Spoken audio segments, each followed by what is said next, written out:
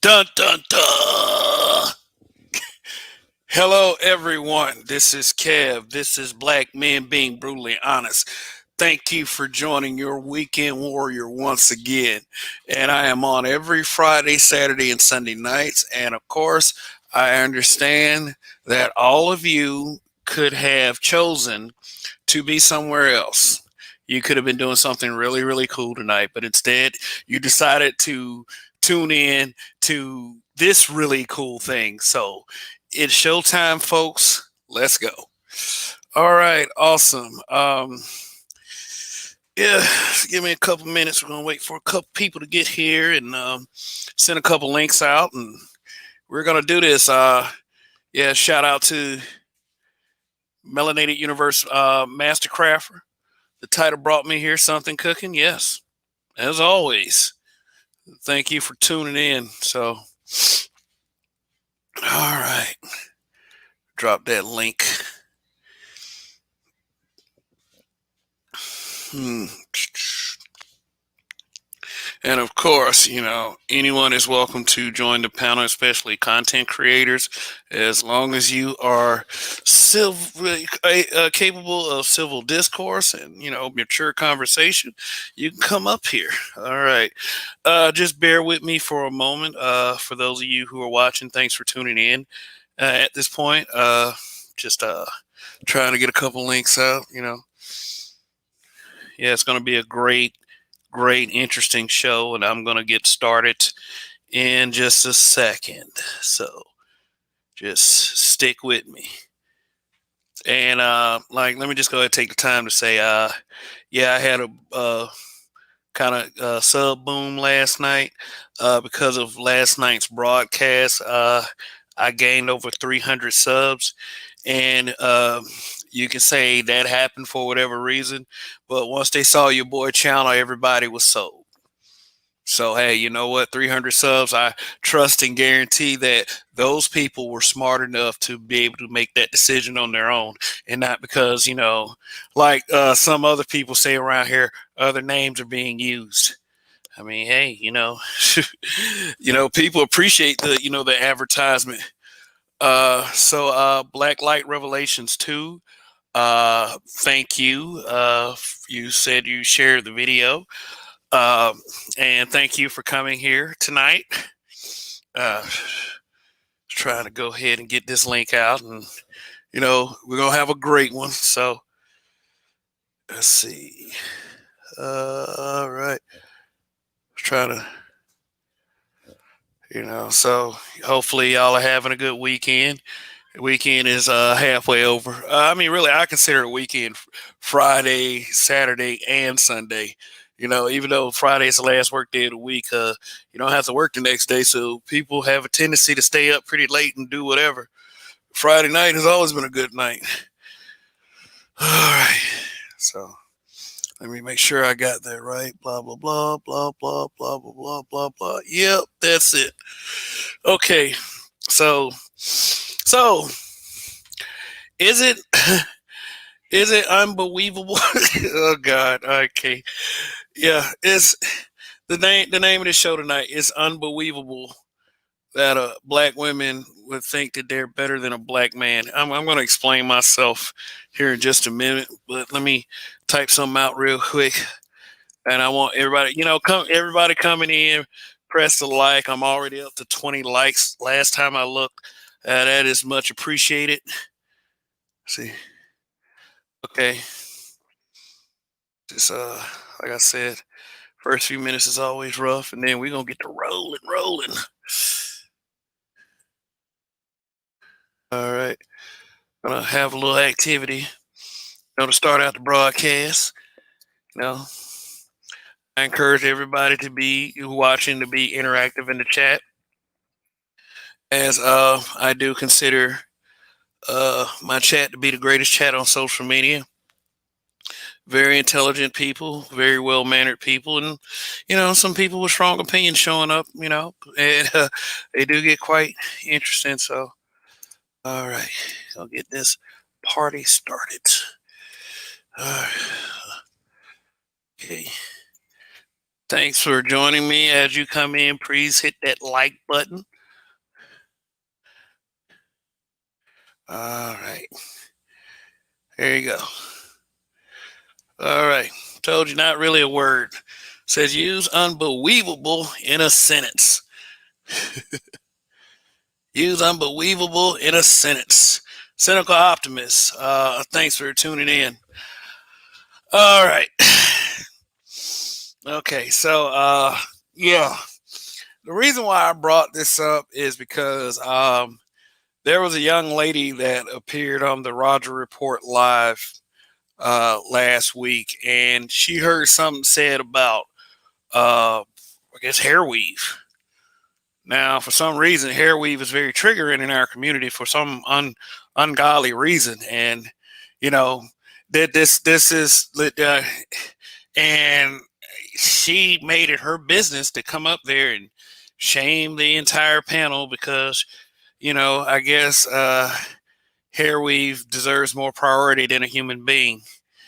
But usually, hair weave is used as a shaming tactic for to say that this is I would say a black manosphere or a bitter they like to call us bitter black man central talking point is that we don't like hair weave, but really this is about black man standards.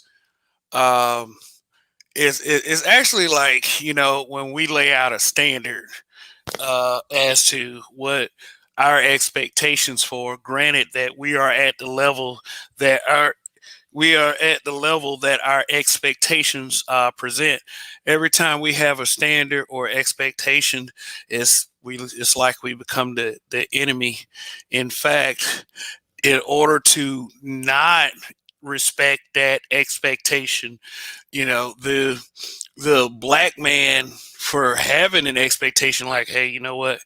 Uh, I want a woman with natural hair, or I want her to be a certain build.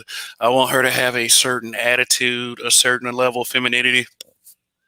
We are devalued by anyone who opposes that to the point where they want to make it to where we don't count, like even as human beings. And to me, being a black man, that's absurd. You can't devalue me, period. It's just that everything comes from me, everything comes from my kind. All the trends come from my kind. And when I say my kind, I mean black men. And that will probably, I'm going to have to say it, and I'm going to have to be brutally honest, heterosexual black men. Heterosexual black men are trailblazers and trendsetters, period. There's no denying that. So why are you devaluing that? No black man is going on crusades and campaigns to say that, hey, you know what? We're better than black women. We're better than black children. In fact, I think black children have a one up on black men and black women because they have the whole lives ahead of them. They see problem people in front of them, so they'll have examples of who not to be like. But back to what I was saying, it's like you can't continue to sit here and expect that black men cannot maintain a standard, because it's like the reason why a lot of things are as bad as they are is because the standard was lowered. It's we are a people that have embraced lowered standards. And what do you call the guys who have higher standards? You call you call us all kinds of names. You call us wannabe white. You call us self haters. You call us COON. Call us F boys. All that stuff. All because we have a certain expectation as to what we would like to see at certain times. You know. Shout out to Red Pill Mixed Breed. My first time here. I'm ready. Welcome. Thanks for stopping by. And melanated multiverse mastercrafter is not so much the input on black men I admire; it's the misery in the tone I find interesting during delivery. Um, the theatrics I endure from black women throughout the years is unbelievable. Thank you. Yep, we have our first sentence. We have our first sentence. Okay. Yeah, and I mean, like, so. Anyway, how? I mean, like, honestly, how can you treat black men like that? Yeah, and not expect somewhat of a reaction as you've been seeing, like not only in the past few weeks, but not the past few years, but the past few years is just is something. It like is unbelievable to me that this kind of thing hasn't happened sooner. But is the resources of the black man are very limited when white supremacy is the go-to, and unfortunately for a lot of our race, the go-to was white supremacy. So we had to go to a lot of default positions that we did not choose. For those of us that like come in, and due to the weaker links in our culture, community, diaspora, we are having to play damage control for all of this, by putting out these narratives that we did not have, we that we can put out narratives that we didn't have access to. We Because we now have access to media that we did not have before. Social media. Social media means that I don't have to wait for some fat suit out of a office in a very high floor on a multi-level building to hand down a script and tell me basically what to say, how to be, what to do, and just put it under the guise of being marketable. We can say whatever we want. So now we, especially as black men, we have a chance and an opportunity to push back. The thing that was wrong when guys first started doing it was black men weren't doing it as a collective. We weren't. And because of that, the standard slipped. And the more and more the standard slipped, people got more and more used to being like second best, third best, second fiddle, acting like shit instead of acting like a goddamn cherry sundae. I don't know, shit. I was trying to think of something sweet and positive, but we took we it was like, I remember when I was a kid, it was unheard of to act anything that is close to any kind of semblance of ratchet. And now it's like ratchet is not only like people don't mind ratchetness, people praise it, and it's revered in our community. Really, honestly, is like, if you want me to be like really brutal about it, it's not really just all black women that think this. This is like the large majority of black people.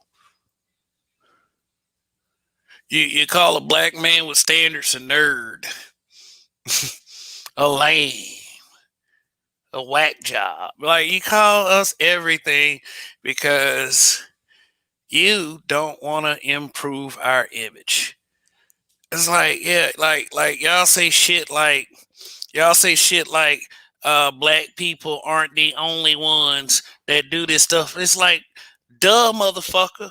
I know black people aren't the only ones, but black people are the only ones that I'm concerned about. See, there it is right there.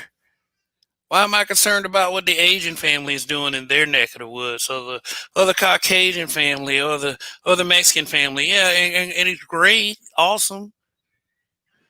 I hope they're doing well. I hope nobody's bringing harm to them. I hope everyone is abiding by the laws to not infringe on their rights. I understand that, but I'm not really worried about them that much. I'm worried about my people. I'm worried about the looks that we represent. I worry about how we present ourselves, how we act, what we do that may affect others in our direct group. our children, and yes, our women, the ones that deserve protection. You know, you would say that honestly. I wished I could live in a perfect world where we can protect all our people. We can protect all our women, but it's not a perfect world. It's not a perfect world, so that can't possibly happen. We just all have to do our part, and hopefully, like in a collective sense, we're doing the best that we can. But you should never ever have to get shitted on because you want something positive and right. And that's not really subjective. If you got any common goddamn sense, you would know right from wrong. You would know what's subjective and what's not subjective. Like shit. Okay, Dre, what's up, man? How you doing? I was listening to your monologue. Go ahead. Okay, all right. Well, yeah, I'll go ahead and finish up. You know, but that's just it with me. All right, yeah, because I mean, I put together a group, and I put together a group. So if there were a place where minds could come together and talk about what's right and what's wrong, if there was stuff that's really wrong, we could discuss it. But to be attacked and to be dismissed like you're insignificant for wanting things to be better, we got to talk about that. And we're going to spend time talking about it tonight. And that conversation will never be over because you're always going to have ignorance. You're always going to have, some ignorance. I mean, yeah. I mean, this is pretty much going to be an open discussion. I know I made the title what it is, and yeah, it's because one simple thing: the point that will be made before the night is over with is that we as black men, we can discuss anything that we want to discuss. I am so sick and fucking tired of people saying stuff like, well, black men should be discussing this. Black men should be discussing that. Black men should be discussing how to build. Black men should be discussing, how to stop these black men from killing each other. Black men, and if you are really listening to the conversations that black men put out there, we talk about all of that shit. We talk about every bit of it. But you hear a couple things you don't like from a couple people that kind of get on your nerves. And you know what you do when, and most ladies aren't going to want to admit this. You know what they do? They empower those guys. You empower them. You say they have no power, then you immediately empower them. Well, Oh, that weave thing bothers me. Oh my God. Okay. You want to hear something funny, Kevin? What up? One thing that gets me is how these women sit up here and say black people don't build and shit like that. No offense, motherfucker. Most of us do that every damn day. Why the fuck do we talk about what's in a normal fight? That's a normal day for us. I mean, like, here's a question, Kevin. What did you think about it? What did you do today? What did you do? Describe what you did when you woke up this morning. What I did when I woke up this morning? What did you do this morning? I looked in the mirror. No, but I mean, like, after you put yourself together, brush your teeth, all that stuff. What did you do today? I mean, I don't know where you're getting at. I mean, like, I was black. It's like, y'all ain't building shit. Well, no offense. I mean, just saying that. I mean, think about it. I mean, the first thing. Okay. The first thing I did, I went out and made some money. That's what I did. That's the first thing I did today. But wait a minute. I mean, I sit here and laugh when they say, well, y'all ain't build, y'all ain't do nothing. Well, no offense, dude. I went out here and hustled and made money. I built whatever I had to do to get paid. That's doing something right there. But just because let me hold up. Whoa. Let me answer A Pink's aid. Please stop it. I am subscribed to this channel because I believe you were fair and listen to both sides, but now it seems like you're on the black woman bashing train. Okay. First of all, here's the point of this broadcast. The point of this broadcast, and just like you're trying to attempt, let me put this on the screen and shout out to Raining Woman. Raining Woman, no, I don't do that. But it's just the point of the whole conversation is it's like you're trying to attempt to tone police black men, you know, for saying certain things that you don't like. The whole thing is cherry picking. The whole thing is cherry picking. You should not be in a black male space telling black men what black men should be discussing. Right. Like honestly, it's like But we don't go lifetime. if I go around, if I go around looking for every black female space to try to police, I mean, shit, I'll be here for the rest of the fucking year wasting my time. Is this it's like that, you know? And honestly, why aren't black women policing black women on the fuck ass shit that some of these black women say? Woo! All right then. I mean, like nobody, like I always notice that black women in particular are never in the chats of these black women that have these streams, fucking with black men, trashing black men, saying all kinds of shit about black men and black fathers. It's ridiculous. Black fathers especially. It's like, damn, and even like a lot of the women who have black fathers, that they be in these chats. You know, I mean, and me, a black man with a black daughter, if my black daughter grows up to be 17 and she's on Facebook shitting on black men and I see it, I might feel like I slightly failed as a father. I would be ashamed. And I'm sure that your family members that see y'all in these chats, and I'm not saying you in particular, Pinks, not you in particular, because the first thing these women will say is, "Oh well, I don't do that. I don't do this. I don't do that." And it's like, but it's like the majority of you females do on social media. It's cool. It's cool. Just don't get mad when I start pointing things out. It's like it's just like, I bet you when you looked at the title of that video, the word "weave" jumped out right at you. Right. Well, it fucking worked. Thank you. And I hope it does that, because I hope, like really honestly, I hope all these black manosphere reactions is going to teach all of you a lesson, because it's like y'all so bothered and so triggered by black male conversation. It's ridiculous.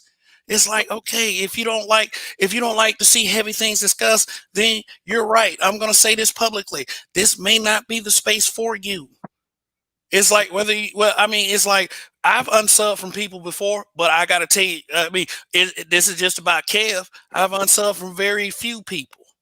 It's like even people I don't like, I sub to them, because I give them that support, because I know it has a bigger end. And some of y'all out there can't even see it yet, but I will discuss what I want to discuss. If you don't like me discussing weave, too bad. Period. We have taken all of this shit, but you can't take one conversation that might go in a great place. All right, then let's continue about this shit. Let's continue about how y'all be like, y'all keep ignoring about, like, y'all keep ignoring like other females that are always shitty toward black men. See, black men like me are trying to get it together, because I want to make a better world for my kid. And I know that's selfish, but hey, I'm going to get it done one way or another, or die trying. Shit, you should feel that same way about your child. But the way some of y'all raise y'all sons, no, you don't. They sacrifice the sons. I watch it so many do it all the time. I'm like, you sitting up here. And then she talk about being a leader. Did I ever tell you I was your leader? Thank you. Did I ever tell you I was your leader? I would say, hey, do I introduce every broadcast? I'm Kev and I'm the leader of black people. No. Unfortunately, this is the problem. Talking about coaching black. Okay, why don't you? Okay, okay. I'm gonna let the chat flow. I'm gonna continue with the show, because I want to make it clear that you shouldn't, like, if you're trying to run a show, you shouldn't like you shouldn't like be like bothered by the chat. Or I don't want to appear to be bothered by the chat. But you know, I've had these conversations dozens of times with people. This ain't my first rodeo. This ain't gonna be my last rodeo. Now, if you're talking about last night with Chrissy and the way that we kind of like tried to, that was something else. You know, you shouldn't assess if somebody's fair and balanced by off one thing anyway, and not even me. I can tell you all day, hey, I'm better than Jesus Christ. It's up to you to believe it. Like, but you know, but the burden is on me is to prove to you who I am. Period. You know, I hope, and hopefully one day you get to see the whole spectrum. and not just one thing you don't like. Because that's the thing with black folks. You can do 300 good things. You do one bad thing, and it don't even have to be that bad. You become that one bad person. You become that bad person. You can accidentally step in dog poop. You be dog poop foot. Well, I mean, you know. especially with the women, I've noticed that you can be nice, do something, this, that, and the other, and then as soon as Hey, but see, here's the thing. Here's the thing. Here's the thing. Here's the thing. Here's the thing, Tia Nebula. It's my show, so I can be bothered. That's how it is. It's like y'all can use bother as a shaming tactic. You know what bothers me? Stupidity. If stupidity doesn't bother you, you need to get your head checked. So people are allowed to be justifiably bothered about certain things. Sheed, we here. Go ahead, Dre, and then Sheed. Well, I've noticed that this is the problem. It's just another form of control. You see, do you see? We got content creators that we can't stand. We've mentioned them and all the things. Do we go over there telling them what to talk about? Hell no. I mean, like what for? Because it's like this. I respect the game. If that's what's working for their audience, hey, it's like okay. But you choose to watch, but the content is geared toward a certain demographic. You are welcome, and you will be treated fairly, But I'm not going to call you all kinds of B's and H's or anything like that. If an individual black woman does something stupid or does something asinine, she might be a B or H for that moment.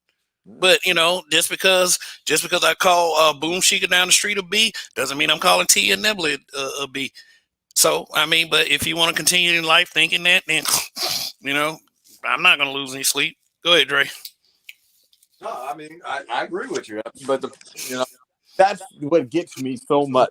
I mean, no offense, ladies. If the men acted like you did for 1 week, you women would not have one platform, nor one TV station, nor one show. Man, I mean, it's all. I mean, it's all good. It's all good. I mean, I want this to be a place of many diverse opinions, whether I agree or I disagree.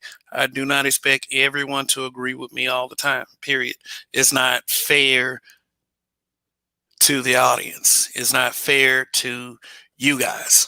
So, I mean, I don't need for you to agree with me. You can disagree with me all day. It's people's opinion, But Sheed, what's going on, man? What's going on? So are we having a conversation about people having one-track minds? No. Basically, the whole, like I said, it's unbelievable because I use weave because I know weave is a trigger word. Yeah, and somebody can bring up weave if they want to, but it's like saying something like all we talk about is weave. That's really narrow-minded based on the spectrum of YouTube people, like especially in the Black Manosphere circle. That's really unfair to say.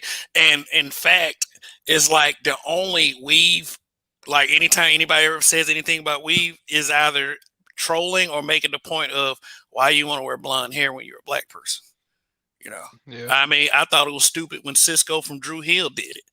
Dyed his hair blonde. Like, yeah, seriously, I thought it was stupid when Another Bad Creation did it back in the day. For those of you who know about that, I mean, shoot, dyeing your hair blonde to me is just stupid. I mean, I would never ever dye my hair blonde, but that's just me. Somebody else, they surely fucking will do it. But this ain't even the point of the conversation. The point of the conversation is black men are tone policed. Right. If you slightly disagree, hey. It's tone police, and it's time to just like with Kevin Kelly. We keep bringing up the Kevins. Yeah, it's like Kevin's been on a roll lately, but hey, but you next, man, dude. It's been me, but it's like on a smaller scale. It's been on with the Facebook thing and the Facebook group. It was on a smaller scale. It's like, I'm tired of seeing black men talking about stuff like this. Black men should be talking about stuff like that. And then they're the ones that come with the shits. They're the ones. The crazy part is, it's the same as dating. If you don't like these people, why are you over here? You come to the party to say this party is boring. Right. You come to the chat to say I don't like this channel. Why are you here? It's just like dating. A lot of people I hear on panels complain about certain women. Why are you looking for those women? It's like A we Pinks 8. I'm sorry, she A Pinks 8. That's the link. Just hit it, and join. You will be treated with respect. But if you already have a predetermined opinion about all of this, then hey, I'm just saying, get ready. But I mean, but it's like we're mature enough. Just So as you talking to men, that's all. We're mhm. not gonna call you no names, but if we not gonna talk to you like sugar and spice and everything is not. I mean, that's a white people story. So if you want to go by that, but yeah, she go ahead. Were you finished? no, I'm finished literally because like I said, when it comes down to it, you have to be held accountable for yourself, and then people start coming to trying to hold you to a higher regard, in which like you said, don't talk about people like this, don't talk about this, but when it comes down to it, you can say whatever you want. Right. You kind of coming in this space shaming people in their channel, but you don't want to voice your opinion over your own channel. That's what most content creators do. When Mm. they want their opinion to be heard, whether it be right or wrong, that's when they start their own channel. You know. Yeah, absolutely. And Tia Nebula, she says, I guess she was answering a question. Uh, okay, and his comment. She said, because I can, you're allowed to have an opinion. I'm allowed to have an opinion on it. The channel was recommended to me. That's why I'm here. And I do appreciate you for being here. Uh, lovely black woman. I would say. I mean, I ain't gonna like, Why you no. bash her like that? Say why bash her for a lovely black woman? Okay, Yeah, I mean, you could have said it better than that. uh, uh, uh, melanated goddess. What I mean, it's all good, You man. laughed at that Like, statement. dude, That it's brought like this. that made me feel bad by you laughing at the end of that statement. That made me feel bad. See, Yeah. I'm a strong black woman, and by you doing laughing at the end of that, that hurt my feelings. Hey, but you know what though? At least there are black women out there trying to get rid of that trope because they feel like that it does make them look bad. It does make them look a bit, combative, and it's like that's what they think strong is. They think strong is being combative, having a horrible attitude. Strong is the resolve that you hold despite what you're going through in your life. Yep. That's what strong is. And just so what my understanding of it is, because I've known some strong women in my life. My grandmother, my dad's mom, she pretty much was self-sufficient until she couldn't do it anymore at the age of 95. I mean, 95, like it's like some people's mind go worse, like bad. Like I had an uncle that his mind started to deteriorate at age 55. This life is just like that. I know some strong women. I know what strong really looks like. And from what I see out here, especially the representation of social media with the large majority, is very disappointing. As a black man, I could say I'm ashamed. And that shame has to count for something. But I'm not. I mean, I don't say that to make people feel bad, because when it comes to something productive and tangible, it ain't about feelings to me. It's about is about what's right and what's wrong. Common sense, some common sense shit. I mean, Yeah. go ahead. Now I want to say a lot of women are shaming guys in this space because of the way they talk, but they're not ashamed that they don't even know what a spatula is.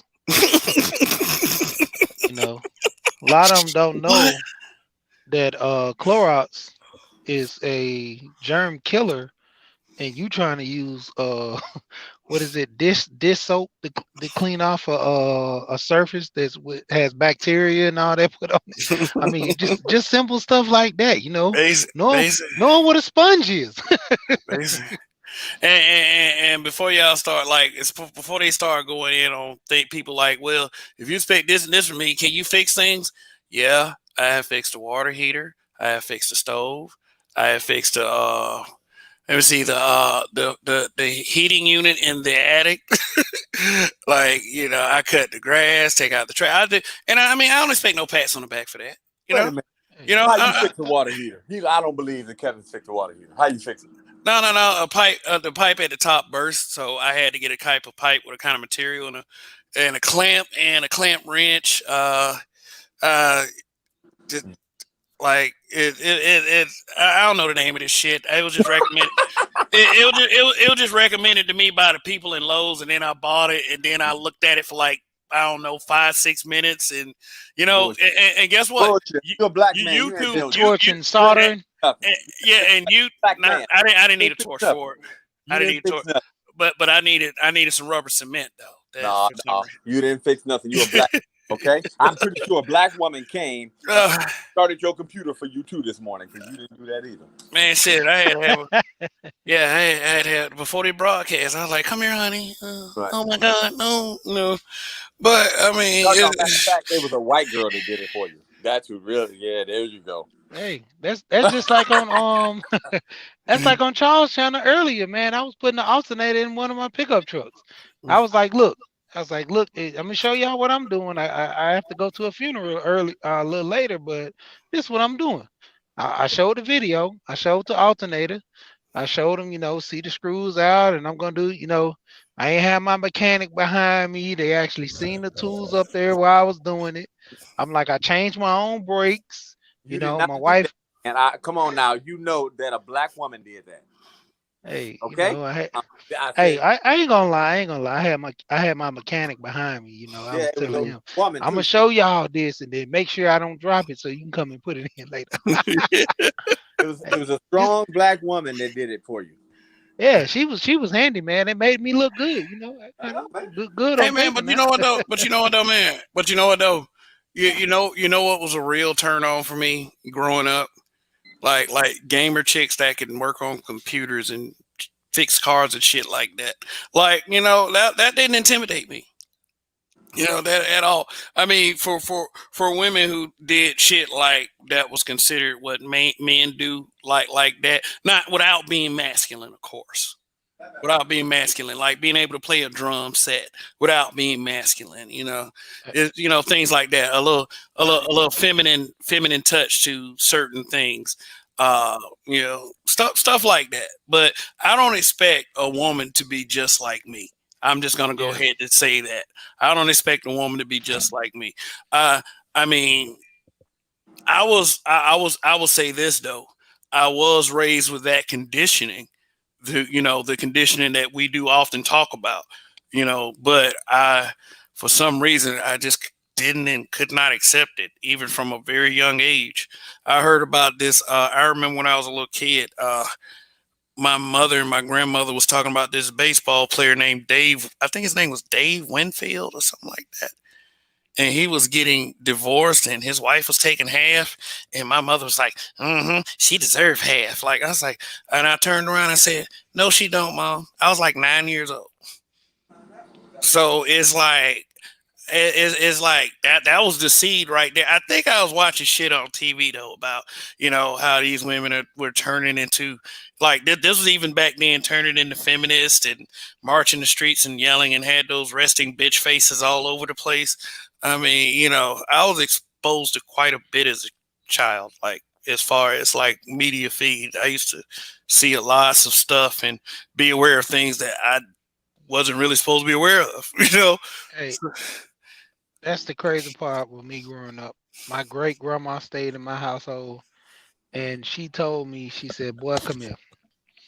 She said, "Get over here." She had me, my brother, come over there. She said, "I'm gonna tell you like this." She said, "I love y'all.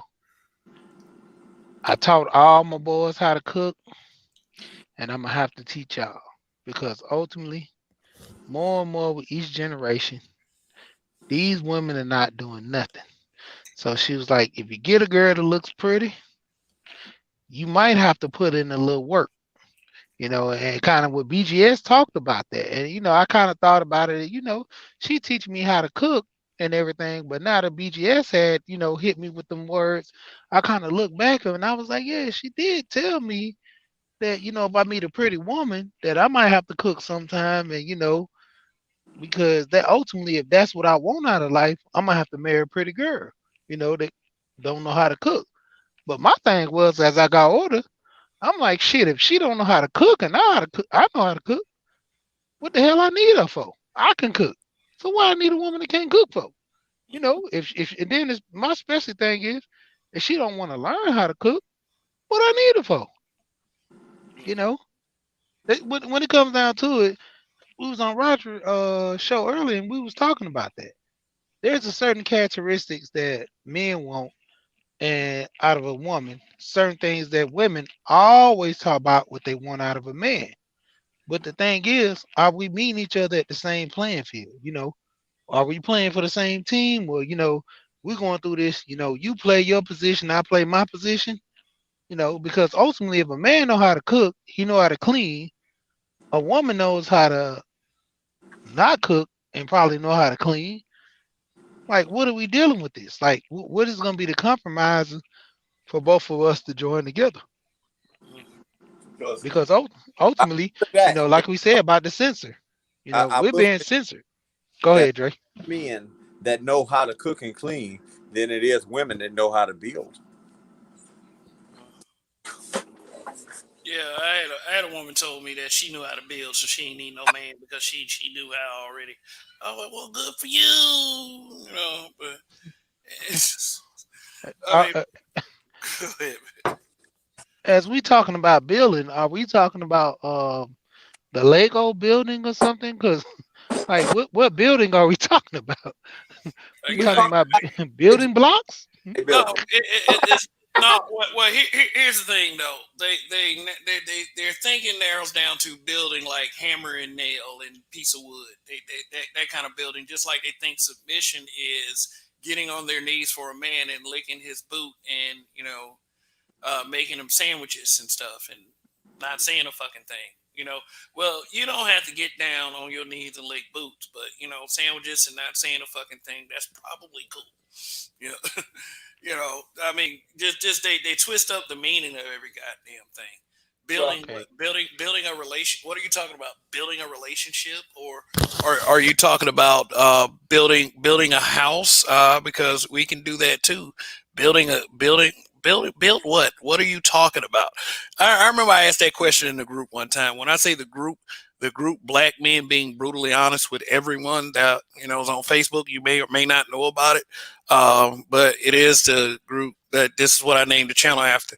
I would ask people often, okay, what do you mean by build? What do you mean by build? What are you talking about building exactly? Explain building. And And I would get more pushback, trolling. You're a COON. It's like what? Why? How did you get that out of that? Out of a question? and the crazy part is, I got a story about a 1 in a million. I told a 1 in a million story where there was a woman who actually made more money than her husband. She made over 200,000. Husband made 125, probably capped out until he got another job, and she let him run the household. You know, he let her go to college. He worked, let her go to college, did what she had to do. And when she first got in her career, you know, he took the back seat and kind of stayed home with the family. He was the daddy mom. He cooked, cleaned, everything around the house. And essentially, when she came home, kissed her, made sure everything was cool. But ultimately, once again, when it came time to decision making, she said, well, I'm gonna have to talk to my husband. And the women in her family said, well, you make more money than him. She said, well, I didn't marry him to make more money than him. I married him to be the man of the house. Very rare, very rare. You're not gonna get that. You're not gonna get that a lot of relationship. Whoa! A lot of relationship, How you're not did gonna they get that. respond? How did they respond to that? That's what I want to know. Did their heads explode? Did she kill them with that comment? That's a No, drop dead comment. they wanted to they want they wanted to shake her. I mean, that's what they really wanted to do. If you really want to be honest, they wanted to shake her because she was going against the code of the women in the house. It made them look bad that they, they troll their men and they talked about their men, but it's another one. And I Yeah, told you I did moving a lot. Hey, I'm gonna throw one wow. more. I'm gonna throw one more Anyway, story in what's there up, real quick. y'all? okay. But the crazy part, it was another lady I moved. She was a PhD. But the crazy part, when she got married, she took a back seat, did everything, far as cooking, cleaning, and her husband was well educated. This guy didn't know he didn't even know what a hammer was. She Oh, actually taught him. She showed him how to use a hammer, hang pictures, showed him how to, paint, fix the sink because she grew up around her dad with no brothers. So her dad pretty much taught all the daughters how to do everything. And she showed him how to do things and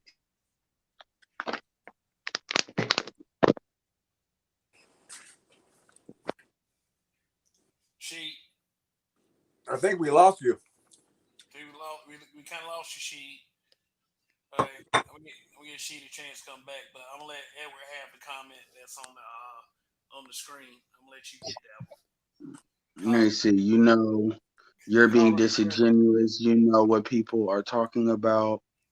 Listen, I will forever love my black men, but if black men continue embarrassing us as black women, was black women caping for white men? How can I continue? Okay. Um, Go ahead. We here's don't. the thing. No, like I said, the problem in the black community is very simple. There's a lack of trust. Well, damn the trust. Hold on, before we even get to the trust, there's a lack of candidness and honesty. This comment is basically telling me a couple of things. Let me bring it back a little bit. So let me get to the basics. You have a nose, a mouth, two ears. You can feel as far as touch, and you can see. We learned this in kindergarten, first grade. These are the sensory. We perceive the world through these five senses. Our eyes are the most dominant. And then I would say your ears probably take over as well. Why am I saying this shit? What's the point? The point is when you look at how most black women perceive the world across the board, they perceive the world three ways or a couple of ways. One is through social media, and the other is through the television. And then they may rotate that with their own personal situation, like what they have experienced.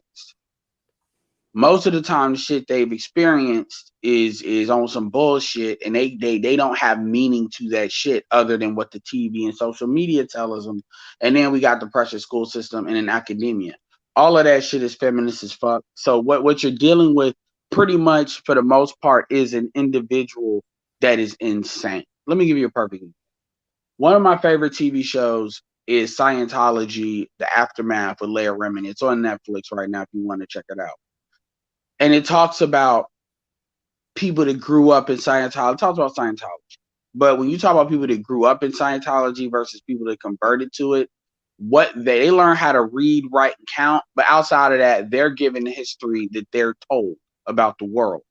Anybody knows anything about Scientology, it's talking about spaceships and all that crazy shit. They actually go out but when some of them leave the church, they actually go out. And this is what they have said. This is their words when they left the church and got kicked out. What they said, though, these are white people now. White people now.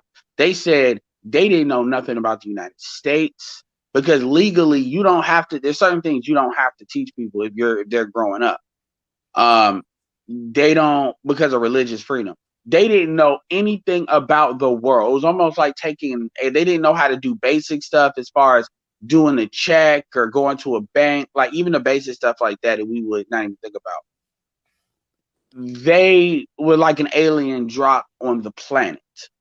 Their perception of the world around them. And you're talking about people that they're in their 40s, some of them 50s and 30s, because they did one little thing, because they refused. Some of them left the church, got kicked out of the church because they refused to say my mother is dead to me because the church told them to, because maybe one little thing that person did. It's like a thing where all the family turns on one person. It's actually fascinating from a psychological standpoint how this works. And they got kicked out, and they're thrown out there like that. In many ways, that's how Black women are when it comes to this situation. You all have a perception of the world that is not real. And yes, feminism exists for all women in the United States, but when it comes to you, you deal with something else. You have this belief that, like other women, your men have oppressed you. And this is and this is not true. Black women have never been in a position where they've been forced to have to deal with what a man says. It has always been a choice, and that is not true for any other group in the United States. And I will argue it's not true for any other culture in the United States of Black people. It's never been a choice, and that's what they're negotiating. Black women never had that negotiation. So what Black women do is they create these false phantoms or enemies in order to justify how they are the way they are. Black women have arguably had the most freedom in relationship to their men, yet they wild out the fucking most. And they can't make that make sense other than what Roger says, which is Black women are bad people. So what they do is they say stupid shit like that. They have this belief that they're embarrassing us. I'm almost done. Let me be very clear here. Nobody embarrasses Black women more than Black. You talk about we're embarrassing you. You are talking about a fucking YouTube channel, a YouTube page with 37 or 50 people watching. The other day it was 450 people watching. What about you won't talk about, I would never hear a Black woman. I'm gonna ask you all this. Have you all ever heard a Black woman complain about the Maury Povich show on social media? Oprah Winfrey? No. Hold on about that's Oprah Winfrey. That's sisterhood code, though. So. Well, no, what I know I'm saying this for her because this is a part of it. Maury Povich has been on air, 15 years, 20 years? And the last at least 10, he literally the only episodes he does is who's the father. And I'm gonna tell you, if anything, you could argue Maury Povich is SYSBM because like 8 times out of 10, the Black man ain't the father. It's the same setup. And some of them chicks go in there 5, 6 times. He has embarrassed Black women on daytime TV more than anybody. And I have never heard a Black woman have a peep about it, even though everybody that watched that show will come to one conclusion about Black women if they watch that show. Because Maury Povich is not somebody that will have any reason to have any animosity towards Black women. It's and then Black women volunteer to go on that damn show. Mm-hmm. But never. The point is, most people come here and they expect us to validate how you view the world. See, Black men are supposed to suspend logic for your feelings. And by the way, you all don't expect any other race to do that but us, as far as men. For some reason, no other race of men is supposed to suspend their own logic for a Black woman's feelings. This is why a Latin man can smack the shit out of a Black female and then still expect y'all to go to the store the next day. Anyway, what's up? You're a but how dare you disrespect the Black woman? I mean, you didn't have to come at that, man. You didn't have to bring up Maury, man. Come on, man. Hey, did I tell you they're gonna do that? Did I tell you they're gonna do that? What? Like try to narrow the whole conversation down to just them? Yep. I don't do that. Yeah, well, my point. Well, yeah, and my overall point is this: this is what the crux of the situation is. Black women we're living in a different reality, and this is why I come back to that statistic about when Black women talk about like sticking to what she said about embarrassing you. I mean, like I said, nobody embarrasses Black women like other Black women.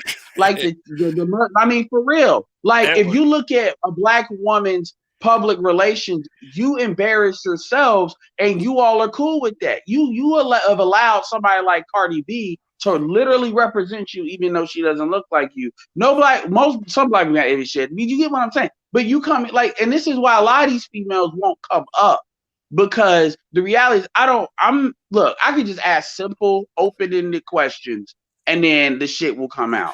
I mean, goddamn, like, oh, you're a bad. And here's the thing: how can we continue? Let me answer that. We can't continue.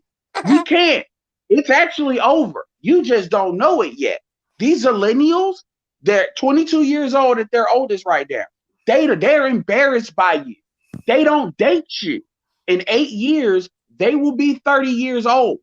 And you will see each year going up how these women are complaining, and they're going to be looking to the older women for help. And because you all just have no idea how to deal with a man other than your mama black, all the shaming stuff, which doesn't work on them. They have what they call a tolerance to that that vaccine that y'all keep giving them called the Be a Man vaccine. No. They don't deal with you all like that anymore. So there, you talk about how we can continue. You need us more than we need you. And black women act like they don't understand that. So black men will be all right. The question is, what the fuck y'all gonna do? I don't know. Outside of 2016. Edward Drake, hold up one second. We got Latoya up here. Okay. You know he did 9 minutes. Go new record, Edward. It wasn't that long, man. Okay. It was probably like 5 or 6. All right. Yeah. Latoya. Okay. That's how you doing? Can you hear? Can you unmute, please? I'm gonna go ahead and mute. Can you hear me? I don't want to. Yes, I can hear you. I can hear you. Great. Hi. How are you doing? What's going on? Fantastic. How are you? I am great tonight. It's Saturday. Yeah. Mm-hmm. So, what do you have to say? What's on your mind? There's a lot. There was a lot said. I'm not sure where to start, to be honest. Okay. There was so much being said. I was taking it all in and just not really wanting to jump in, but just listening because, like I said, there was a lot. Okay. We'll pick one and let's start up. Let's go on. What's up? Well, I'll just say in general, I'll speak for myself. A lot of what was referenced is not really relatable to me. I'm not going to get up here and say that I'm different or you can set me apart from the rest necessarily, but I think my perspective, because I'm in my mid 30s and I do not have children and I am not married, my perspective tends to be a little bit different, especially when I'm in a group of women. The conversation isn't the same coming from me because I tend to look at things more from a logical standpoint. And, when you're talking about Black women tearing down other Black men, I'm really not into that. I'm not one of those women who walks around and says, Black men are pieces of shit. I don't talk bad about our race. I don't feel like I don't buy into the Maury Povich thing. I don't watch that, never have. I'm aware of it, but. So that's actually a great start. So here, I just want to say, I'm going to be quick about it, but I just want to say this. Black men have no problem with Black women. If criticism is harsh, but it's true, then that's what it is. The biggest issue that I think Black men have a problem with, if you look at mainstream media, is Black women have been purposely given and I would challenge you to disagree with anything that I'm saying. Black women have been given a microphone that's been a one-way conversation, and white people have purposely given Black women that microphone because whenever a woman says something outside of what they're kind of allowed to given room to say, that microphone is taken. But they've been given a microphone. We'll start. It's before this, but we'll start since the 90s to basically broadcast how they feel about Black men. And basically what Black women as a group have done with that is basically deflected and said everything wrong with me is the Black man's fault. As far as relationships. The Black man is on the DL. The Black man made me a single mom by just abandoning the family. It goes in cycles. And then that transitioned into social media. And pretty much it's been a one-way conversation. So Black men Black men have not had the ability to really tell their side of the story. And what happens is women have grown up in that and basically believing all of that is true as they said it. And then when you come up to YouTube or social media now, Black men are actually saying what their side of the story is, and they're coming at it from a logical perspective. And what you have is women, they internalize it and they take it personal. That so one Black woman is like every Black woman, the way they look at it. So what we say has to not be true. And another thing too is they come at it from a perspective of not is this factual or not factual. It's how I feel about what this is being said. So whether it's true or not is irrelevant. Like Black men can acknowledge a lot of things, issues with us, you know, but the question is the women can't acknowledge anything with them. And the question really is, and it's always, and I'll say this and I'm done, even other men, they will look to equalize a situation. It can never be, it can always be it's 75 or 90% Black man's fault. And but when it comes to we actually divvying up like what people do and why and how this creates what it creates, it's always being made to, well, we both hurt each other equally. Like Black men disrespect Black women equally. It's not equal. It's not on the same equal scale because Black men have not really even had the ability to. Yet we will try to create a reality in which nothing is a Black woman's fault. And even Black men do it. Anyway, go ahead. Well, I think it's hard to quantify that. I think it's hard to place the culpability all on one or more so on one than the other. And it's funny you mentioned that because I was actually just talking to my mother this morning about something similar, just how there's so much discord within the community. And you can look at both sides and say Black women are broken and Black men are broken. But until each of us is ready to pull up our bootstraps and do the work on ourselves, we can't really experience the growth wide scale. So I'm not saying it's equal. I'm just saying that I don't think it's helpful to quantify it or make one more culpable than the other. And by the way, I got it. Hold on real quick. And by the way, that's why women need men, because what you're expressing is that for the most part, you and other women don't have the ability to quantify it because women are emotional thinkers. Men are not. We can definitely quantify it because we can quantify it by outcomes. We can quantify it by the complaints that Black women have. For example, only 1 in 4 Black women will get married in their lifetime. That's a statistic. We can say, is it right or is it not? It's a stat, and most people accept that as a stat. So, for example, we can then ask, why does that happen? And then we can also look into that. So it's ways to quantify it. It's just that women don't want to. Like when it's stuff that validates them, like Black women are the most educated, they don't have problems pushing that out there and quantifying that. It's when it's time to actually do the adult stuff and really do the fixing of the car, so to speak, that it becomes impossible to quantify something. All right, go ahead. Go ahead, Kevin. Because Kevin, go ahead, Kevin. I want to hear what you had to say because I'm not saying I don't want to. Okay, I got this. Okay, since you said since Black women are broken and Black men are broken, Latoya. Okay, what is it exactly broke? What do you see is broken about Black women, and what you think you can do better as the broken Black women you described? Not you personally, but those Black women. What do you see as broken in them?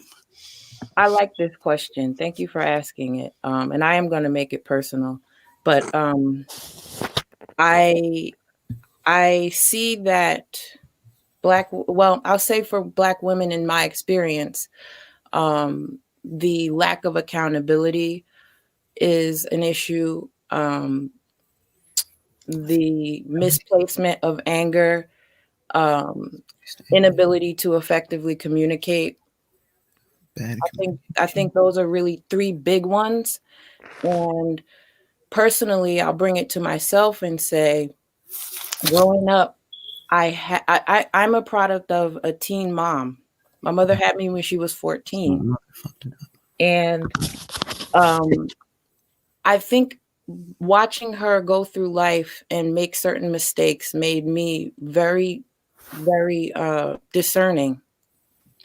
And even in my adulthood and talking to her, I find that communication is difficult because I'm trying to come at it from a solution base rather than trading barbs. Mhm.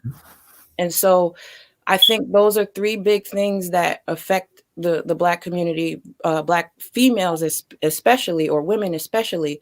But I can speak to that on a personal level because in my relationships, I've found it difficult sometimes to find the words, but that never discouraged me from doing the work. So that just goes back to my comment about us doing the work singularly so that it can create something better. Wow. Well, the end of no, and I appreciate that. And we talk a lot of the stuff that we talk about in the spaces that we're in has to do with the macro situation. Mhm. You know, we know what the micro is, and we have dudes from a variety of different experiences. So when people say, well, individually, you just need, because I've heard, by the way, I've heard that before. We actually played a video of a man saying the same. It's a pastor saying the same things that you're saying.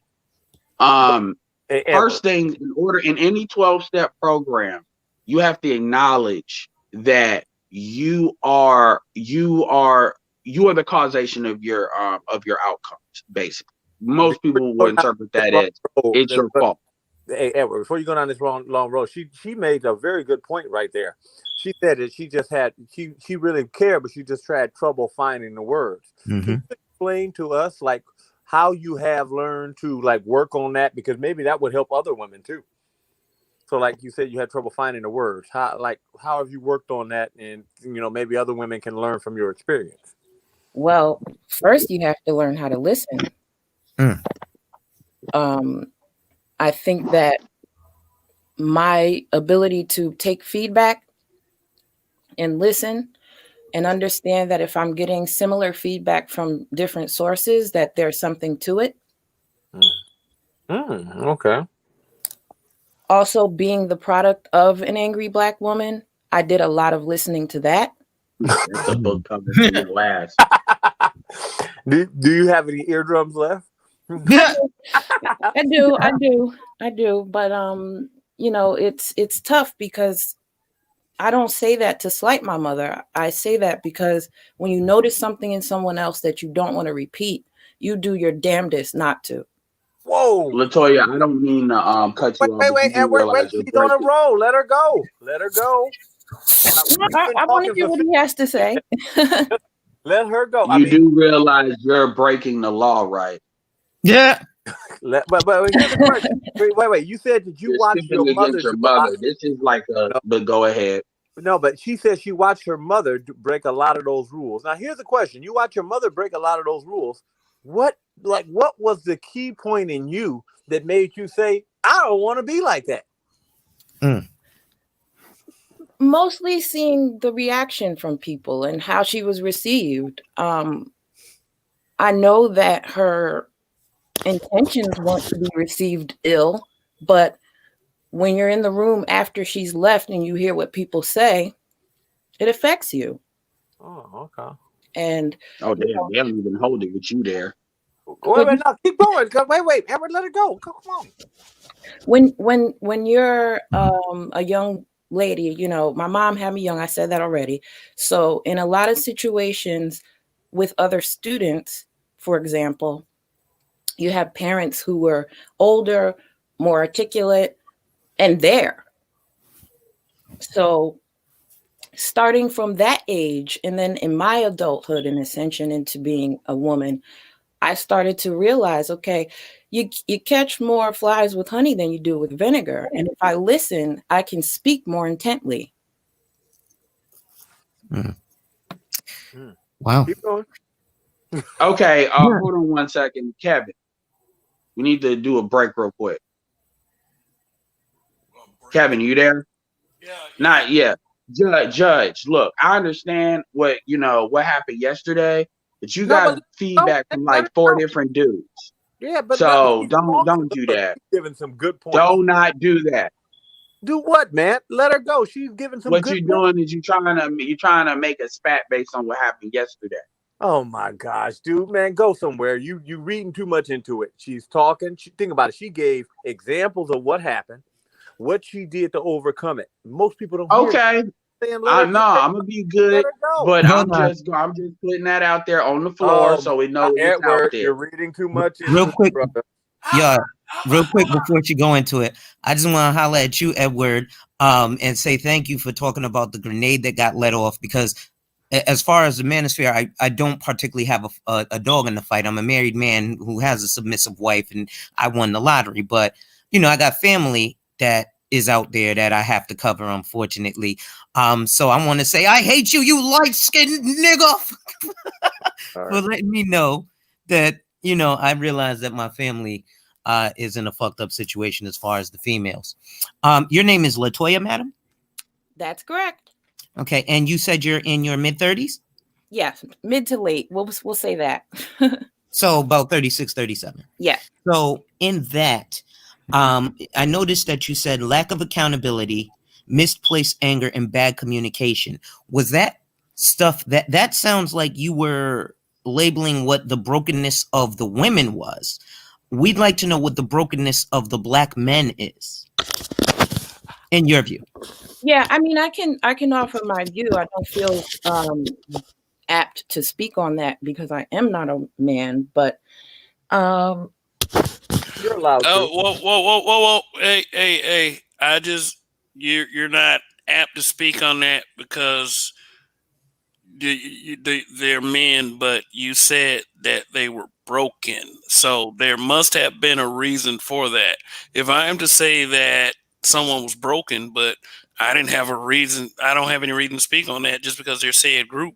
Like, why the audacity in making that comment in the first place? because you guys were talking specifically. Okay, now it's tit for tat. Like it doesn't. Which is what I said before. I got think this. you're I trying got to it. be careful there. I got it. Okay, now it's tit for tat. See, here's what I don't do. I don't put off shit that I say on anyone else. I take full responsibility. If we want to talk about it from a personal level. So it's not when you come, like, I like for people when you come up here and say something, it ain't because of what somebody else said.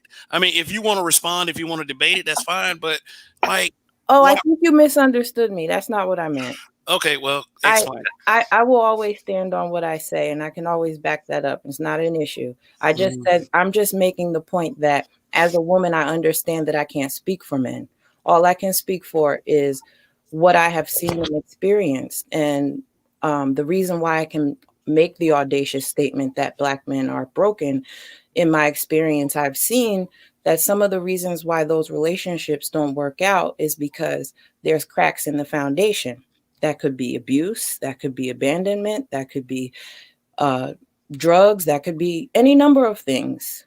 But the root cause is there to be dealt with. And I think both on men and women's parts, it still calls for pulling up your bootstraps and doing the work.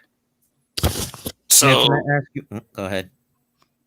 Can you give us so and have done like what you said? Blah. That's what's going on right now. Blah. Okay.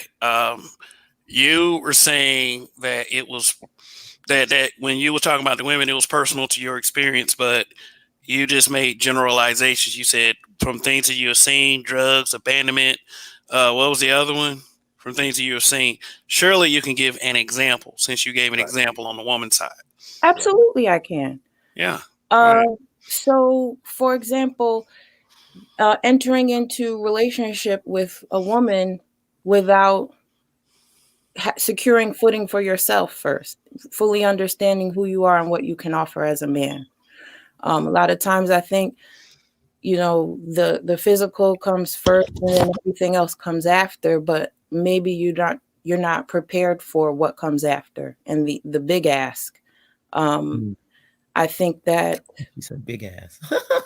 yeah, there's a big ask when it comes to going into relationship that I think when we're young, we really don't consider. And before you know it, years go by and we've racked up all this time with this person and these ties with this person, but you don't necessarily have a relationship. But then there's the issue of anger and how to not only identify it but express it healthily.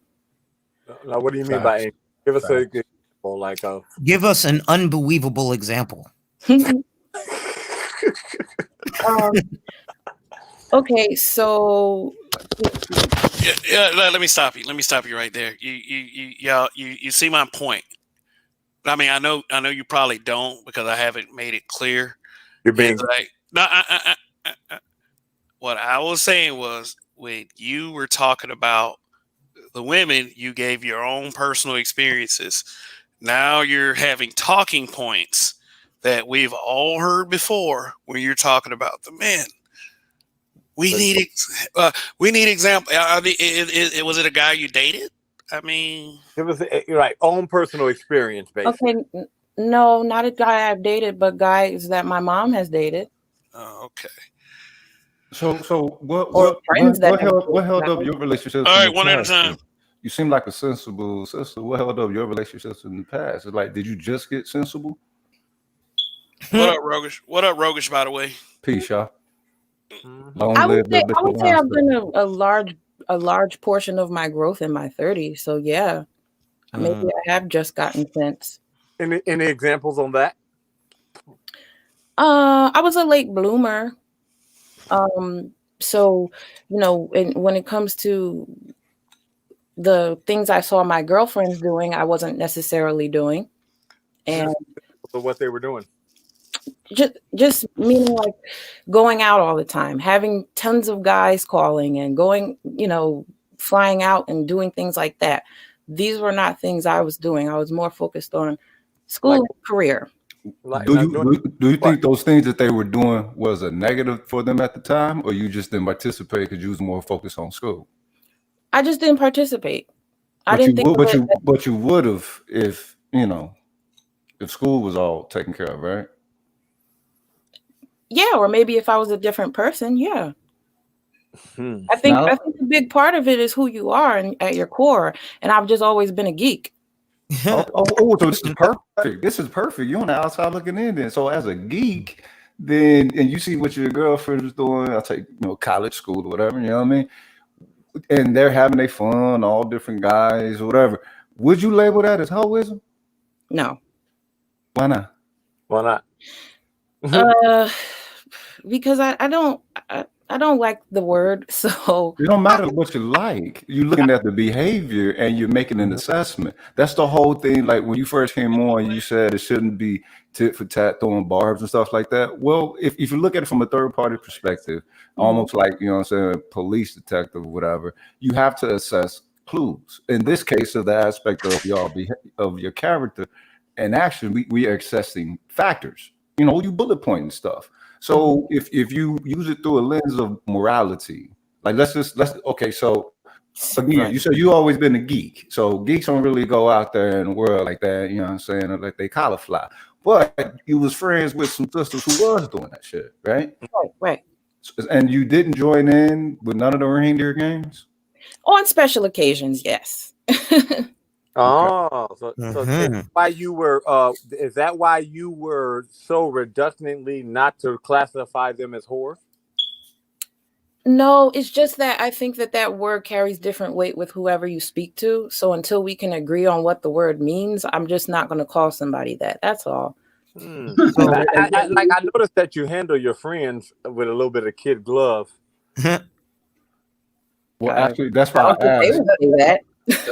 That's actually why I asked, because I wanted to see what your perspective of hoism was. If they flying out and they telling you about, you said it. I think hoism is denotes a lack of respect for oneself. Okay. So I don't think that you can, or I think that two things can be true. You can go get flown out and still have respect for yourself, but you can also go get flown out and not have respect for yourself. So there's just... Would Meg the Stallion be considered a whore? Not in my opinion. she does that for entertainment, though. We don't know what she actually does. It don't Well, matter if she do it for entertainment. She put it out there. Got little girls doing all this whole shit. Of course, she a hoe. Get the fuck out of here. I don't need to ask any more questions. So, game, because here's the deal, right? Like, I went on Facebook today. I joined this group, and it was supposed to be, you know, people, you know, just a regular entertainment group. But when I go there, I see people on live. And what do I see on live? I see about 7 dudes in the camera wearing orange CDC jumpsuits in Forsyth County Prison. And that's in North Carolina. What do I see? I see a boatload of black women talking about, ooh, these niggas fine. Ooh, girl, my this, that, and the third. On the live. 127 people watching. Meanwhile, not just here, but in many other Black manosphere spaces, we have women who come in and say, talk about building this, that, and the third. Then you'll have persons such as myself. There's another gentleman who has a cryptocurrency page. When we go to their pages, there's 2 people watching. 0 are female. Yet these females continue to tell us that they don't want these locked up dudes in jail. Then today I come here to YouTube and I see a female YouTube content creator talking about the caption was high value man rapes his 10-month-old daughter, and all they did was put him in a suit. So now they're correlating high value men with just a man in a suit, which it's not, but trying to again diminish the black man. This dude was a pookie who belonged in Forsyth County Jail, and he's what's called a chomo in prison. So I would take a knife and ass rape him with it. But he's not a high value man. But now black women are looking at him and including him with productive black men, like the men that are in this space. And that's where we get disrespectful and we feel disrespected and we come back at y'all. Unfortunately, it becomes a sweeping generalization. Sorry, go ahead. So now it's like, okay. So now it's like, okay, now they calling us educated lames. They're saying that the white collar brother is the one that abandons the child and like this is stuff I heard in the past. Now it's high value men. Mm-hmm. I wonder why. I wonder why.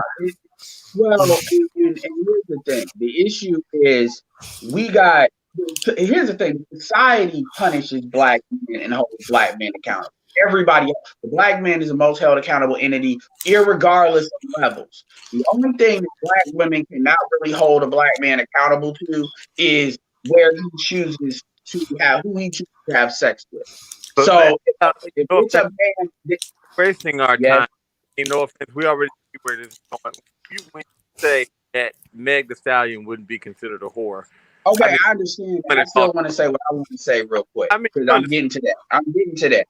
Yeah. My point is holding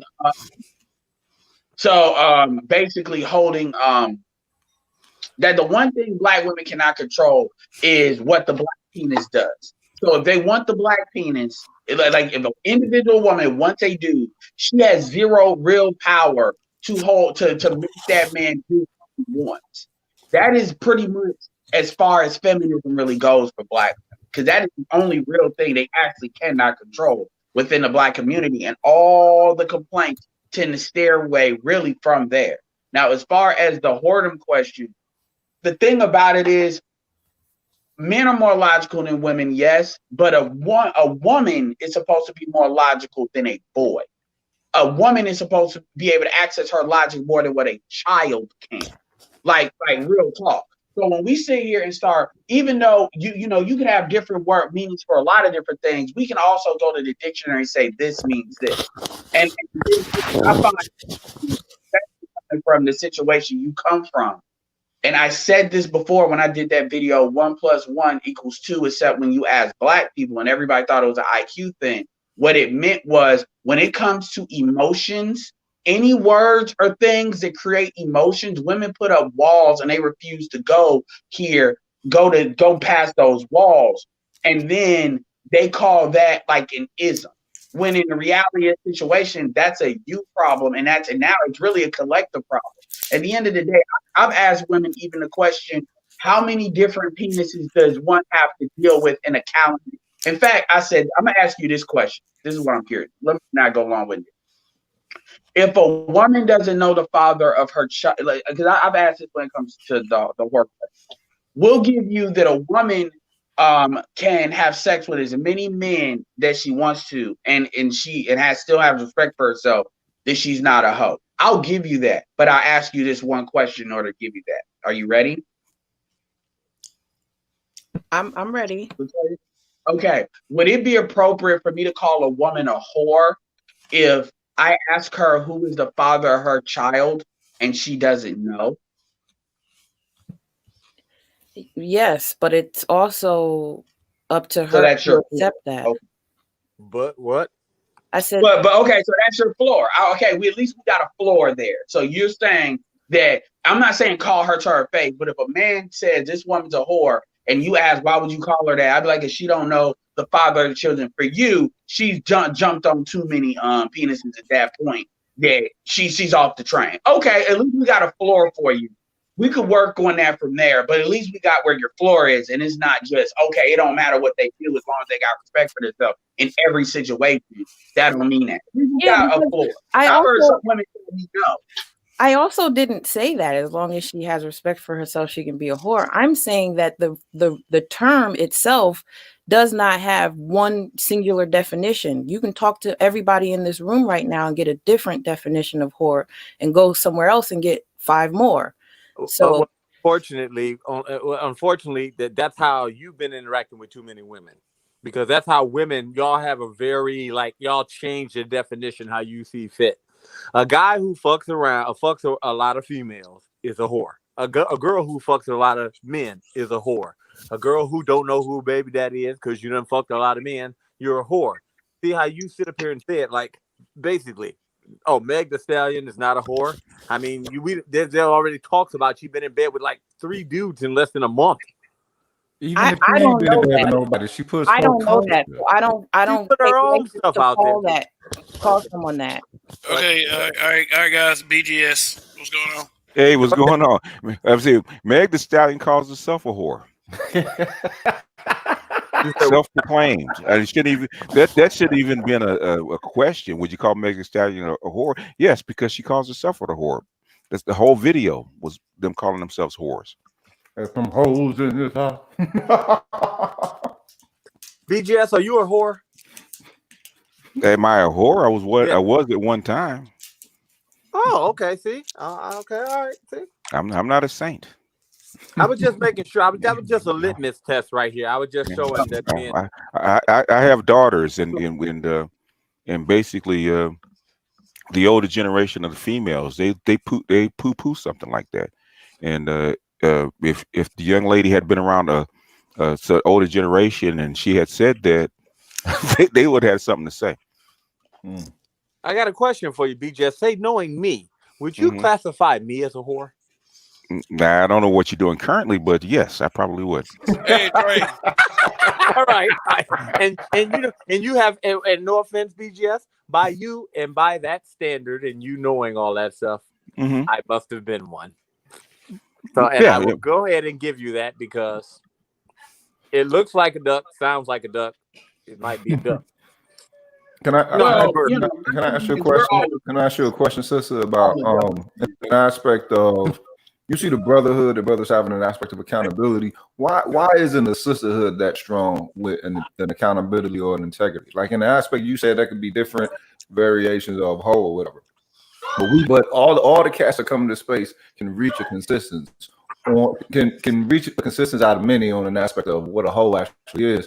But when it can't reach consistency on what whole behavior actually is. So BGS, you got my girl over here laughing at me because she agreed with you too. Oh yeah, of course she did. Yeah, I mean it is what it is, man. And basically, you were a whore. Yes. Yeah. You know, I'm not like I said, I don't know what you're doing currently, but yeah. But right. I appreciate, and I appreciate. That's why I love you guys with wisdom, and I come to this space because I want somebody to hit me upside the head when I'm doing wrong. Right. So my question is to you, sister. How many of your friends have you held directly to an integrity on and straight up, I'm opposing what to a standard?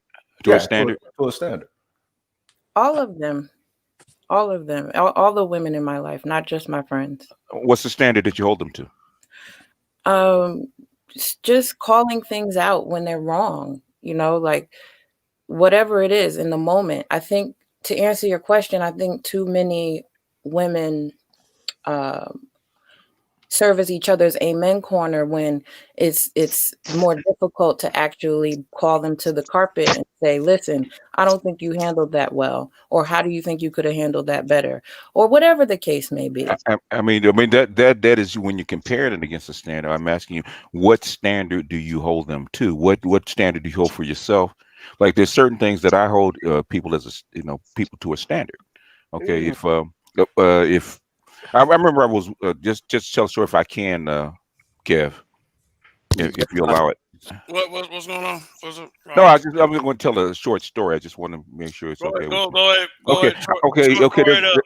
There's a local hamburger shop, right? Hamburger stand, right? And I'm standing there, it's like afternoon, and there's like 6 guys around, right? And they're comparing how many children they have out of wedlock and how many baby mamas they have. Mm-hmm. Okay. And to me, that's disgusting. Okay. Right. To do something like that. So in other words, if I had known them, and I have a cousin that I basically almost cursed out because he's got 3. And I said, dude, when you gonna stop? When you gonna stop this? I said, this is ridiculous.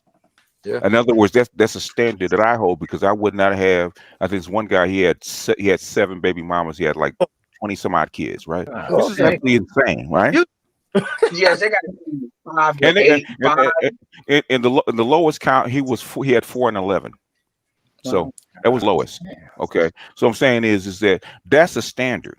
Okay, that's a standard. I compare them to a standard. I don't think you should have any. Okay, if you can possibly help it. And if you do, get hit once, then you should only have 1. And everybody has a mistake. The thing is, you should only do once. The thing is, the standard has to be held. In other words, what standards do you hold your girlfriends to? Well, just having a sense of respect for themselves, to not put themselves in situations that, they would be in danger, for example. I mean, I could go on and on about my standards, but I feel like you're looking for something specific. Yeah, I am looking. Well, I mean, there has to be. Everybody has core standards that they live by. What are yours? Right. Like what you won't tolerate them doing. Give something specific you won't tolerate. I won't tolerate them being abusive. I won't tolerate them speaking disrespectfully to their loved ones. I won't tolerate them holding themselves in any way that doesn't present themselves in their best light. So what about the ones that you said that they got around a lot? It sounds like you didn't hold them to a standard, because by them getting around a lot, that seemed like they weren't putting themselves in the best light, right? Correct. But I am talking about 10 years ago. So I'm not sure that in college I was in a place to hold anybody to a standard. Now that's different. The fact that you can't even say that they were not holding. Hey, I will say this. I will say this. I'm not going to ask her to produce evidence. I mean, no evidence, but I'm just like her in past tense, like just how B just says. Well, yeah, Dre, we would probably think you were a whore. Mm-hmm. In past tense, she could say, well, she didn't even say, well, I didn't believe that was whore. See what I'm talking about? This is what I'm trying to say. It's not like we knew who these people were, but you didn't even classify them sleeping around as poor behavior. So it seems like you were a bit of lenient with the terminology when it came to people who were around you or you were your friends. And even with the Megan Thee Stallion situation too, it's undebatable that she doesn't put Black women in the best light. It's undebatable, and so and she's secondary to Cardi B, who's somehow classified as Black as well. My thing is, what I'm seeing in this conversation is anything that leads to anything that may be emotionally painful, that's not allowed to be talked about, and that is basically conducive with most Black women, and you can't fix anything. Mm-hmm. I'm talking about as a group, when you have one entity that is like that. And so when people say, well, we all just need to fix ourselves, let's say I give you that. The black men are going to fix themselves, the ones that can, and they're going to leave. You see it with the Zillennial, because they're identifying the culture's the problem. And the women are the arbiters of the culture.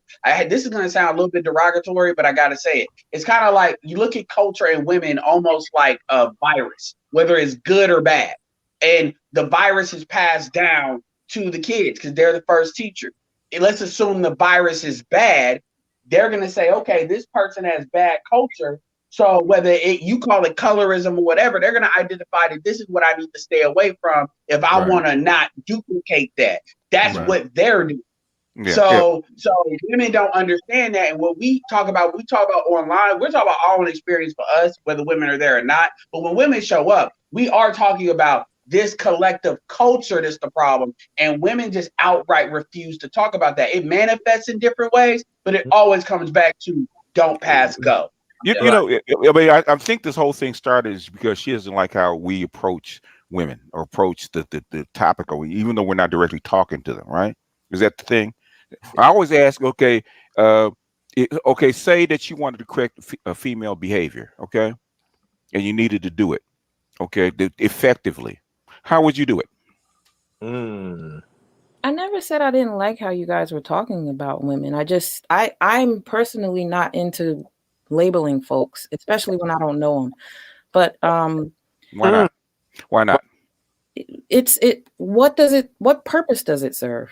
In other words, it identifies the behavior. If you label somebody that does something, people label each other all the time. Okay, if you see somebody that's stealing, that's a crook, or somebody that's a bum that doesn't want to work, and something like that, you label that. You know, in other words, Ptah says, name the parts of himself that created the universe. People have to put a name to something to understand it. Yeah, I mean, everybody's got a label, and you got to understand that. And unfortunately, I hate to say this because I'm trying to be nice, but unfortunately, people like you that don't want to call a spade, you guys are the worst because you just really force it. Yeah, go ahead. Unfortunately, you worse than the person doing it. Drake, let what was it, Cricket? Yeah, what's up, Cricket? Thanks for coming to the panel. Thank you. So I think this goes back to what Edward said. It's just a lack of candidness, a lack of candor. And everything Edward and BGS have said is very logical, but it's going to go over her head. And mainly she doesn't want to be seen as the victim or seen as the target in this. But my question that kind of gets back to the label point is, do you have a daughter, first of all? I don't have any children. You don't have any children.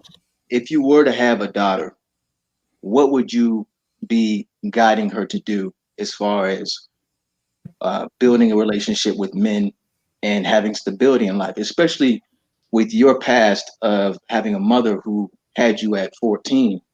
What would you encourage your daughter to do, hypothetically? I would encourage her to have the best relationship with herself before she considers a relationship with anyone else. I would also encourage her to make decisions that are based on what is best for herself. I don't think I would be very overbearing about her decisions with relationships with other people. Okay, stop right there. How would you teach her to foster a strong relationship with men, especially with you coming from a background you don't currently have a spouse, correct? Correct. How would you guide her and teach her as far as having a strong relationship with men that has longevity? I would encourage her to fortify those relationships with the men in her life, meaning her father. I asked you how. Her father or her uncles or whoever, spending time with them. You said there's no father. I said that? If there's no father in the picture. Oh, if there's no father in the picture, then I would encourage her to have a relationship with men she can look up to that are respectful and that would. I asked you the question. How would you teach her to do something that you don't have experience in? I'm not sure How would you teach her to have a strong relationship with men that has longevity when you presently don't have that experience? But you're asking me something based on a hypothetical, and you're also bringing in my current life. So how do you want me to answer the question? I'm saying, based on your background, this question is based off creating a label or avoiding the question of promiscuity, being a whore or not. And I'm asking the question: if you had a daughter and you were wanting to teach her to have strong, healthy relationships with men that have longevity, how would you guide her to do that without presently having that experience? I have men in my life that I have relationships with that are strong that I could point her towards. Hopefully she could learn something from them. Okay. So you would agree that it's not beneficial for her to have relationships with men that are not strong. I would agree. So by definition, sleeping with a lot of men would be not having strong relationships, correct? Well, how old is this daughter? I mean, where are we going? That's my point. Any age. I got a 32-year-old daughter. That's not something I would guide her to do. But it wouldn't be your choice either after a But the thing is, it's her choice to do it. Right. But the thing is, if she's doing something that's incorrect, should I just let her do it and not say anything? No, but hopefully the foundation that you laid for her would propel her in the right direction, so to speak.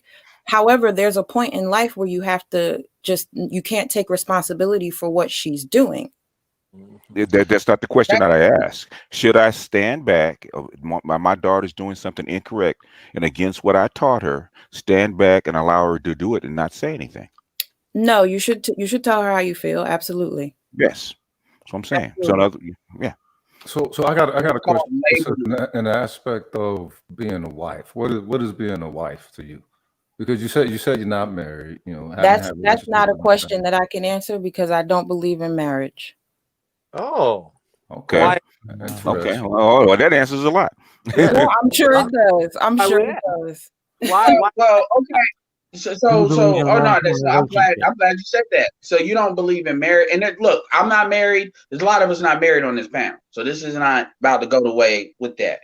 My thing is, though, what I would say is answer me, because a lot of Black women, don't believe in marriage, right? If you look at the outcomes.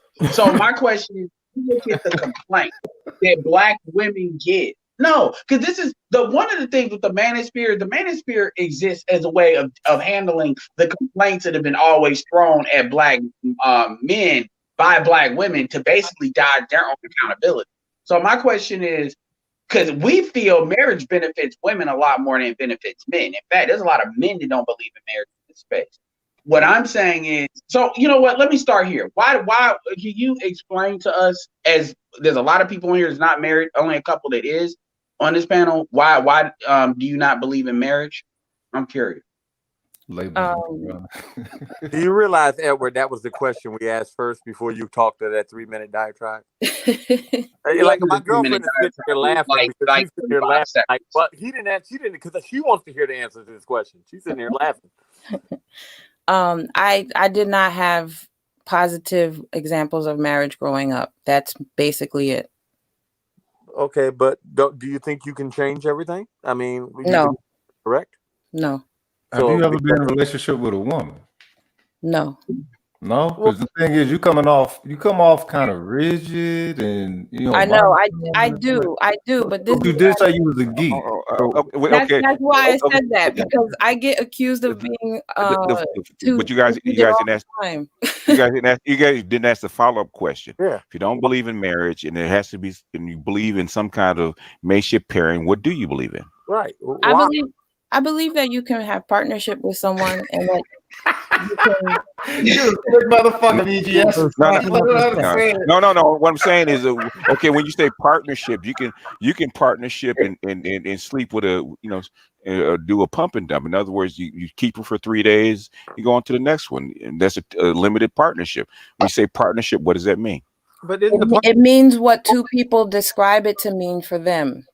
but Okay. isn't partnership a And label? we're not talking about two people. We're talking about you.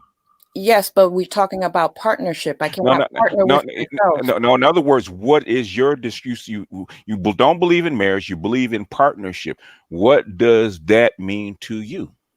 I'm not sure that I can give you an answer that's sufficient for you, but what I can tell you is that in terms of partnership, if I'm dating someone that we enter into a partnership together where that means we want it to be long term, that those parameters are up to the two of us at that time. I am not currently in one, so I can't tell you what that is. Well, what would you like? Say you were going to partner with BS right now. What would you like? Say, what do you want him to do? What are you going to do? Like, see, this is what we're trying to see. Like, just say these are the list of things I want.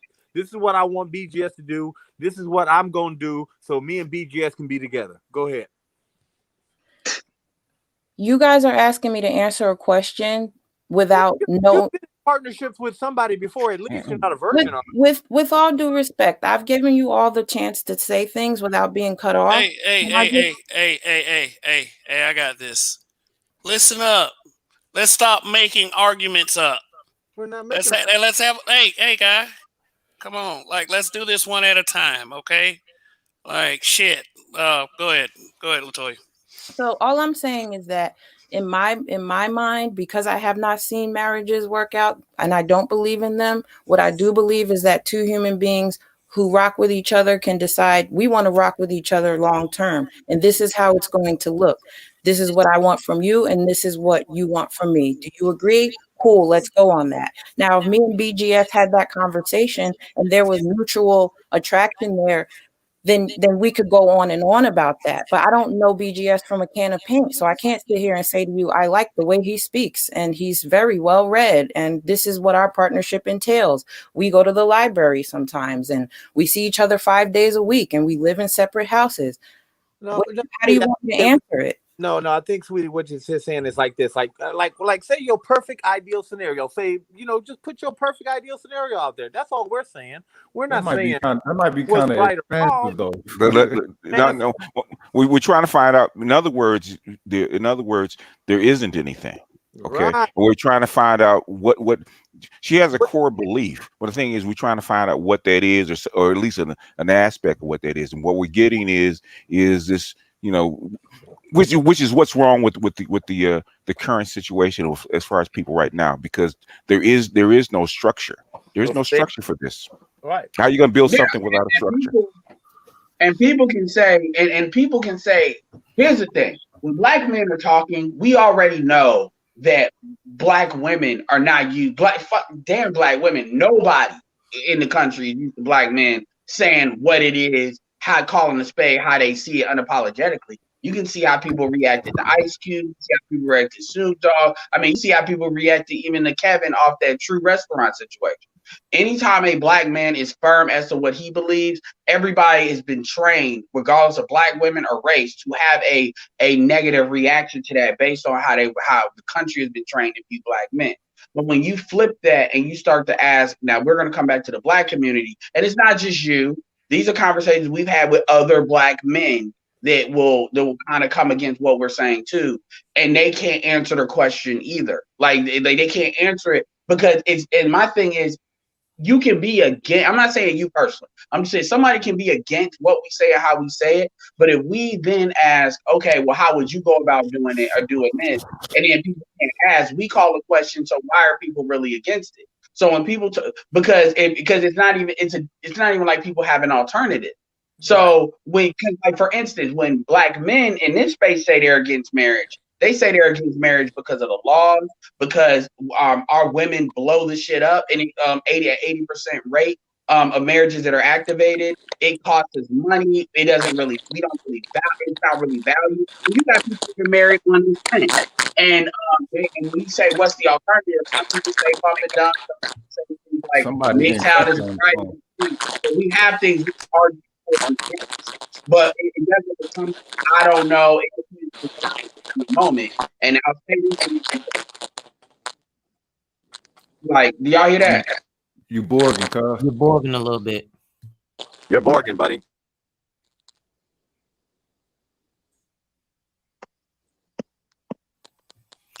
So I think BGS actually stated, or it might have been Cricket earlier who was asking, you know, in terms of building those relations. Am I Borgin too now?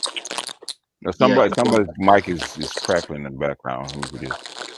Oh, okay. So in terms of what they're asking, and I think this is actually a learnable and teachable moment. So what's happening here is you are frustrating the men slightly, and that's only because I think where your point is very much like you said happens with Black women. You're unable to communicate. You can't find the words to explain to us what it is that we're asking. And I think you may be a little nervous. So what the gentlemen are asking right now is if you were able to go outside right now with your mindset and pluck out of the lottery tree the man who is going to exactly fit perfectly what you would want, ideally, right now.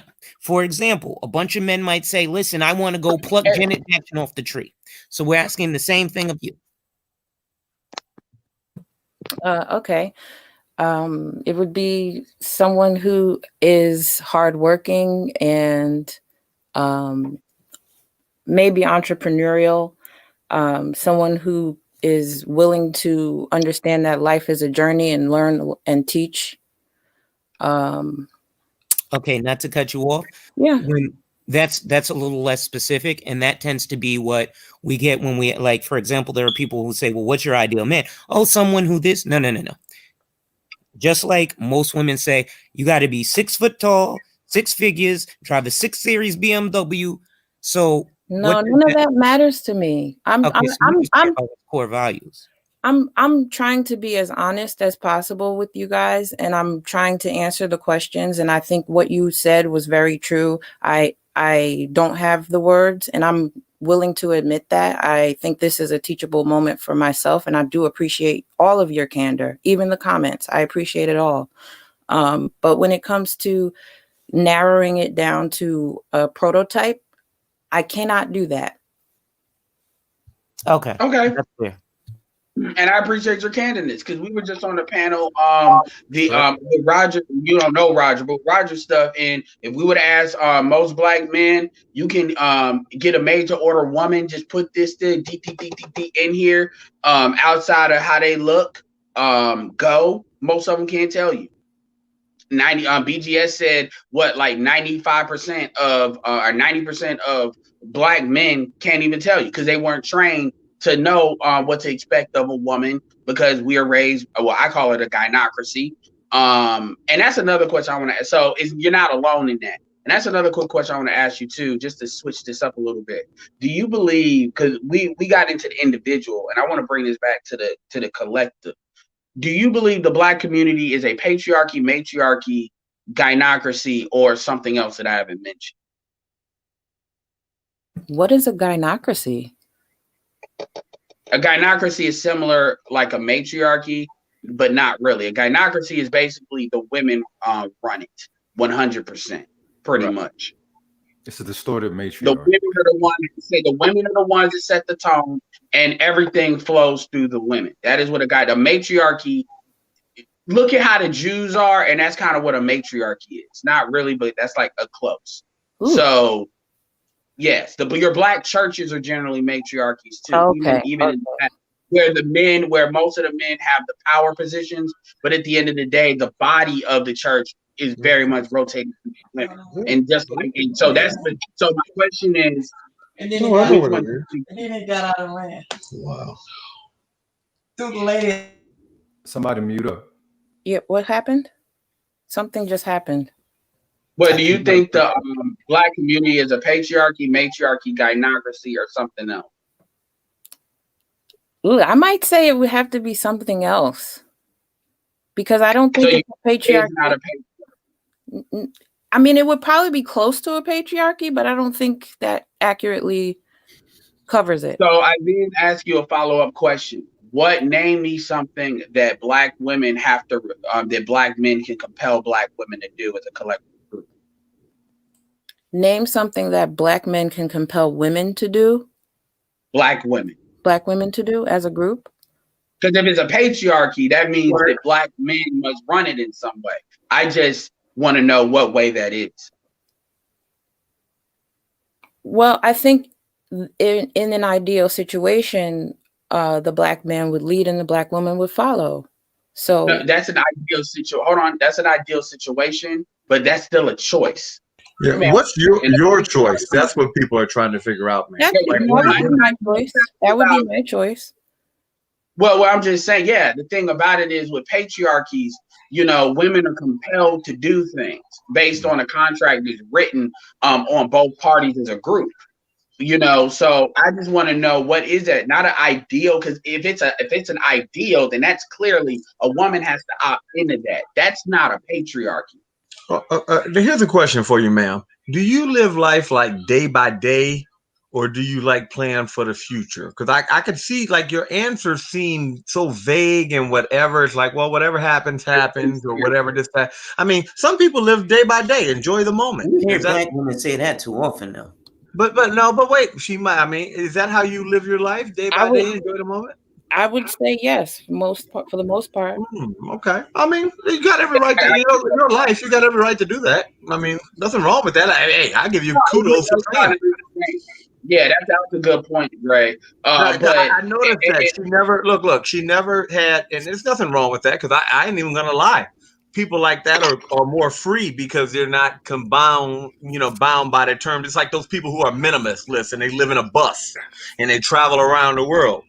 I mean, hey, you know what? I feel like living in Las Vegas. We're going here. I feel like going here. You know what I mean? So I mean, I don't think that everybody should live their life that way, but I mean, there's no wrong with taking a couple years doing that if that's what makes you happy.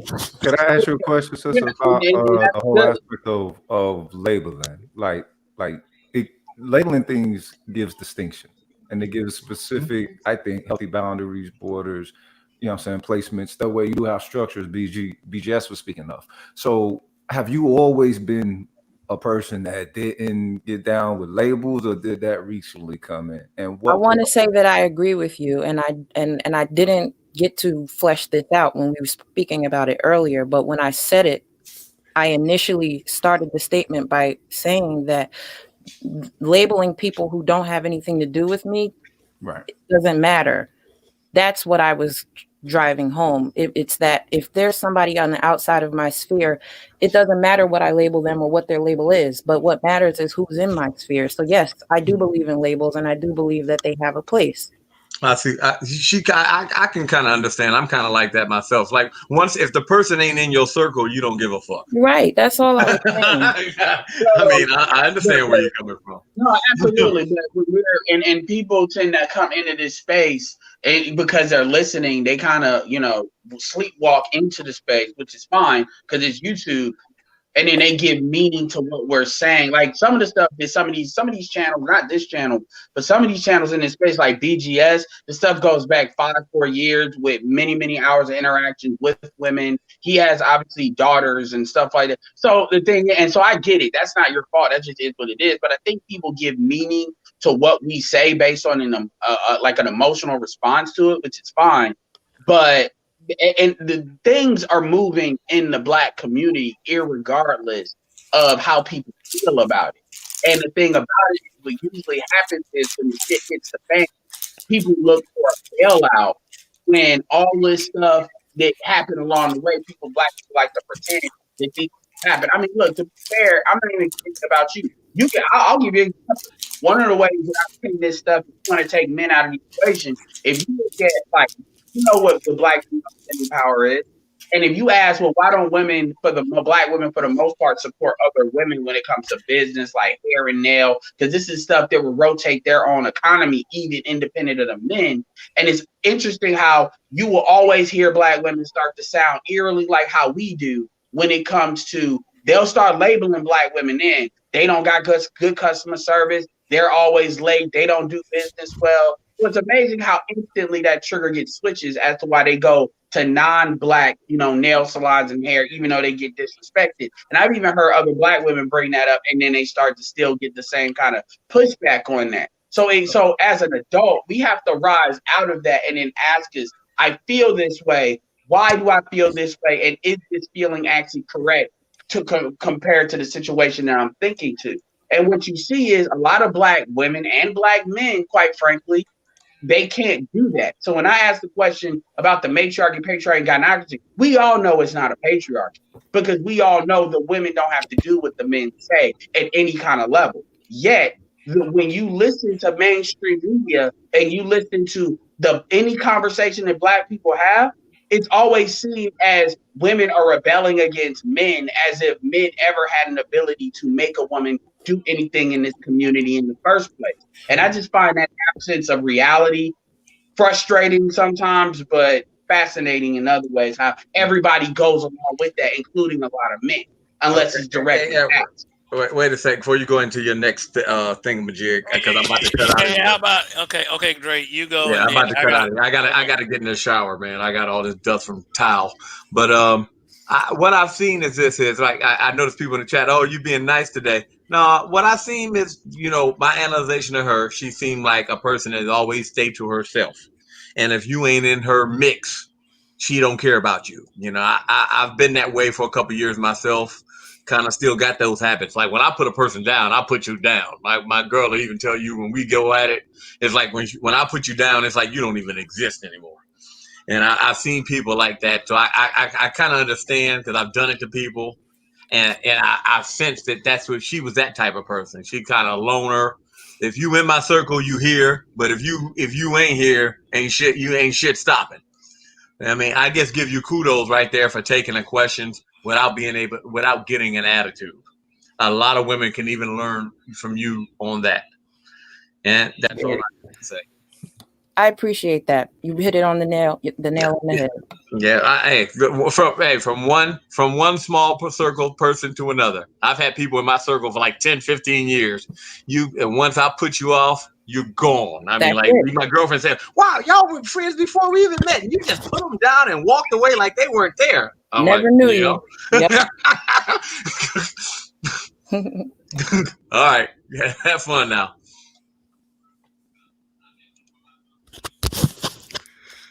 All right, Dre. All right, Dre. Thanks for coming by. Now we have Rael and Smurgo on the panel. Go ahead and give your statements, brothers.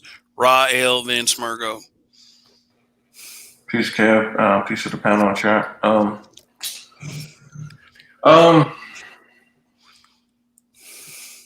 We have this. It's like a rope-a-dope, emotional rope-a-dope that goes on in Black America, man, when it comes to these women, because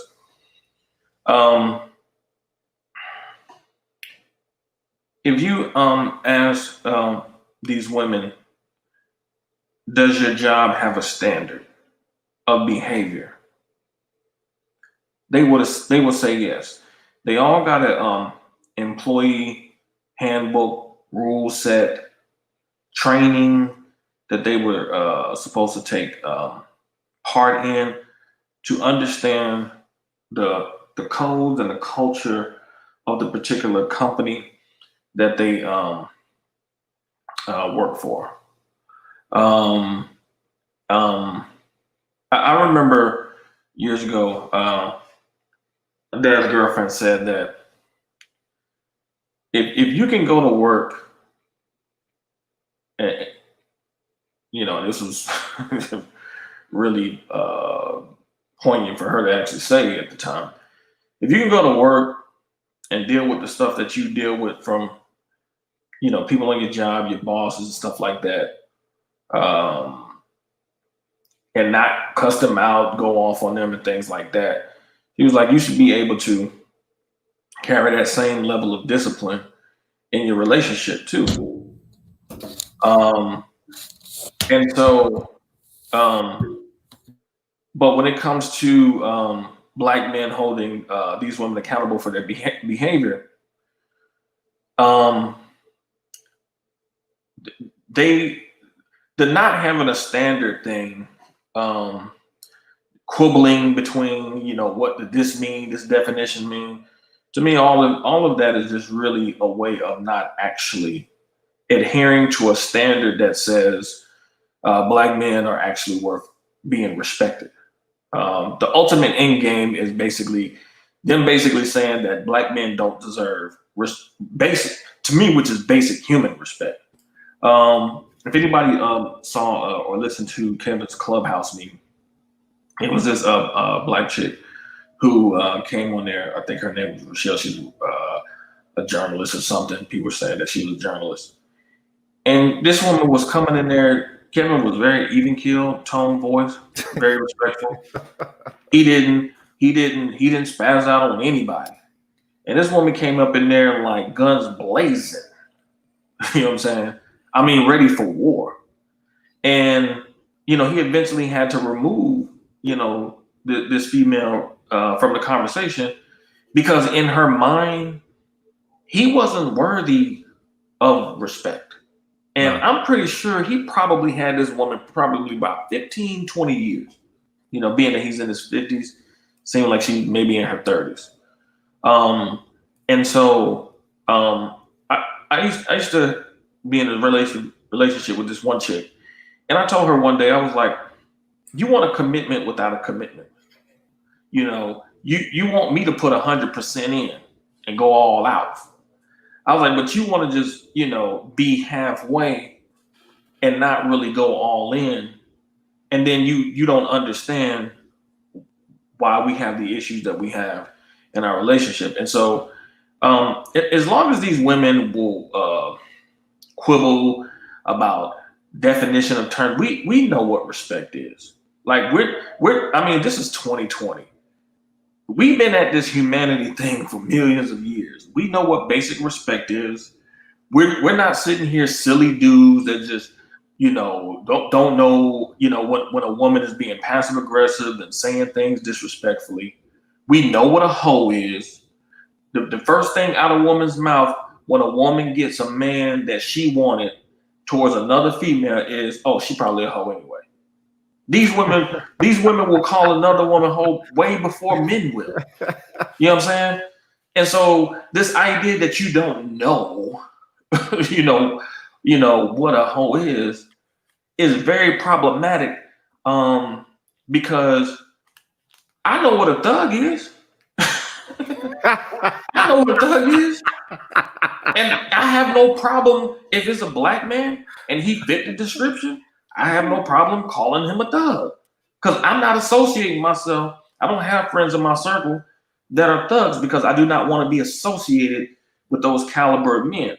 And likewise for this particular woman, she shouldn't want to be associated. Hold up. Hoe is fluid for Black women now. Right, that's what I'm saying. But fluid. again, it's basically like I said, it's basically like a rope-a-dope where you're sitting here quibbling about something that we know is basic. Like most Black women consider themselves Christian. Well, in their Christian Bible, God uses the term whore to describe a certain caliber of woman. So I don't want to hear this idea in 2020. We don't know what a hoe is. Because if we can't even define that type of behavior, if we can't even come to that, if all this education we got and we can't come to a consensus on what a hoe is, Black people really more lost than what I thought. It's already there because the fact that Cardi B was celebrated, the fact that what's the old girl name before Cardi B? What's that chick name that rap all crazy? What's Minaj? Her. The fact that she was celebrated, she was putting up a whole shit out there. The thing. Oh, go ahead. All right. I'm got this super chat in. Shout all right. Matty Ghost, thank you once again for your generosity. Appreciate you supporting the channel. Right. And he reads, so what I am getting tonight is most Black women are relationship fluid, meaning it could a tryst or a time of the engagement could be short term or long term. There is no standard or code of ethics. No, it's not. You know why there's no code of ethics? Because they don't think they have to rock with one. It's their body, their choice.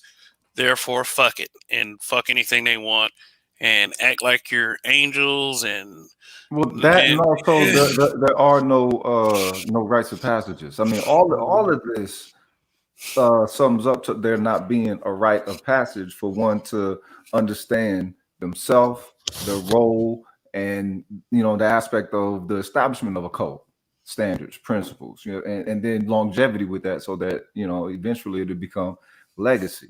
But when you have those cats like what I'm saying, homie out here in Dallas at the Truth Kitchen, whatever, try to establish those codes, everybody they fight it because it's more about the comfortability. What can I do to be to be whatever's considered the most comfortable, the most fun comfortability or whatever, and that's how they operate. Hold on, Robles. Now I've let me finish. This sister was being genuine though.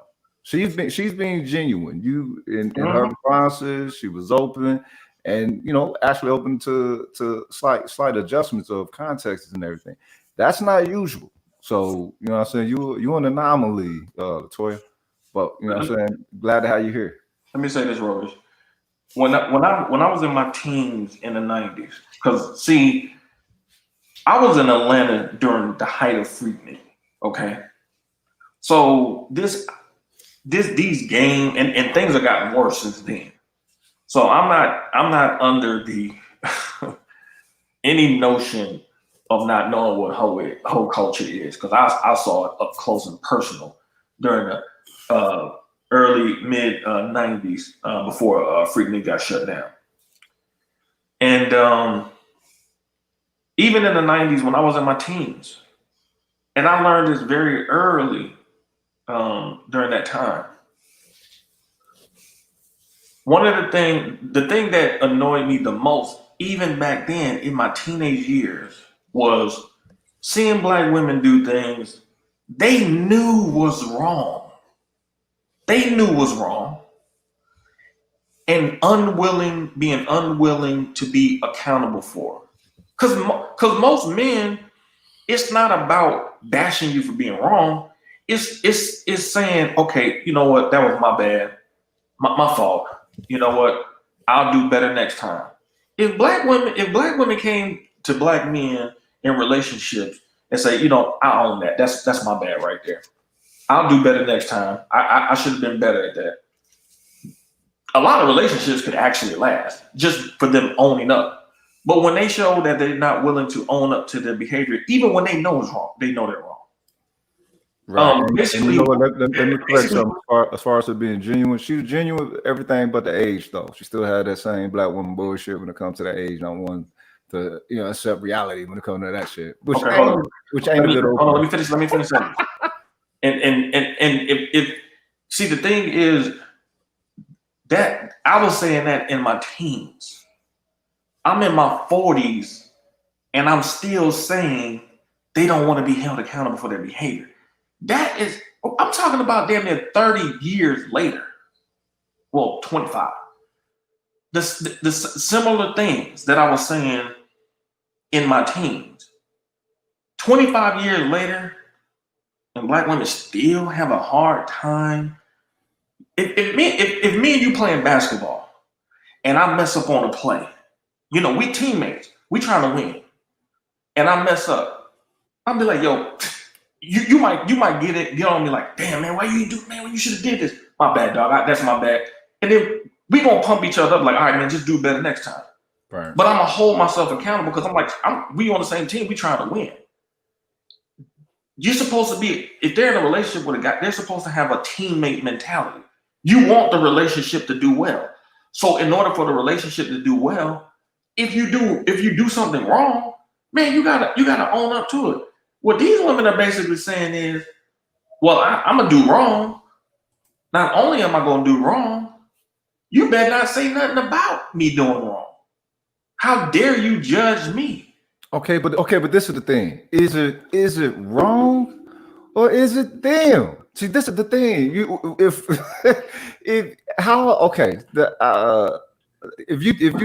you take a look at Europe before they came over here, and you see how they was acting, you know what I'm saying? Would you say that those people were wrong, or would you say that they're being them?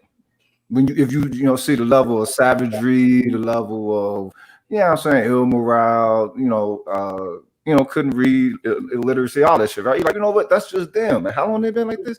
Okay, cool. That's just them. In an aspect of this is what Black women becoming. It seems like brothers don't want to understand when they made the shift. They made that choice. That was a cultural, genetic choice upon them. I totally agree. So in the aspect of them being wrong, and we come back to the whole shit. I say it's a whole energy that's on them that they fighting, that they losing their fight against. You know what I mean? But bro, I don't have a problem. I completely agree with you. I wholeheartedly agree with what you're saying because that puts the accountability on them. But here's the issue though. If they're saying that they don't have a standard at all, cool. Then why are you trying to hold Black men to one? Because that's what that's what I'm saying. Because hoes is delusional. That's the whole thing. It's a delusion from the gate. So everything that's the lens that they operate. That's what I'm saying. That's proof they know what a standard is. They just don't think it applies to them.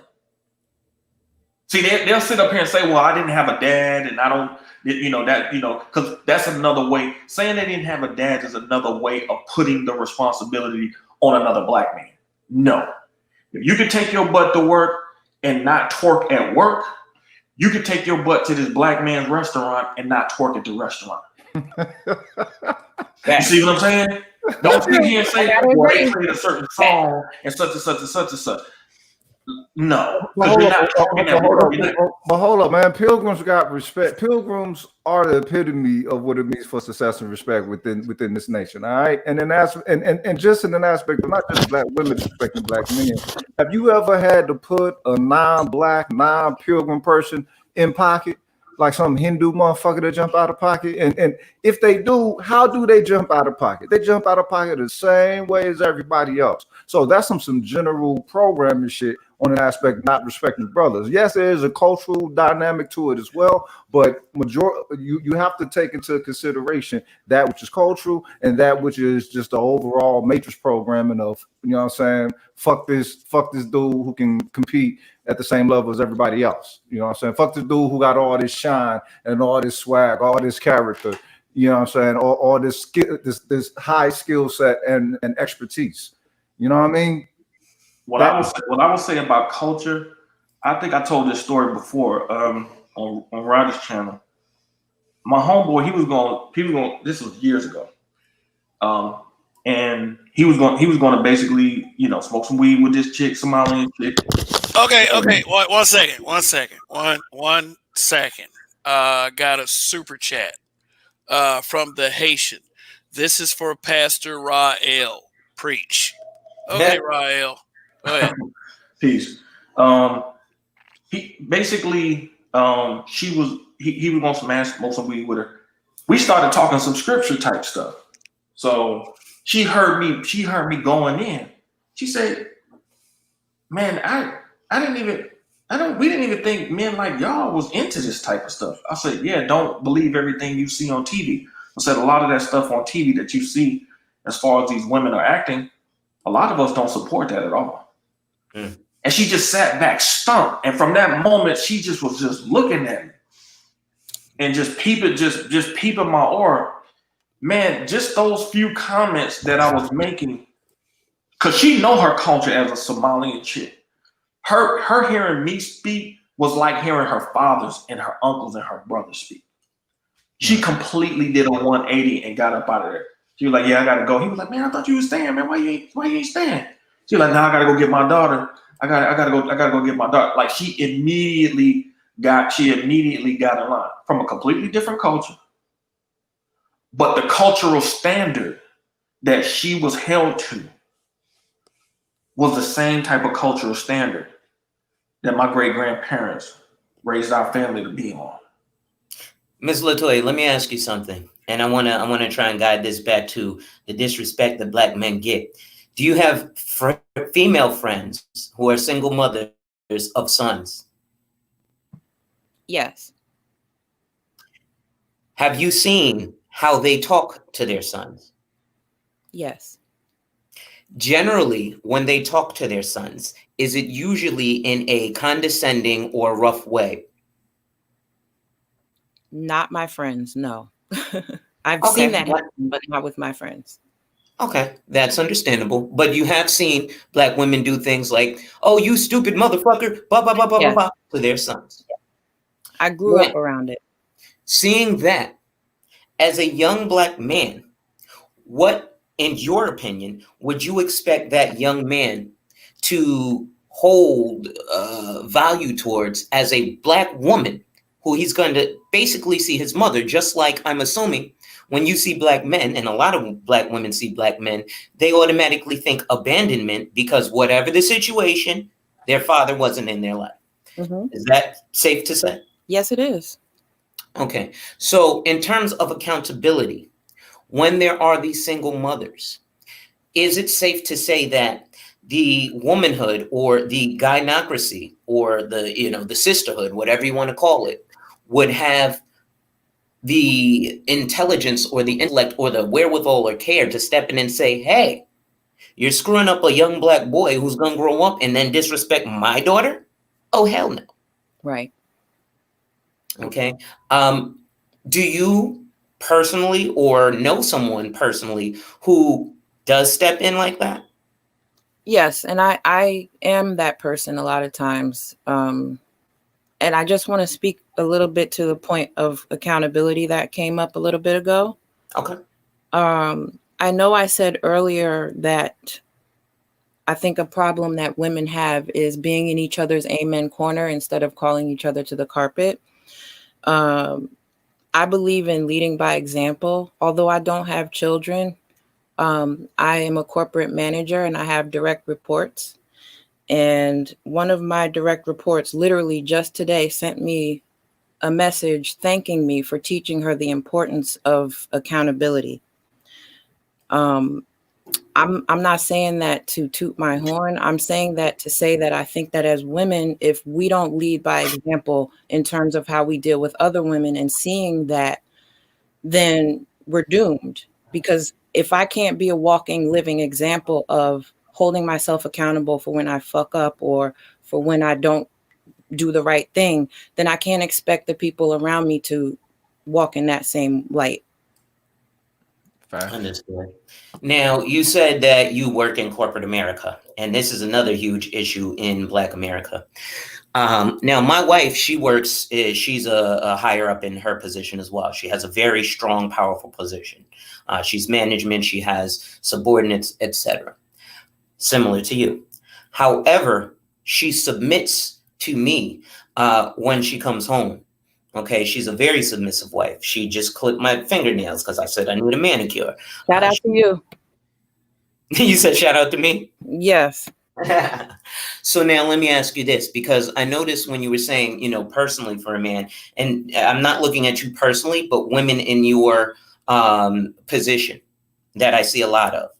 And even my wife says, she's glad she found me because she feels that a lot of Black men are quote unquote afraid of her because of her position. Is that similar in your feeling? My God. Okay. Let me immediately take that fear away from you. Okay. My wife works a very high profile position, and I tell her to her face, and I'm going to tell you this: the man that you are trying to get with don't give a fuck about the degree you have or the money you make. It does not matter to him, because his position and his role is to be able to provide that. See, you'll hear even in spaces like this where men will say, oh, I'm worried about her taking my money. But I guarantee you, if a woman is following the program, he ain't worried about her taking his money. He's worried about being the man and providing. Now, you don't believe in marriage, so you don't want to be a Mrs., correct? Correct. Okay, so then you're not looking for that specific type of protection or provision that you would get from a Mr. I would entertain it, but no, it's not a focus for me at this time.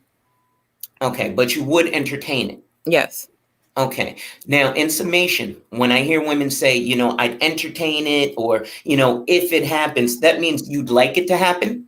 However, you're faced with almost a reality where it seems bleak and unlikely to happen. So you've resolved yourself with the fact that it's not going to happen, but you have hope that it may happen. Is that similar to a lot of women in your position situation? I think it is, but in my situation, I don't have that hope because, like I said, I don't have stock in the entity of marriage. What you spoke about in terms of a mate and a partner is very attractive to me, though. Understood. So I think Dre was asking, and we were asking before, okay, you know, what's the ideal date and this, that, and the third? But the question really begs, how is a man supposed to approach? Because when, prime example, you approach a woman on the street, oh, don't approach me here, it's all inappropriate. You approach a woman with her kids, don't approach me with my kids, it's inappropriate. So, but then you ask, well, where are all the good men? I have plenty of female friends who do this. So how is a man to approach you? Well, I'll say for myself, I think I'm very approachable. That's usually not the issue. I get approached a lot, and I believe in entertaining the conversation of someone who can keep mine. So I'm not really into the whole don't approach me here, don't talk to me, you know, that doesn't matter to me. I just think that once it gets deeper in conversation, that's where the block comes, because I express my opinion about things, and how I am so very fluid about things, it tends to turn people off, or because they can't put it in a box, it doesn't feel comfortable for them. So you're more of a Scorpio. All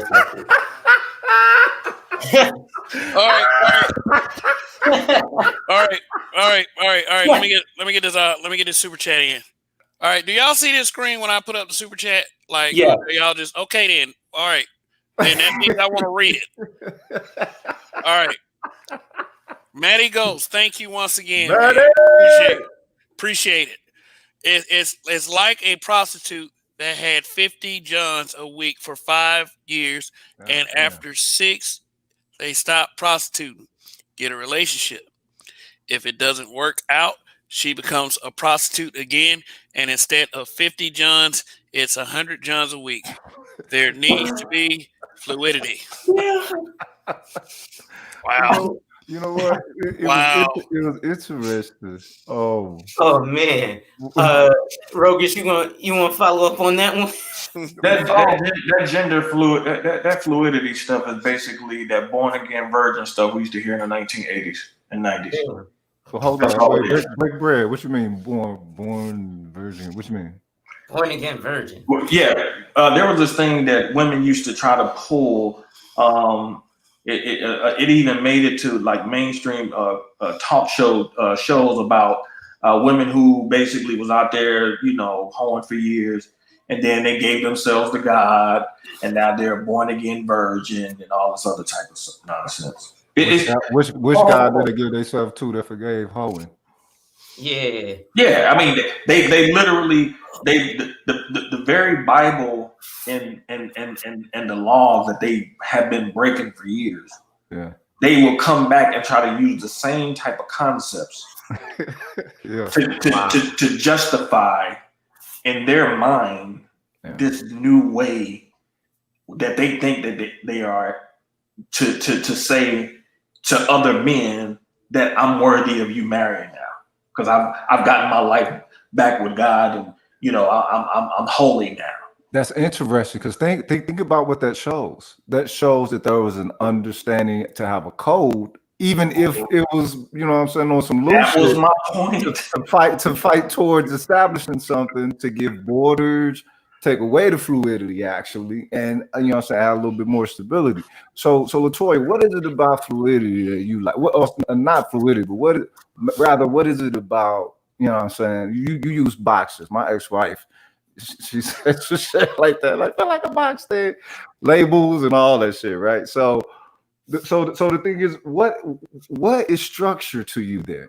If what is considered to be structure is actually, confining. That's back to what I was saying about when you're in a relationship with someone, defining it within that realm. Each relationship you enter into, you have the opportunity to set those parameters. So That makes sense. So the parameter that there is to be fluidity with you no matter what? I'm not saying that at all. I'm just saying that I don't come to the table with a list of things you need to have and what you need to look like. I think that that's very limiting. So I would much rather you come as you are and us discover that we have something together and build on that. You sound like you an Aquarius? I'm a Leo. You're Leo. Yeah, Leo's got that too. Yeah.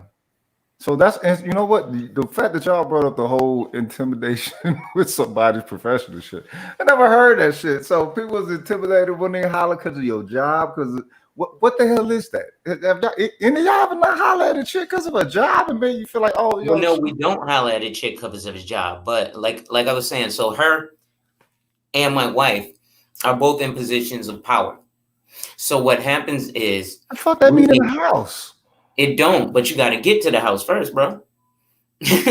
So in order to get to the house, you got to approach her on the street.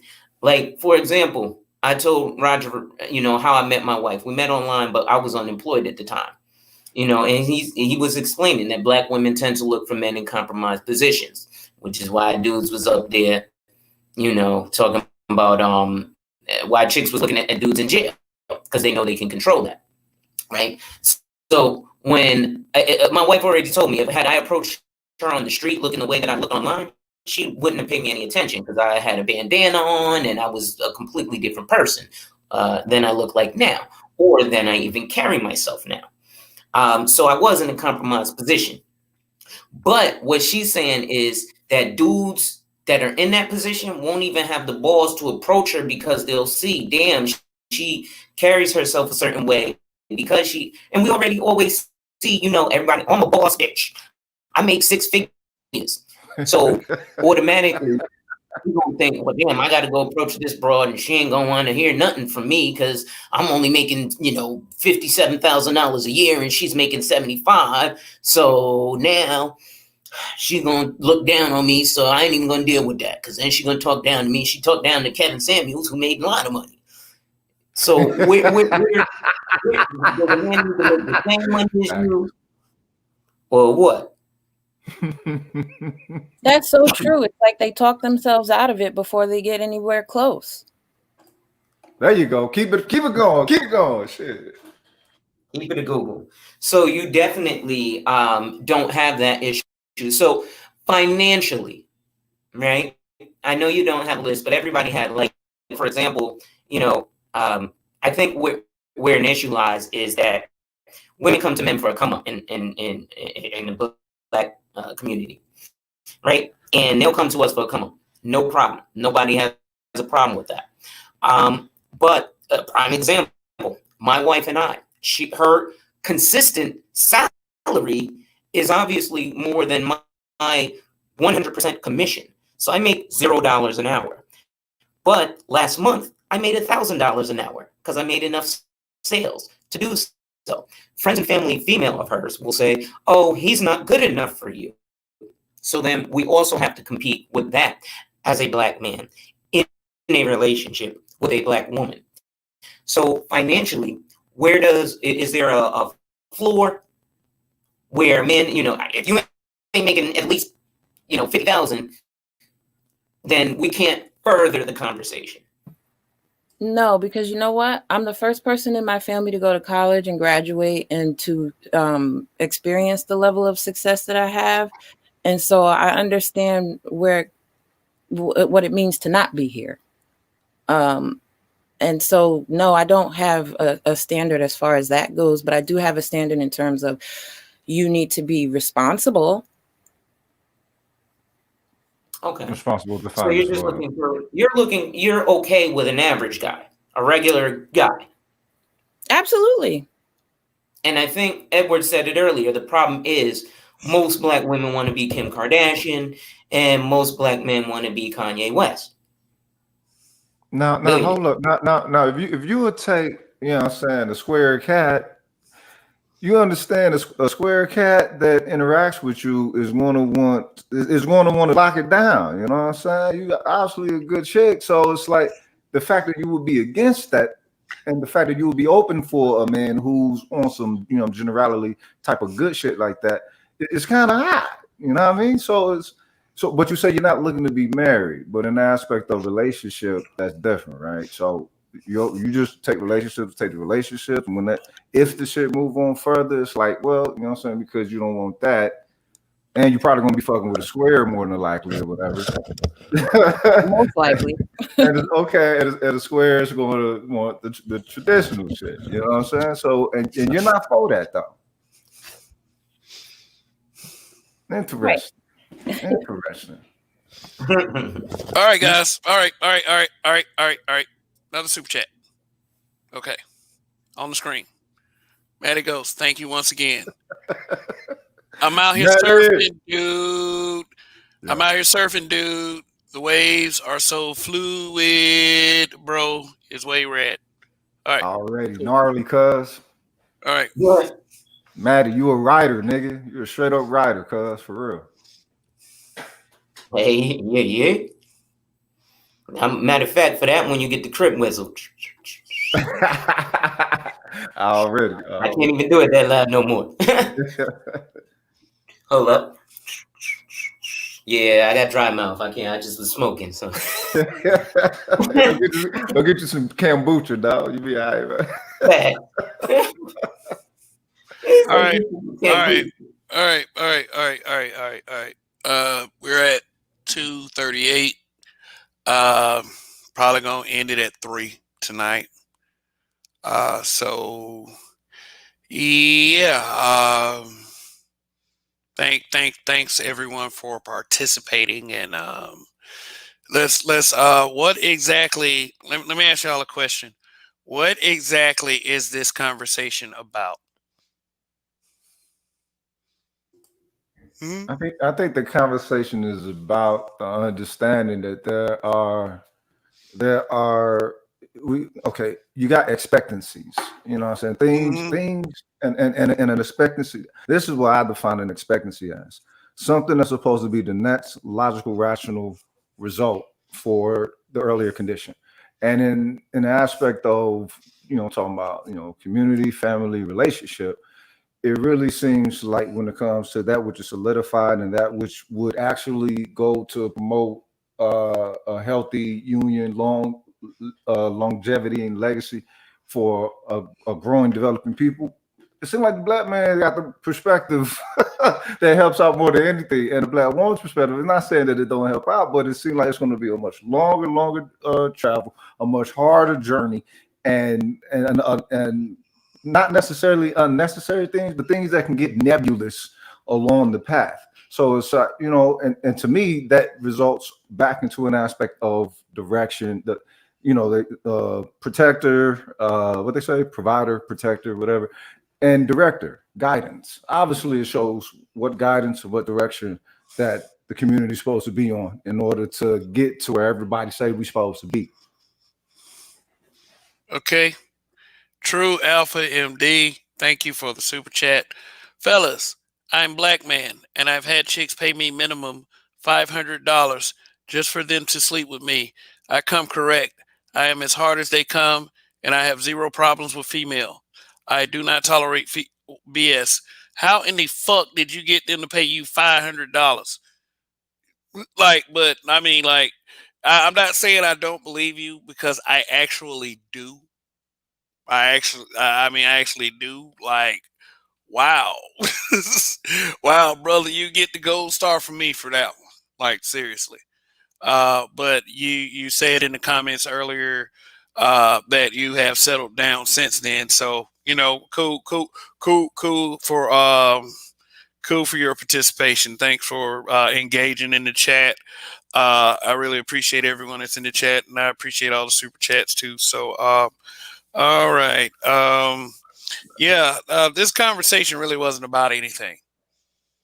But if you are a new person, like, okay, let me ask Latoya a question. And this is going to be a different question. Latoya, you there? Latoya. Sorry, I had you on mute. Yes. You had me on mute? No, you didn't. You had yourself on mute. Yes. Okay. Is this your first time ever seeing this channel? Last night was. Last night was. Okay. How did you find this channel? I came back, didn't I? How did you find it? Okay. It came up randomly on my YouTube for some reason. I'm not sure. Oh, that algorithm. Yeah. I saw the line that said black men being brutally honest, and I wanted to know more. You wanted to know more? Yeah. I get that every time. And when people find out, it's a shit show. But that's as far as, like, well, for the audience's sake, that's as far as the Facebook group. As far as this YouTube channel, I feel like this YouTube channel is different, and yeah, it does offer a brutally honest perspective many times over. But like, you seeing the title of this video, what did you expect?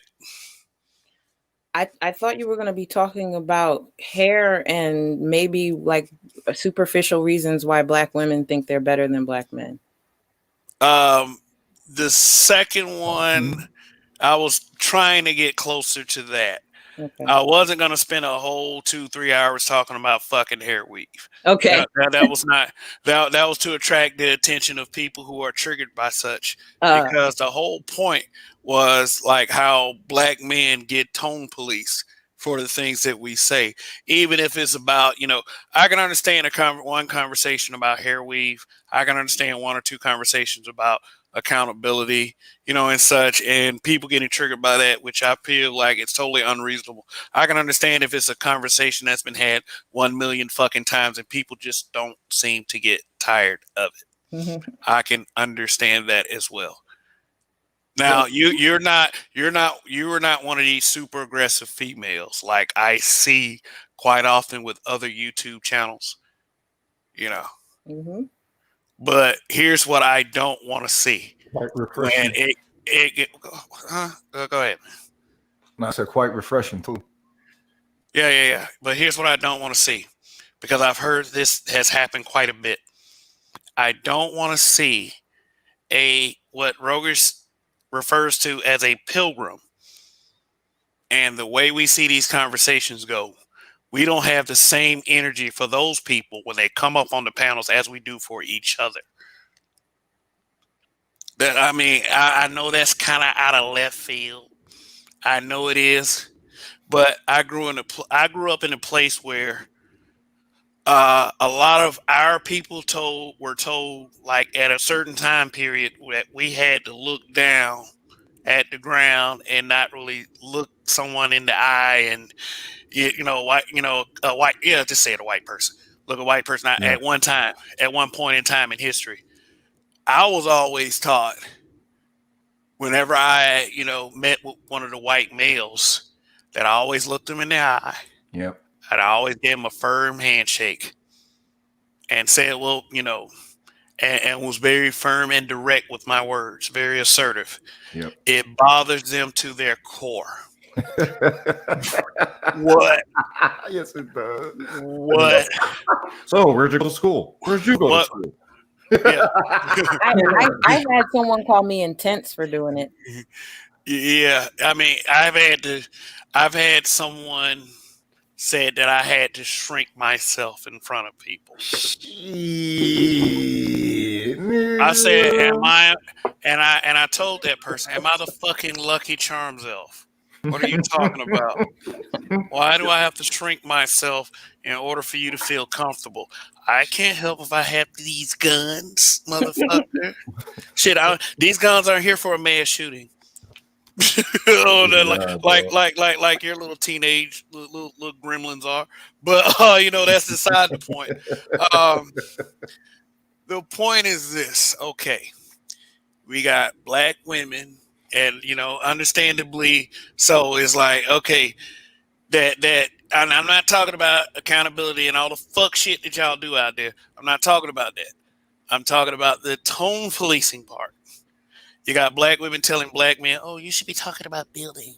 You should be talking about you should be talking about leading and such," without any clear definitions of any of it. And I don't want your definition because I'm a man. I feel like I should figure that out for myself. But on the other side, you got people like that particular person telling me I should shrink myself. You should shrink yourself so people can be more comfortable, right? Because you're a big guy. He's the dominance, dog. That is the one fear of black man that the whole world got. The ease of the presence of dominance and the execution of dominance. That's what it is. And I'm gonna go and say that I wouldn't spend too much time on I don't have like a whole lot of patience for people in general. That's just me. That's just me. I don't have a whole. You scared motherfuckers, and on top of that, you ain't got no fucking patience. I don't have a whole lot of patience for people because I feel like after you reach a certain age, you should just be an adult. You should just you should have some common sense about you. If you survive this long, it is for a reason, and I hope, and it can't be all the way by accident. That's what I'm saying, but there is Mr. Bean. But there is a refusal. There is a refusal to meet us somewhere in the middle. Right. I used to be frustrated about it. I used to want the answer to it, but I have learned one thing that I feel like a lot of people, and I'm not going to be one of the guys to criticize this space. I'm not going to do it. There is we do have some issues we got to work out, and they got to be talked about. And you can take it how you want, but it is like this. All a lot of us are trying to do, as far as black women, is just meet somewhere in the middle. I don't want to fight. I really don't want a gender war. Don't bring it to me though. Don't do it. Don't do it because I'm gonna show you Facebook, Kev, and that motherfucker right there. I don't know. It's like I've said some sick shit. I've said a lot of things I didn't mean on that platform. I've had like. Yeah, I fucked up because everything I said on it, I meant. I mean, not well. I mean, like the shit like your mom's a midget and stuff. Like I'm talking about stuff like that. I don't know if your mom's a midget or not. A lot of jokes. It's like, yeah, I said a lot. Like I said a lot of mean things, but I had a lot of truth behind a lot of the things I've said too. But one thing when I'm bullshit, one thing I notice is about when I'm bullshitting and when I'm telling the truth, they're both treated the same way. They're both treated the same way, whether I'm bullshit or not. Okay, I'm gonna tell you about this. I remember this one time where I put a picture up of it, and it was obvious this little boy was sleeping on his hand, and he had a handprint. So it was like I knew the boy slept on his hand, and he was still. I guess he turned on his other side. His mommy took a picture of it. So I took that picture and I posted it in the group, and I said, "No wonder black boys need their fathers. You women can't control yourselves." It was about 500-600 angry comments. Like anybody with common sense knew I was joking. Wow. but they came for me anyway. You hit them feelings. You motherfucker! You ain't shit for this. You like I'm talking like I'm just sitting up there laughing, man. I'm like I didn't mean this, but I'm the bad guy. Yeah. I even got a couple. I even got a couple angry inboxes for it. Man, I'll fuck you up, man. Your mama ought to be ashamed of your goddamn self. Somebody Google me a list of numbers that had my that with people with my last name. I'm gonna call these people and I'm gonna tell them what you're doing. I'm like, you go right ahead. You hit them feelings, dog. Once you hit them feelings, that's it, dog. Most people don't even operate in an aspect of thinking it through. Like, okay, like is this a sensible person that would put some shit like this in, meaning some literal shit like this? Okay, here's a question to people on the panel. And when I say people on the panel, I mean Rael, Rogish, Latoya, And Alonzo, have you ever been doxxed? Nah, what that is? Doxxed, meaning that they pull your information and they try to do some fuck shit, like call your relatives and call your job. Yes. No. Yes. And why? What do you think? What happened with that? What do you think led to that? How do you perceive that situation? I mean, you can be vague. I know exactly what you're talking about, but you can be vague. You ain't gotta name anybody. You talking about me specifically? I Latoya? mean, Latoya said yes, and you said yes. So, Lonzo, you first, then Latoya. Yeah, well, what ended up happening with me was nothing. I'm self-employed, so they called the brokerage, and the brokerage was like, "Okay." The worst thing that happened to me was I got sued for $1 million, and she won $410,000 out of court. But other than that, and that was what we call an error or an omission. So she sued me because I erroneously omitted something. But other than that, I mean, it personally, you can't hurt me. I own my job. Yeah. But they tried, being a bitchy black woman who I kind of said something about her and, her snot-nosed kids, and she felt some type of way. Well, I mean, were there anything said before that led to you making that comment? Oh, yeah, there was a bunch of... Because, people get this idea, that some of these things are unprovoked. And, like, me personally, I would stay away from, snot-nosed kid, that's not bad, So is that what happened to them Karens then when they call the job? So it's actually a name for that shit. So they get doxxed. How you spell that shit? DOXX. No, it's DOXXED. Dox. Well, it's dox, DOX, and DOXXED. That's dox. It is basically like, I guess dox is short for document pulling or some shit like that, something like that. But it's document extraction. Document extraction. Yeah. So what happened? Donnie want the link. Oh, Donnie want the link. Okay. So basically, yes, I do have y'all what? You're moral terrorist? Shit, like that's weird. Like, what the fuck could they take to your job in an aspect? Well, I mean, unless you were saying something anti. No, let me tell you this, right? I mean, I've said some racist shit. I've said all kinds of shit. And but like Kevin's talking about, people act like black men go to places to specifically do this. Like, first of all, this is how a lot of these people they don't know men. This is something that Kevin talks about all the time. They really don't know how men operate. True men don't take pleasure in calling women names and trying to make them feel like shit. Like, we just don't get a kick out of that. You know what I'm saying? Like, we that's just not something we look for. Right. We respond in kind, and that's different. And so I remember this one particular chick. She used to try to come at me hard. I mean, she used to try to say some of the most heinous stuff, man. And then I'll never forget, man. Like, and she had been seeing me say things. She even had her little pookie try to come at me. And I'll never forget, man. It was about a year later. And she said, Ron's really intelligent.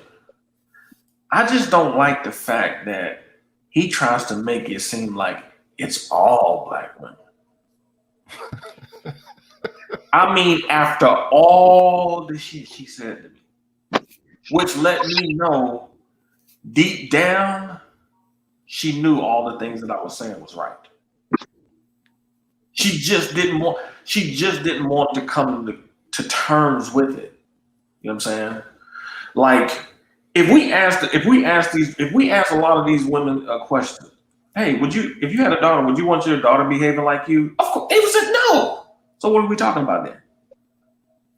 Like, if we ask black men who did 20 years in jail for armed robbery, selling drugs, and we ask them, hey man, based on your experiences, would you want your son doing the same things you did with Jennifer? They're gonna be like, hell no. Like they're not gonna sit here and be like, well, nah, man, you know, it's the system, man, and I had a right to do that, man, because I was really. They ain't gonna say that. You know what I'm saying? What do you think they protecting when they protecting those? My bad. Go ahead, Don. I don't understand. No, it's a good question. It's Hey y'all, Donnie here. I'm about to hop off the panel. I want to appreciate y'all, but it is late. My nigga, what you afraid of? Listen, just don't run. We got space. We got space. We got space. Now, you know what? I could stay for another couple minutes. We ain't a whole 3 hours in. I'm just getting tired and I'm out of weed. Oh, okay. Well, I feel that way.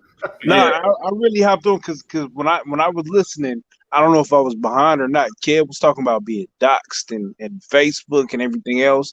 And Kev will tell you my story. I'm with the shits for real, for real. I'm the definition of a habitual line stepper. I've knocked on niggas' doors in different states. I pissed on mama's estates. I pissed on bitches' graves. I'm with the shits for real, my nigga. Like the smoke, I want it, nigga. Like, let's talk about it. Oh shit. Nigga, I got videos of the shit. Yeah, like I was saying, Robish, I don't know what it is. Maybe it's from a sense of entitlement, just your whole life of never having to be accountable. But for some reason, man, it be hurting these chicks to their soul just to admit wrong. Like I don't. It makes no sense to me, to be honest. Like it has to be some type of mental illness to do. You can't go through your whole life and not do wrong. I mean, that's just. I mean, you're a kid. You do wrong. It's about saving face. It's about saving face. Yeah, that's the point that I was going to make. What does saving face do in the lack of integrity? Hold on, that's the point, Rogish. That's the point that I wanted to get to. Somebody said they put it beautifully. They said your reputation is what people think you are, but your character is who you truly are. They have this reputation of being so strong, doing it without men. It's really a false identity. But when it comes to their character, it's the complete opposite. They want people to believe they have this pristine image, this pristine personality. But when you really get down, because I had this conversation with one of my homegirls, and I told her, I said, have you ever been in a relationship with a woman? She said, no. I said, when we laid up with females and we smashing them and having conversations in an intimate setting, in the bed talking, I said, they tell us everything. I said, many of y'all friends won't tell y'all the truth about themselves. I said, but they'll tell us. I said, and a lot of that shit be ugly. Facts. I said, but they not telling. I said, in your face, they're trying to put on this front like they're so strong and they got it all together. I said, but when they land in bed with us, they crying. They crying about their past and about their past experiences. I said, so they're not. I said, y'all don't be honest with each other as far as y'all friendships. I said, a lot of y'all friendships is based on misery. They suck. So let me say this. Holy shit! Black women are suckers for one another. I like that. I'm an asshole. I don't hold the words back. What bitches do is what bitches do. So generational hood rats, generational failures. This is what they do. So the first generation was a group of bitches that just got together and was like, I can't be accountable for this. I'm gonna take the L. And then their kids thought this was normal. And then their grandkids thought this was normal, right? So this is what generational hood rats and generational failures do. So when you look at it from the grand scheme of things, all of this is what they were trained to do from one person who made the decision to try to lie to them and tell them it was okay. Right. This is what women do. So if you follow the train down, and really I run this back from the crack era because this really hit home. The crack era, you had a whole bunch of women who could have went out and got with dudes who had degrees, who were opening businesses and doing something for themselves. But who did they choose? The dope boy.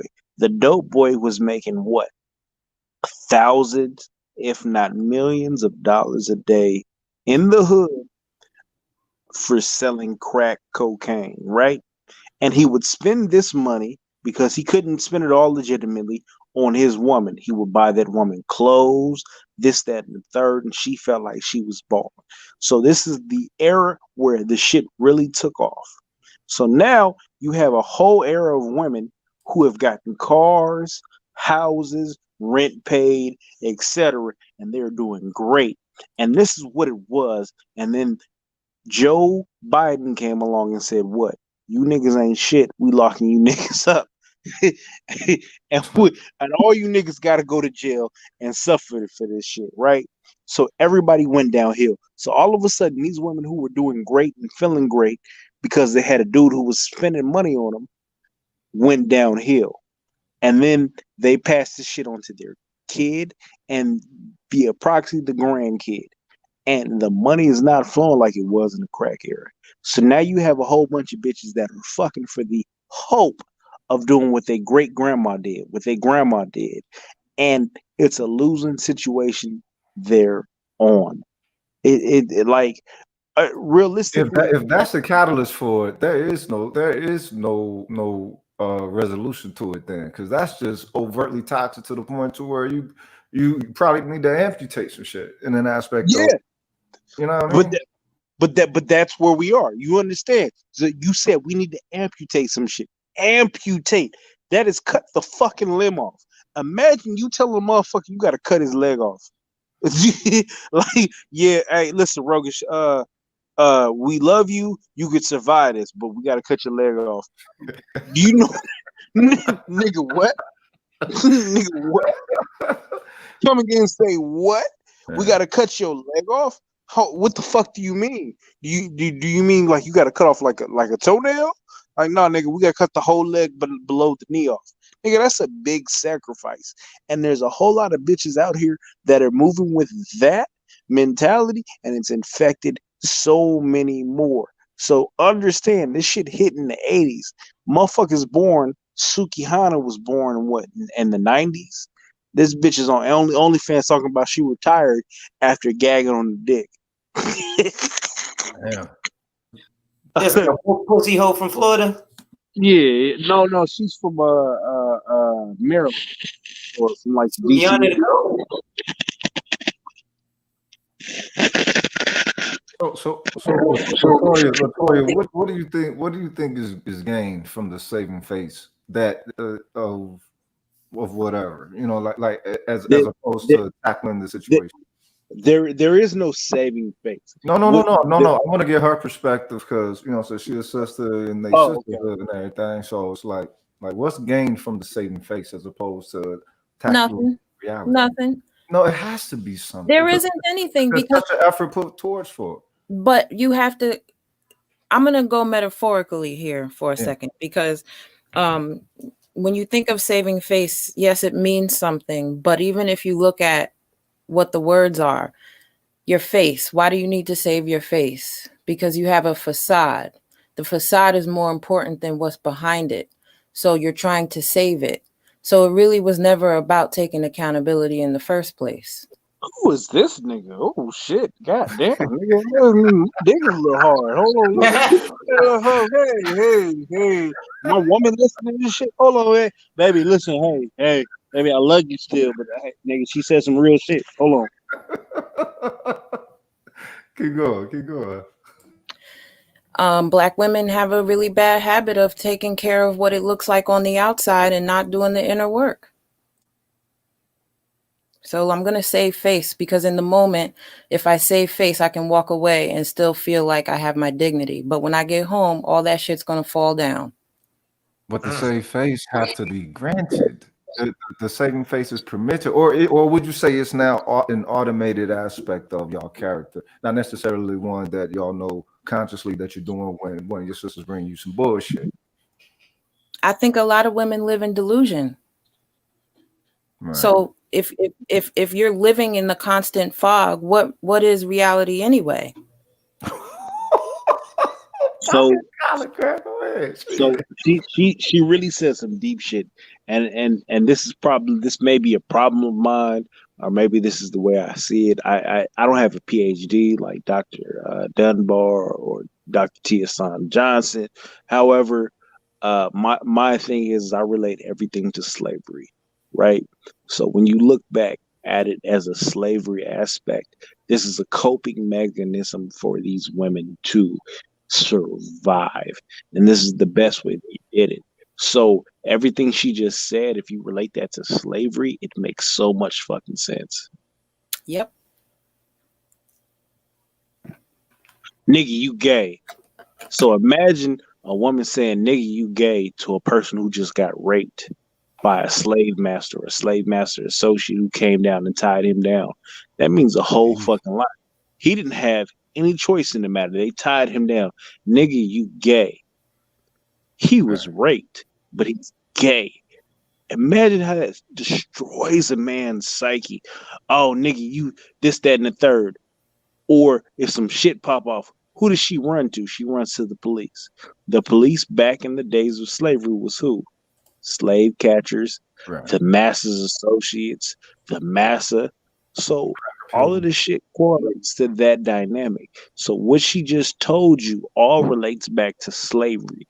So granted, we're free in a quote unquote sense, right? We're not really free. We're still on the plantation. If you look at the average black woman, she is what? A breeder. She got multiple baby daddies. She's breeding kids for the prison population in order to make them some profit. That's the slavery plantation. We all fucking slaves. You may know some shit. You got the ability to walk around and do some shit. But realistically, we're slaves. So when I was like, oh, she's fine. I was like, this motherfucker's a shit. That nigga says this woman, this beautiful black woman says some beautiful shit that really told y'all what the systemic racism is that's going on. December 21st coming on, nigga. I'm finna get these superpowers, nigga. I'm finna shut all this shit down. Already, nigga. Magneto, the brotherhood, cuz. All you Xavier niggas better watch the fuck out, cuz we Hey, Killmonger style, nigga. What it do?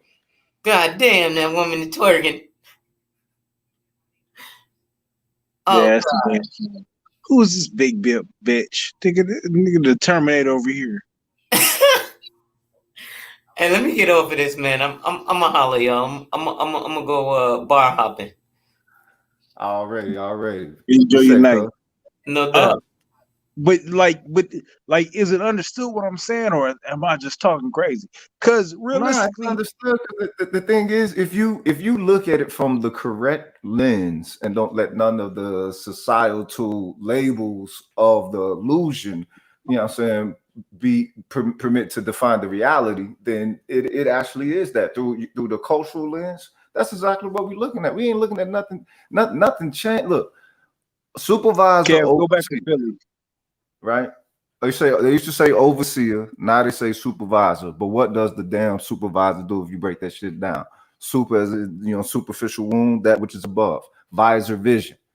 Higher vision, overseer. You know what I'm saying? It's the same thing. They just switch the definition of the thing, but it maintains. Go back further. Why would she do that? That's what you do to entertain pilgrims, huh? What were you talking about? Were they on the street with the cop? Oh yeah, it's coming after this. Let's see. Okay. So this is where I lived for the last 3 years, right? This is Philadelphia. This is an embarrassment. So let me explain to you. Philly block parties are largely unsupervised. The street is shut down. You talk to the block captain, it goes the fuck down. So for this cop to be sitting there at the end of the block, there's some fuckery afoot to begin with. They station this motherfucker to sit here. So you notice it's all fat bitches with probably with a bunch of kids twerking on this motherfucker, right? Does that look like a broad that you would be like, listen, I got to have it. If you was Drake, would you be like, hey, listen, I got to have her. She gotta be in my music video. Nah, She would be in the Pac-Man video. Pac-Man have all fat bitches in the video, right? Do you see anybody under 150 pounds on this video twerking on this white man? I'll play the video. Let's see. Where you get that shit from, Kev? There's nobody in this video without 2 or 3 kids by three different niggas, right? Yeah. You talking about all of that? Every one of them. And he got a face mask on. All these niggas over here with long weave on, twerking on the man. So understand, this is the statement that is being made in our environment. Now, all of Philly is like that. Realistically, this white man couldn't stand in the block, the neighborhood, the area of Philly I lived in. He couldn't stand there because he wouldn't have made it. So, it just says so much to me. Black women. I'll say this. So, originally, when Roger first said this statement, right? Kev, you probably agree with me. It wasn't on there. It was to us in the chat. We laughed so fucking hard at it, and we were like, what? And I was like, well, nigga, you can't really say that. And he said it. He made the point, and I was like, nigga, I'm a believer.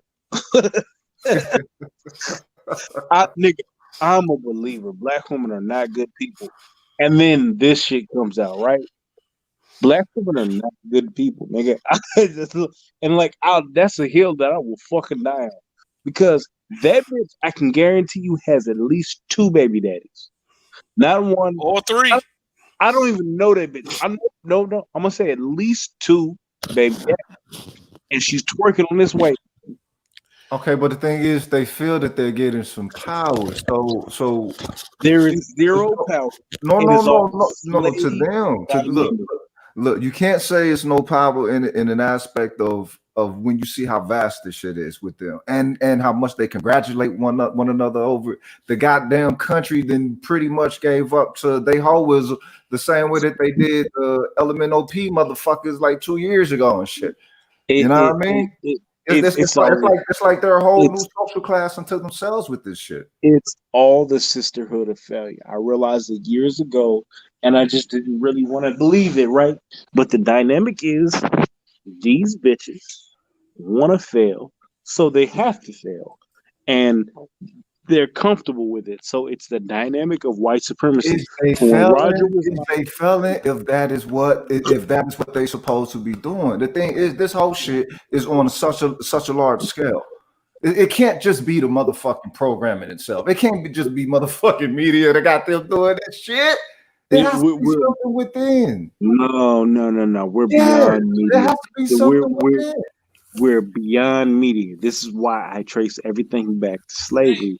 So if you trace it back to slavery, how long ago was slavery? In the 18s. Well, officially on the United States paper, ended in 1868 or whatever, in 1863. One of those. All right, whatever. 1865. 65. The Native Americans had to get rid of the slaves. 1867. There were some scattered groups here and there. That was 1868, right? So realistically, we'll say 1865. Understand that every trope that was built, pushed, and that was created in slavery is still here today. So if you look at how we move on a scale, look at you all right, my nigga, yeah, you good? Yo, hey. You need a mute? Man. Stop hocking in my motherfucking bread. Hey, but I thought, coffee's up here. I'm gonna be one of the panel niggas. Let me just get this off. So if we look at the dynamic, right? You had the mammy. The mammy was the archetype that really controlled the plantation. She grabbed the nigga by the ear. You can look at it by the old cartoons. If a nigga says something, she grabbed him by his ear. She sass him out and everything else, right?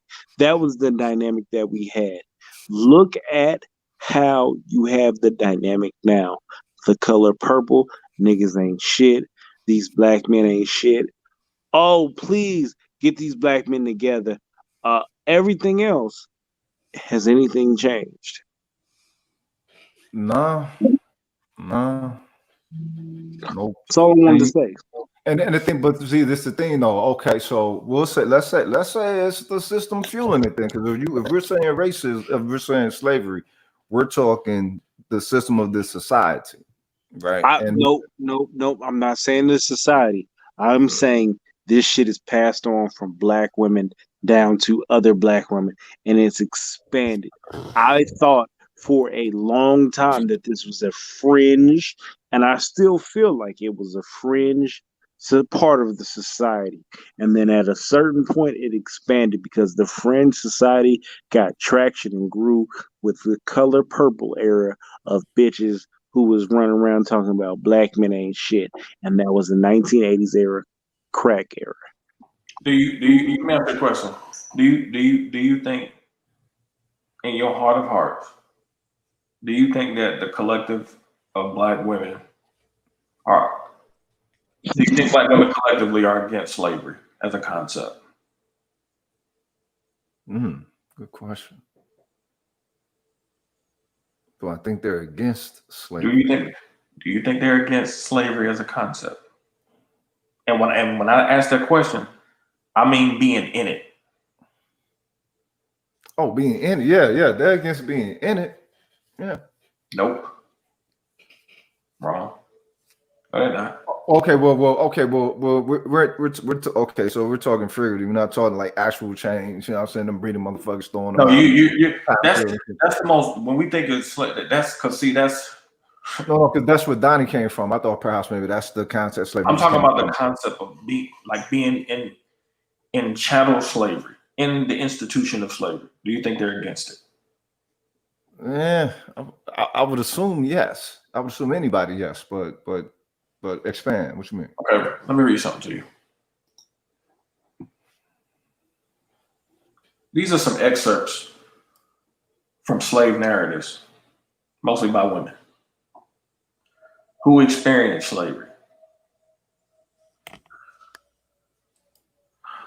This is one woman. At the time, she was 84.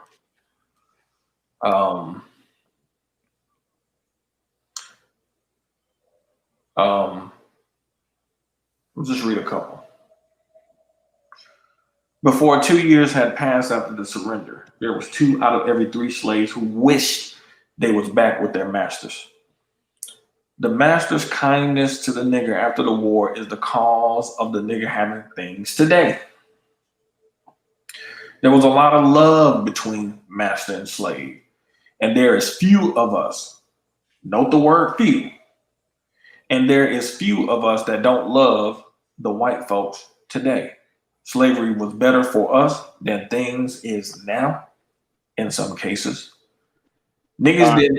Bad, I dropped out. But go ahead. I'm sorry. I'm interrupting. But yeah, my Wi-Fi is bad. Go ahead.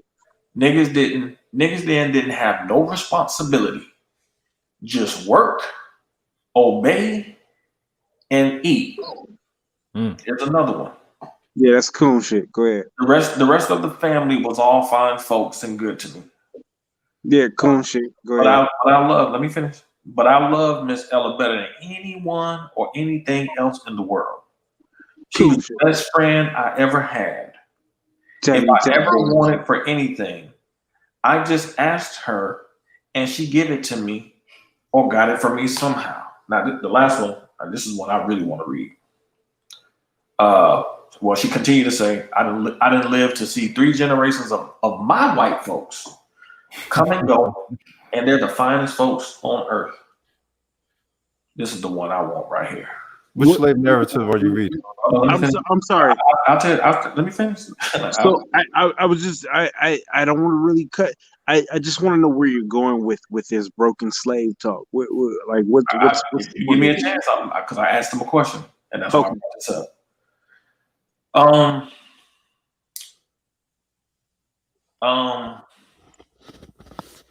This is one I really wanted to read right here. Which state you reading from? If nobody don't have an answer for it, I got think I'm I going. I'm gonna finish. One in particular I wanted to read because this shit blew my mind when I first. She beats me, but she does it out of love. She say she love me, but all we do now is fucking fight. Here it is, right here. Yeah, this is it right here. She says, now, based on the scholars that we have heard, we have never heard slavery being referred to as the good old times, the good old days. It's one woman, Adeline Johnson. Mm-hmm. That was a happy time with happy days.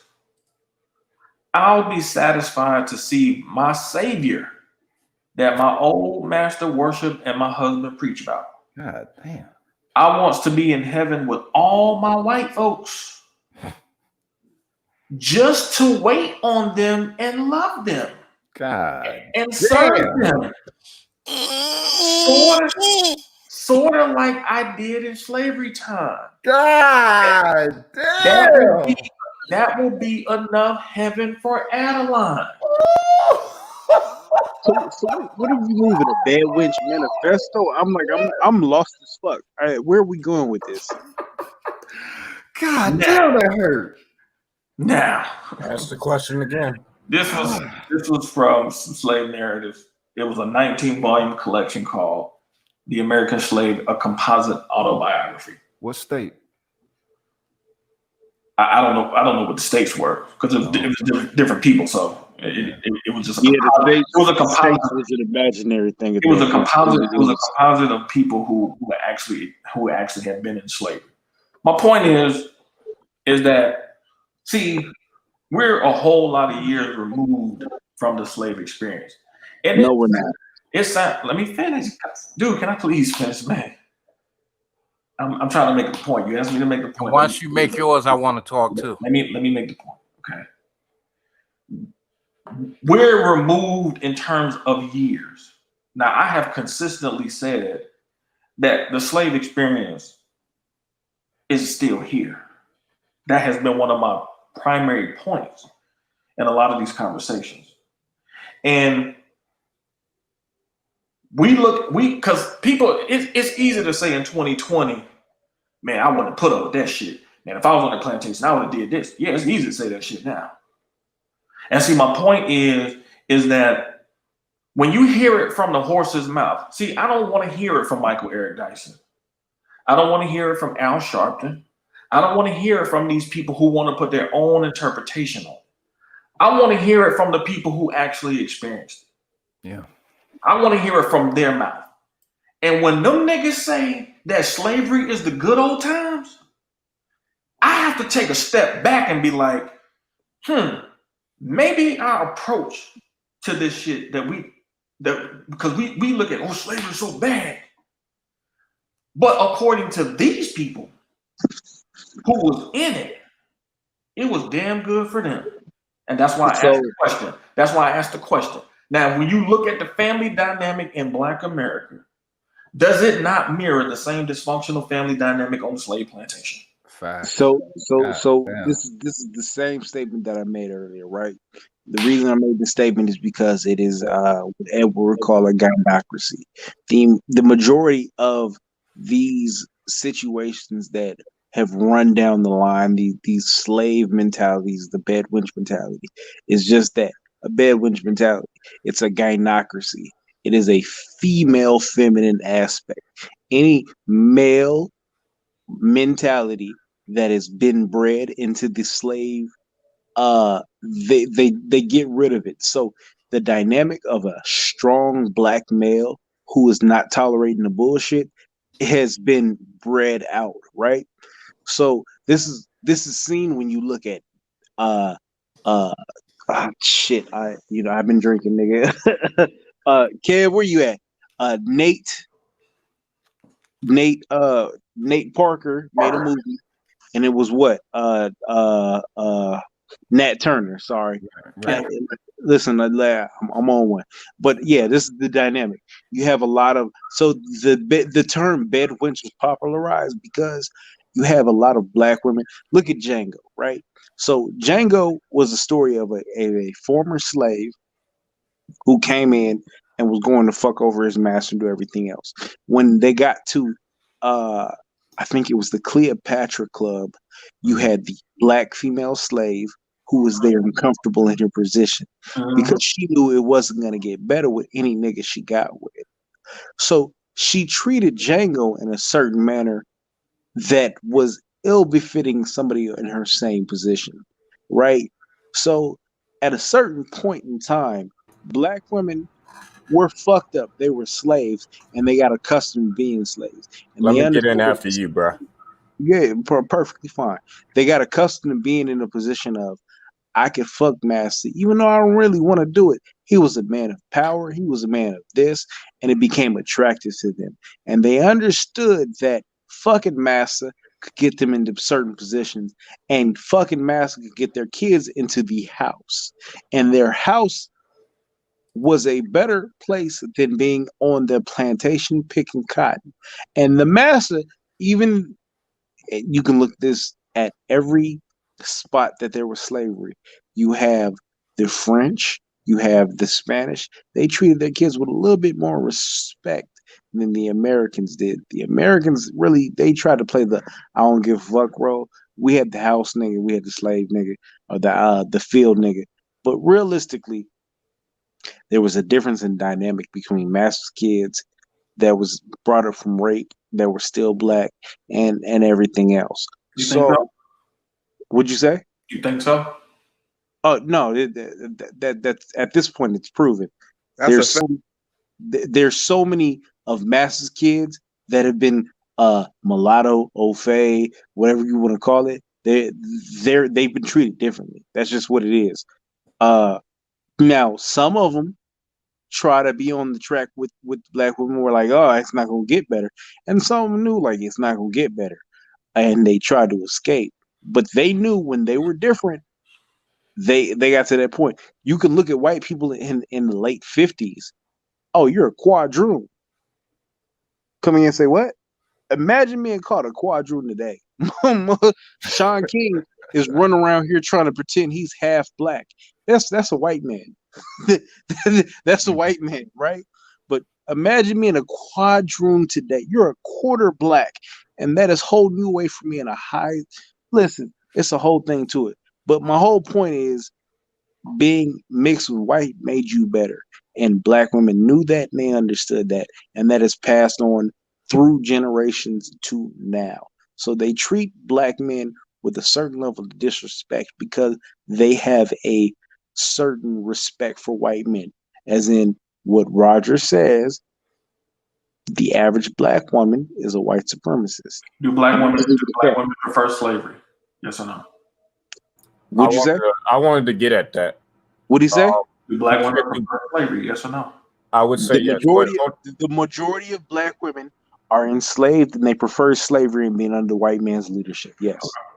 I would even go, hold on, I need to take this a step farther to kind of make you people aware. And I don't mean you people in a derogatory way, but because I just don't think that most people know this. You Negroes.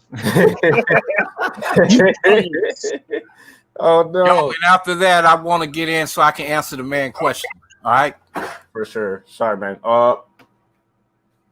So there are three things to look at, and people don't seriously consider it generally. Hey, excuse me. Let me break in for a second. I need the question repeated just for the audience's sake. Yep. And my sake too. I mean, I ain't gonna lie. Yeah, me too. Thanks. Please repeat the question. Ryle. Do black women prefer slavery? Yes. Okay. And let me say this. Django was fictional, but Django was based on real life slave events. But go ahead. So there are three things to seriously consider when you take that question. And it really doesn't even necessarily have to be black people. I think that you could actually just go, or black women, you could actually project this out and ask the question to the broader society and say, does America prefer slavery? And really question yourself on that. America has always benefited from slavery. America is a country that's just like many other countries have too, by the way. Yeah, but America has really gotten to the top based on slavery. So you can say other countries, yes. However, no other country has gotten to the top like America has gotten. Like, well, I would say the women in particular are actually more in favor of slavery than people like to lend credence to. Women down inside, I think that America wants slavery back. No matter how many white friends you laugh, hit, tease, smile with. Trust me, if it was to go down that road, I would be happy. But so three things. Hold on, but three things to consider. Understand, America. Hold on. I didn't get to it. There are three things to consider. Right. The first thing is generally women tend to lean towards more socialist decisions. All right, that's something to seriously consider when you talk about slavery. The second thing to consider is how many people were actually against slavery before the abolition of it. How many people do you think that was? So do you think it was the majority or the minority?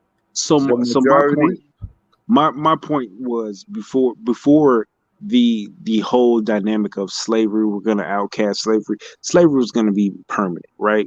You have the Corwin Amendment, right? Yep. So so you're fully aware. So for everybody listening, basically the quickest way I can think of, and you let me know if you can explain it better, is we were getting our ass whipped by the South. America was losing the Civil War to the South.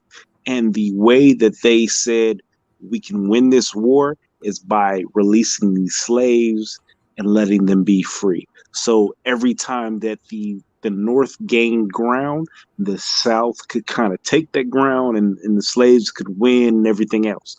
So that's what the winning factor in the war was.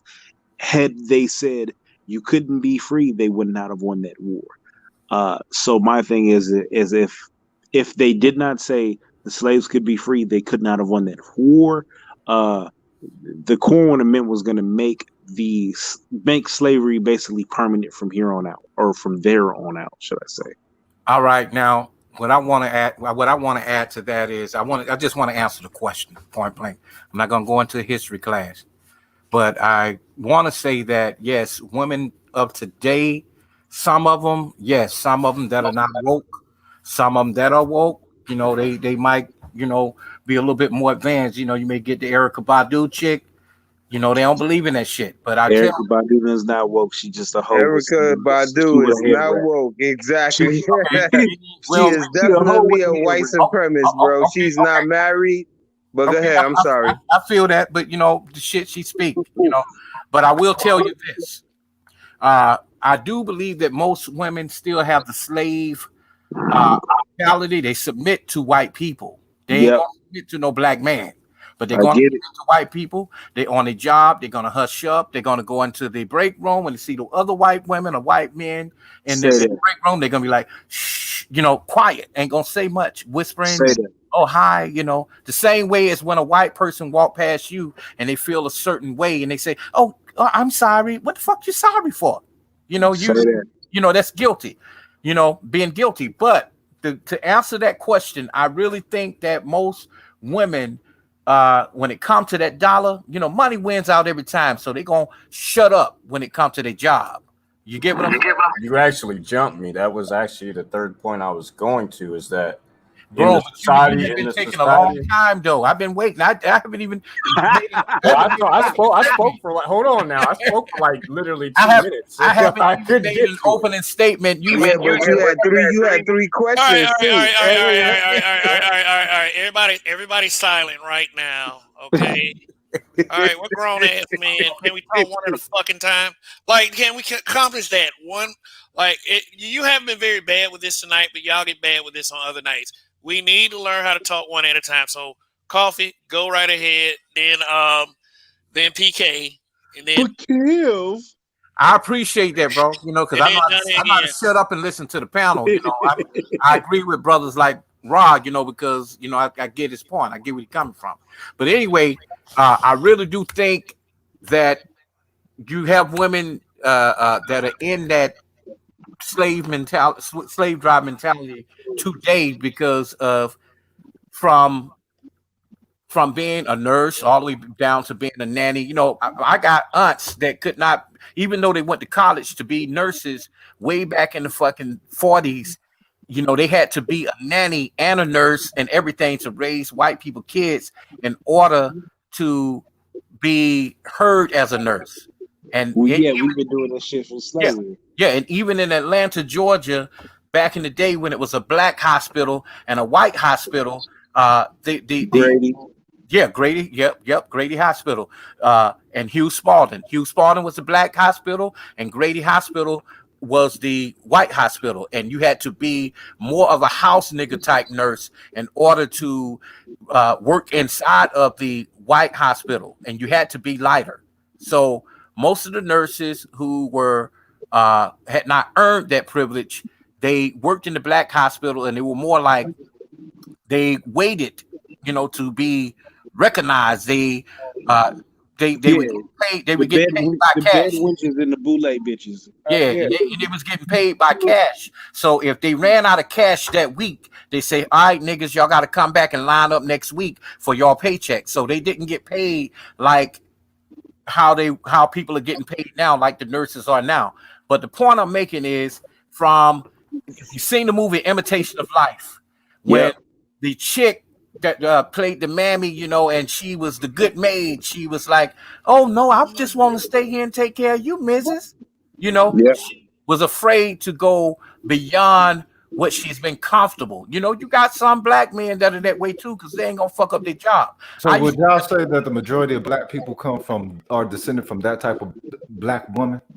It depends on the job, you know, and you got a lot of people that No. even politicians. Yes, I agree. Yes. No.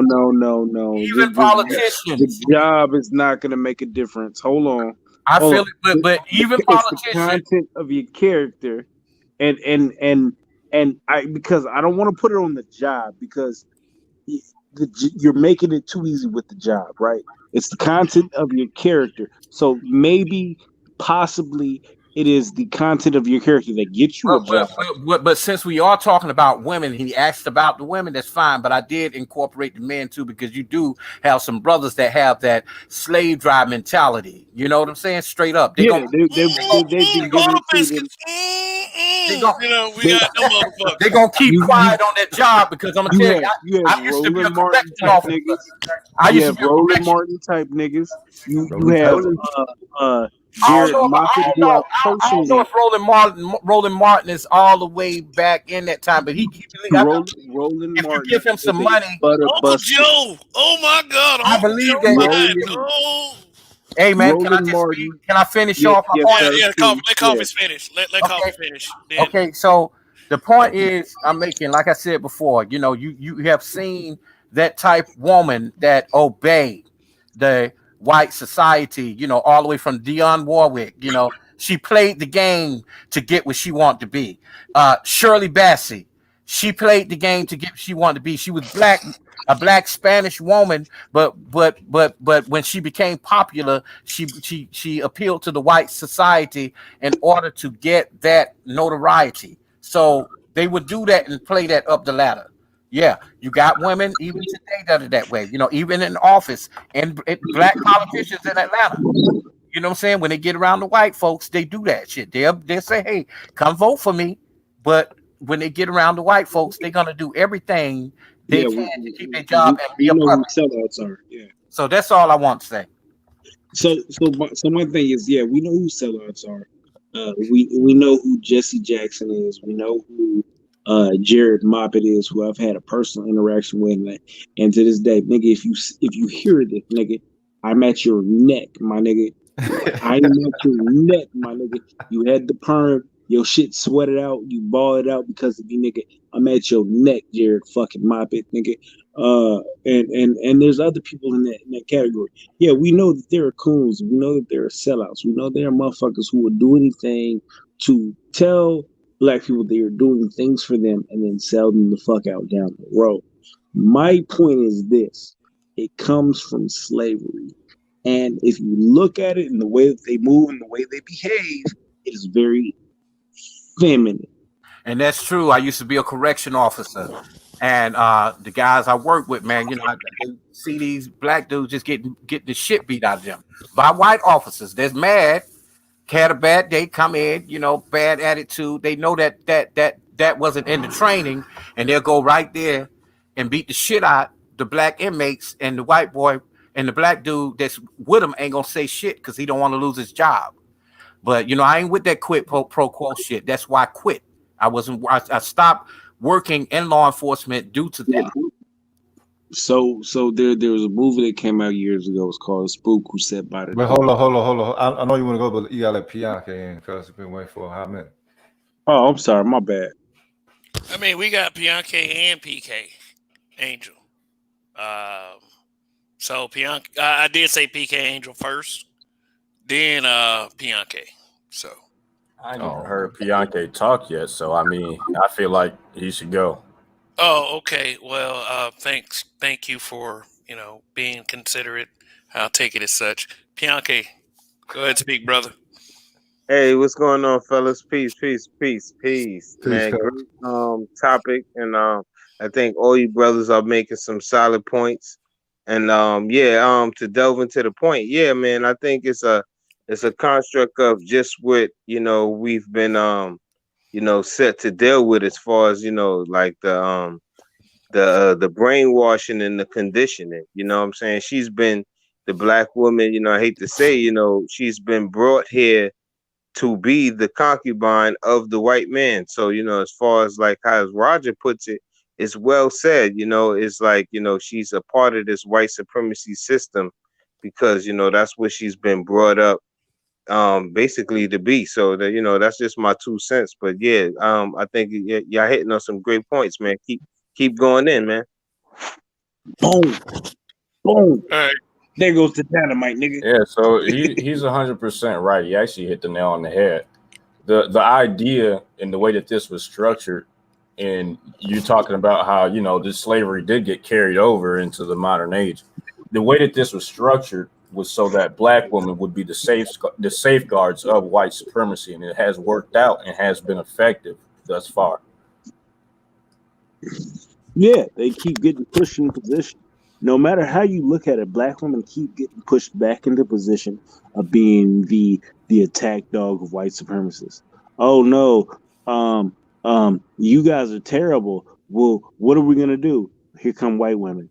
Do you want to come get our organization? Yeah, we're for feminist empowerment. Women should be empowered. But hey, listen, you niggas shouldn't be able to vote before.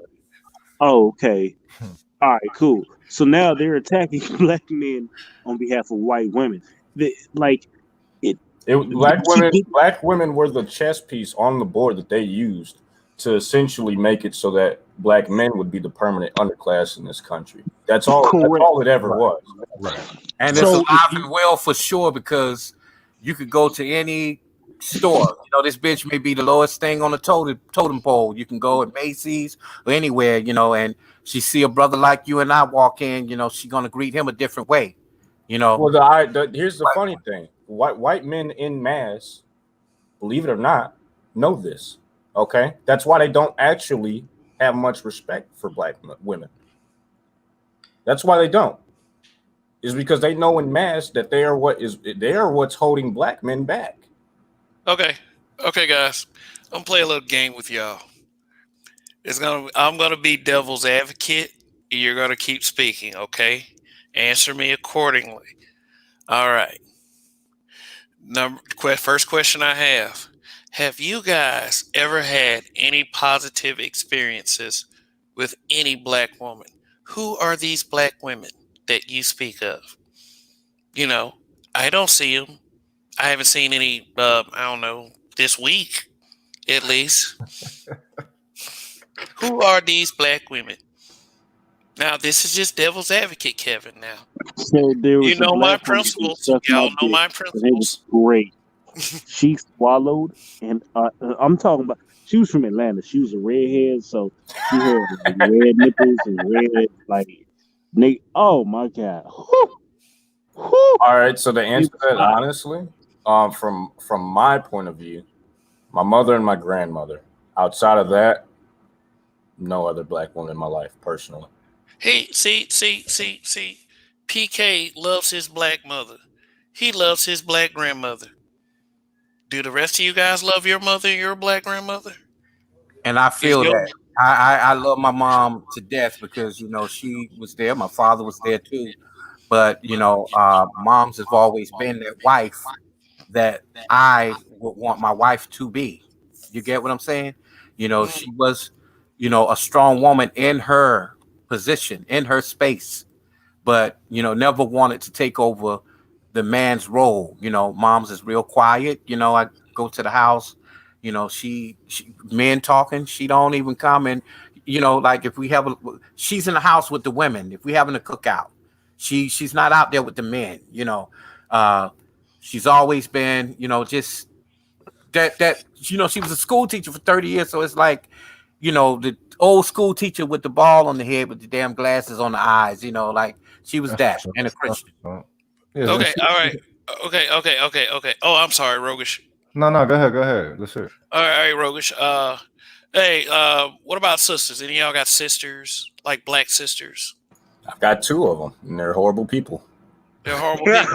I got one. She the worst mother in the world. She interacts with her children as if she's still the age of 16, not instilling no motherly values within her. And now her 16-year-old, matter of fact, just had a birthday the other day, and let's just say that motherhood. She has me thinking that black women never really want to be mothers. That motherhood is actually a circumstance for them, as opposed to, what I'm saying, a next level in what it is of being a black woman. Most sisters that I meet, they don't really seem like they're too thrilled with motherhood. Like fathers is, what I'm saying, fatherhood in aspect, you want to teach your boys something. You know what I'm saying? You can't wait to enlace something within your son. I never see sisters take that same aspect with their daughters. Like they not wait to be able to enlace something enriching within them. Well, I Okay. gotta say, my sister, she was, she took a little bit, after my mom's, but she's only been with two men in her life. She's been married to her husband, 28 years, and she's that housewife. But me listening to this channel, I could see some of the things that she still have in her that these other women have. She's never satisfied. She do have a great husband, but he's that motherfucker that can knock her back down on her ass and say, "Shut up." He the only one, because he regulated like that. He's a good husband, but she's that type that have given her kids everything. They spoiled as fuck. They disrespectful. She's one of those that, that she, if she mad at her husband just for coming home, sitting on the porch drinking a beer after a hard day's work, she's like, "Oh, you don't want to be in the house with me?" That type shit. So it's the typical women shit. But yeah, she has what every other woman has. But I can't say she's a bad mother. I can't say she's an uneducated person. I can't say that she's a street person, because she's not that. Can I ask a question? Sure. I'm about to ask a real question now. Sure, but let me give an acknowledgement to Sister George. When I say our, myself and Donnie's habitual line stepper sister. Respect. Long live the habitual line steppers. Thank you very much for your support. Okay. Now, go ahead. Are any of you black men against the concept of slavery? Am I against the concept of slavery? Yes. Anything that takes any of my independence, I am totally against. Even being locked up for being put in a drunk tank or being, I would say, pseudo kidnapped by a friend. Say somebody want to jump in the car and like want you to jump in the car with them and be like, "Hey, guy, let's hey, ride me to Walmart real quick." But then they go to Walmart, then they Do go to some the dumb mall to shit. pick up something, and then they go to the bank, and then they go see one of their friends that be crying and shit because they dropped their cheeseburger on the floor, and then they take you home. It's like it'd be like dark by the time you get home, and I'm like, nigga, that kind of thing, Douchey friends, cuz. Yeah, I agree with Kev on that note because I actually had an uncle that really endured some shit like that. Like he went missing for 30 years off the strength of like going from South Carolina, being raised to New York as a young boy, and then like going to, at that time, I guess, when you get of age, you went to go find work and shit like that. And he ended up hitching a ride with some people to go work on the farm and never came back. And he was missing for like 30 years. And we end up finding him and shit like that, relocated and stuff like that with my grandmom and stuff like that. But I wanted to say, as far as the slavery concept, I do disagree in one aspect of it because from a historian point outside of what they teach, we do know that it's some native history to it as far as like Moorish history and even native as far as the ones who were here before Columbus. So I am against the slavery format as far as that goes because I'm not brainwashed, and a lot of us people, we are not brainwashed to know everybody did not come from Africa. So if it's in that sense, yeah, I would agree. But like Kev said, if it's in another sense, in that situation, then of course I would have to disagree. Let me refine the question. Let me refine. Yeah, because let me say this. No, I want to answer it as is. I want to answer it as is because I ain't got no problem with slavery. Ain't nothing wrong with slavery. Everybody look at it from a personal perspective.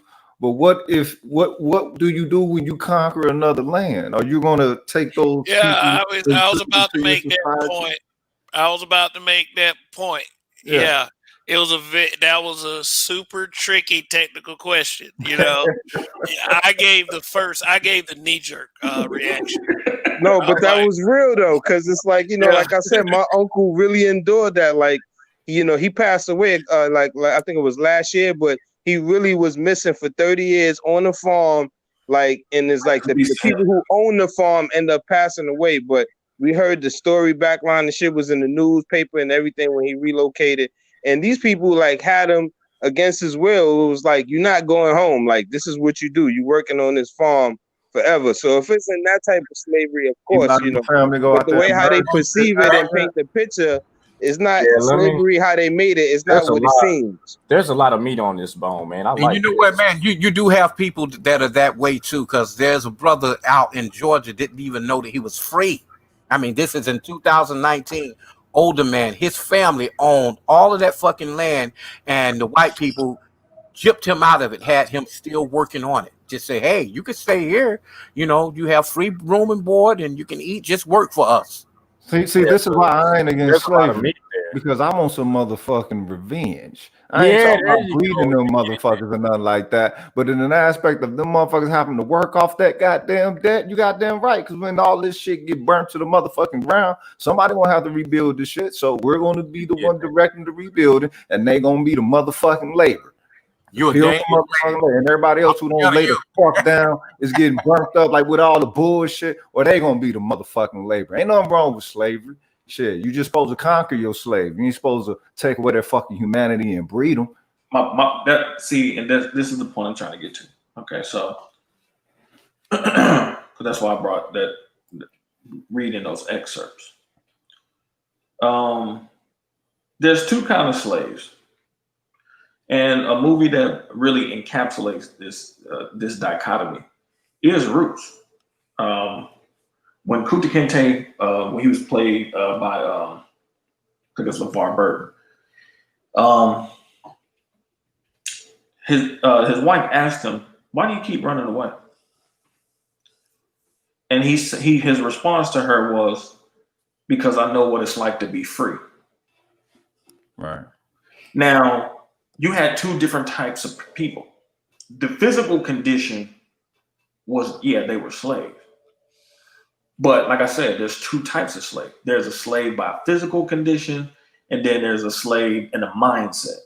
Kunta Kinte was a slave by physical condition, not the mindset. But his woman, she was a slave in the mind. She didn't see anything wrong with it.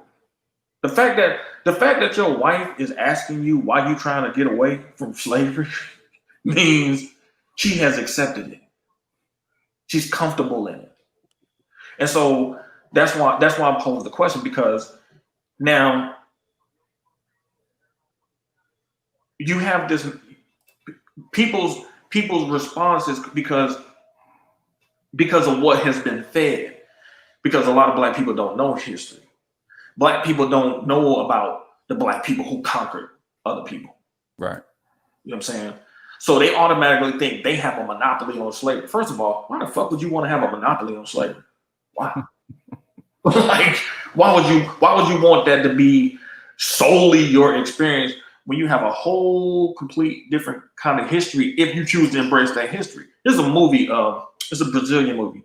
I cannot remember the name of this movie to save my life. But the plot of the movie is it's this Portuguese slave owner. He's married. He has this favorite slave girl. His wife ends up dying. He tries to make the slave girl his wife. Now, before, she was a dutiful slave, gave him no problems, was perfect. When he tried to make that woman his wife, she gave him all types of hell and eventually ran away. He ends up marrying again. 10 years later, his wife dies, and he runs back into the same slave girl. He asked her to come back. She said, sure, I'll come back. She said, but under one condition. I'll only come back as your slave. I'm not going to come back as your wife. God damn. And he said, okay.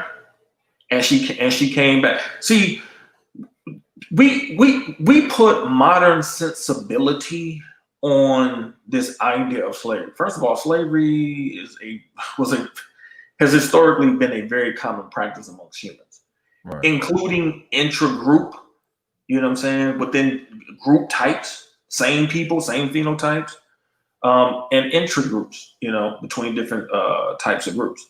And so I like to ask that question, man, because if you say that you're against slavery, just on it, just like knee jerk, like if you're against slavery, against the concept of slavery, even though humanity in its history has shown that they're more willing to acquiesce to slavery than freedom, which is why they call America the Great Experiment. Yeah, fuck it. I think I'm against it. All right, let me take another crack at this. Go ahead. You know, I cycle back and forth because I get where Rogus came from. My knee-jerk reaction is actually for revenge. And when you say slavery, it's more so of a who are we talking about sort of type of thing. You know what I mean? So my knee-jerk reaction is who we enslaving. You know what I mean? My eyes perk up. But on its face, when I think about it critically and give it analysis, you know, no, I don't believe in the concept of slavery. Not in the sense of what we did in terms of American slave history. If we talk about Morris history and things of that nature, yes, to a certain extent. I think the difference there for me would have to be something akin to indentured servitude. You work for X amount of years and then we free you. It cannot be for a lifetime, however. Does that make sense? Well, if you listen to Claude Anderson, who has been, you know, pretty pro-Black person, he talks about this Black man who actually went to court. Before this time, slavery wasn't generational. He said this Black man went to court to fight because he basically left. And it was like, you know, people, you know, they had, you know, he had been working there for, I don't know how long, but it was past the time where he was supposed to leave. So he tried to leave. And so the black dude basically went to court to say, no, he belongs to me. And he basically he won the case. And the dude got put, it was a black dude, got put back into slavery. And Claude Anderson said that this was actually what led to slavery being actually formatted from a generational standpoint. He said that before that point, as far as over here, it wasn't generational. So, right. So I agree with him. The way that he formulated it, yeah, it shouldn't be. I don't think that is.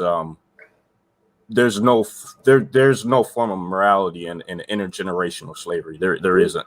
It's completely morally bankrupt in every sense of the way in the word. So I don't necessarily agree with slavery in that sense, if that helps at all. No, you're right. You got a point, but I mean, you got to think about it too. Like, if we had these kind of instruments that we had, let's say, as far as the internet back then, I don't think slavery would have went down exactly how they portray it to have went down. You see what I'm saying? Because the numbers don't add up at the end of the day. When they talk about as far as people being shipped over here and things, that's a different topic. You see what I'm saying? So we knew as a construct, like that's just something like, it was just put out there and some people bought into it, and that just happened to be because it's throughout history, that's how the game was played. So it's not that, it's so much people to say, oh, you against it. You know what I'm saying? Being for it is not so much of a problem either because it's like a business. There were free people who actually sold themselves into slavery because they couldn't handle being free. And when you start to think about the way that capitalism is structured and actually was built, it's actually, when you really break it down to its bare bones concept, it's actually built off of slavery. So in a certain extent, when you go to work, what you do is you sell yourself for X amount of years or hours, and it's essentially slavery. It's definitely slavery. You know what, man? Some people don't have that mentality to go anywhere. I have an aunt that's 76, 77 years old, and I asked her, I said, Auntie, I said, what did you do, when you wanted to do something? I just shut my mouth and I kept quiet. And I said, so you kiss butt? She said, yes, I kiss butt. That's why I was able to go and take off when I wanted to. I was like, damn, what, and she quit. Now I ain't gonna say she quit. She retired being a nurse few years ago, man, because she did not want to learn the computer. She was used to writing shit on the board. You know how nurses wrote on a chart like that? She don't want to do the electronic way. But she's that type woman, man. She has that slave drive mentality, and it was so sad to just sit there and talk to her because she was way back in those times. Okay, so let's say in the whole aspect of slavery. Okay, so if you bring it in today's standards, we're talking about you're talking about the job, right? So everybody pretty much slave. You sell 20 hours of a 24-hour day away to whatever your professional occupation is, and you live only 4 hours, one for spouse, home, family, and self. You know what I'm talking about? Out of 20-hour day. So I like to, okay, yeah, just existence itself is fucking slavery itself, the way that it's been set up through capitalism or whatever, right? But in the aspect of, let's say, because everybody thinks slavery the whole chain, you know what I'm saying? Chain a motherfucker up, make them do some work for you, whatever.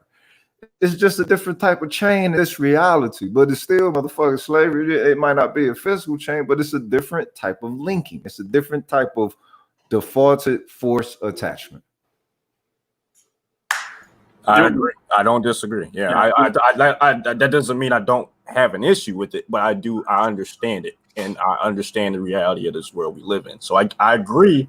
Doesn't mean I like it though. It is what the fuck it is though. Okay, so in the context of being a conqueror, though, what are you going to do with the people? Are you going to absorb them into of the defeated people? You're going to absorb them within your society, or you going to kill them off? Correct. Yeah, those are the choices. Yes. What do you do? Those are the choices. You laid out the choices bare. That's what they are on their face. You have no other options. Right. But you said it would be a moral dilemma. There's always going to be a moral dilemma. Yeah. All right, fellas. Yeah. All right, fellas. Let me ask y'all a question since y'all talking about slavery, because I've said it many times in the past. I'm like, slavery ended in 1865. Like, it's 2020. It's okay. Do y'all believe in two things? Do you believe in post-traumatic slave disorder or slave trauma? Post-traumatic stress. Well, post-traumatic slave trauma. And do you believe in sexual dimorphism? Let me explain sexual dimorphism in this context. Let me explain it in this context. Basically, being genetically predisposed to accept certain conditions within men and within women, like like I would say broad shoulders, like hokey muscles, flat butt, stuff like that doesn't look good on women, but the hourglass shape with the big butt is not only popularized through the media, it does attract men, and it's seen that way in culture. So so for those two, do you believe in those two first of all, like post-traumatic slave trauma and sexual dimorphism? I don't know about question number one. Question number two is indisputable. There's no debate there, not between anyone that has a brain. Oh, okay. Right. For question number one, I think that that was proven with the whole civil rights thing, the way that they went about it, as opposed to standing on their humanity. They went into an aspect of trying to shift into equal citizenry, specifically in areas where they were actually enemies. You know what I'm saying? It was straight up a feud, a blood feud type of thing. I think that in an aspect of once segregation happened, or once they stopped segregation and black people drained their economic centers to go towards the white economic centers, I think that showed you right there post-traumatic slave syndrome, in an aspect of wanting to live around them. It's like, I can understand if it had been like 10, 20 years after, like, you know what I'm saying, 10, 20 years, 30 years past or whatever, and you let some time go. No, as soon as they said, nah, yeah, you could be around them, you want to be around these with the lethal potential that they have of stringing your ass up, even that they do in this day and time. You know what I'm saying? I think that's a sign for that. And then the whole aspect of, we said sexual dimorphism, whatever. Look, we done all looked at a skinny chick and, with some courage and like, oh, okay, yeah, she worked with something, right? But then here come Miss Voluptuous walk by, and you, God damn, that's a reflex. God damn is a reflex. Let me put it, but Rogish, let me put it in this context a little bit more. Yeah. Sexual dimorphism has more to do with masculine traits versus feminine traits. Not necessarily a flat booty versus a big booty, because some people find, like, skinny Barbie doll types, sexy. Man, I got a good one for that one. Yeah, yeah, that's more in terms of masculine traits and feminine traits. You ever heard that with darker skin, it looks better on males than it does on females? Now, not really reflectant of my overall attitude, because I can't really. I can't really think I've heard that. Yeah, some people have said things like that. Some people. I've heard that before, but you find more women that say, "Oh no, I can't date him. He light skinned. He pretty. I want me a dark skinned man. The dark skinned man is a little bit more." I was getting to that. Okay, I was getting to that. Okay, but after you, can I speak? Because I got something else to say about the traits you were talking about. Sure. I asked if you. I asked all of you. If y'all believed in both of them, because it goes back to what Donnie was saying about the whole little "I want a mixed baby" type deal. and it's like I believe in total awareness. I believe in choice. But do you believe that because of slavery, it altered the sexual dimorphic view of women? You know, that is that they inherently see making a baby with a white man giving a better chance to their child because of how people would look at the child. Dude, I've seen it in I've seen it both. Men and women. I've seen it both. And me growing up, I young dude, always hanging around my brother who was older. My oldest brother is 53. And he was always like, man, you better go get that red bone, and that's what we were taught to do, to go directly after that light-skinned girl, big booty, long pretty hair, natural hair, no weave, any of that, just but she's mixed a little bit, but that's what we were told to go after. So yeah. But then again, like you said, there are other things that men go after. You got some men that like the woman with the big booty. You got some men that want the woman with the flat booty and big titties. You know what I'm saying? So I guess it's all about what you like. Then the weirdest thing that I've heard a lot, men say, "Oh man, I want her to be hairy." Oh, I don't want no hair on no woman. I'm sorry. Period.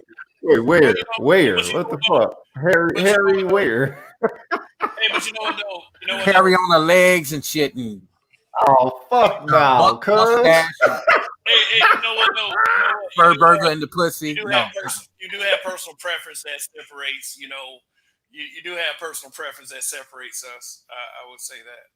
Hairy legs on the chick, cuz, for real. Yeah, man, be like, oh man, she hairy. I like her hairy. I'm like, nah, dude, This man say I want some hairy legs. Well, to push back on what you were saying, Kevin, to push back on what you were saying, when you look at the aspect of the daughters of the trade, you can't really say that because you're talking about women who were a part of the ruling class, consciously making a decision to align themselves with Caucasian European men for the sake of establishing power. Their kids were going to act as a buffer, really, to the native-born people of the country of darker skin. So that wasn't a choice based out of getting ass whooped and slavery, being enslaved. That was basically ruling families making a conscious decision to align themselves in a way to maintain power. So it would be no different than a Spanish king being aligned with a French princess for the sake of, or French queen for the sake of bringing both countries together to expand territory. It was the same concept. So yeah, you see that a whole lot, man. I mean, like out here, they say it's a melting pot, but I really don't think so. Because a lot of motherfuckers are racist way behind the scene, and it has nothing to do with who you date, your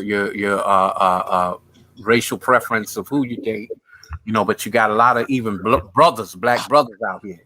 And I told Kelvin this a long time ago, who don't even know they motherfucking black and they dark as us, dark as the pavement, but they will go straight to, I want my child to look like, a pretty person, or I want them to be light type shit. You got to see your somewhere. You got to see. I can speak directly to that. Children suffer that.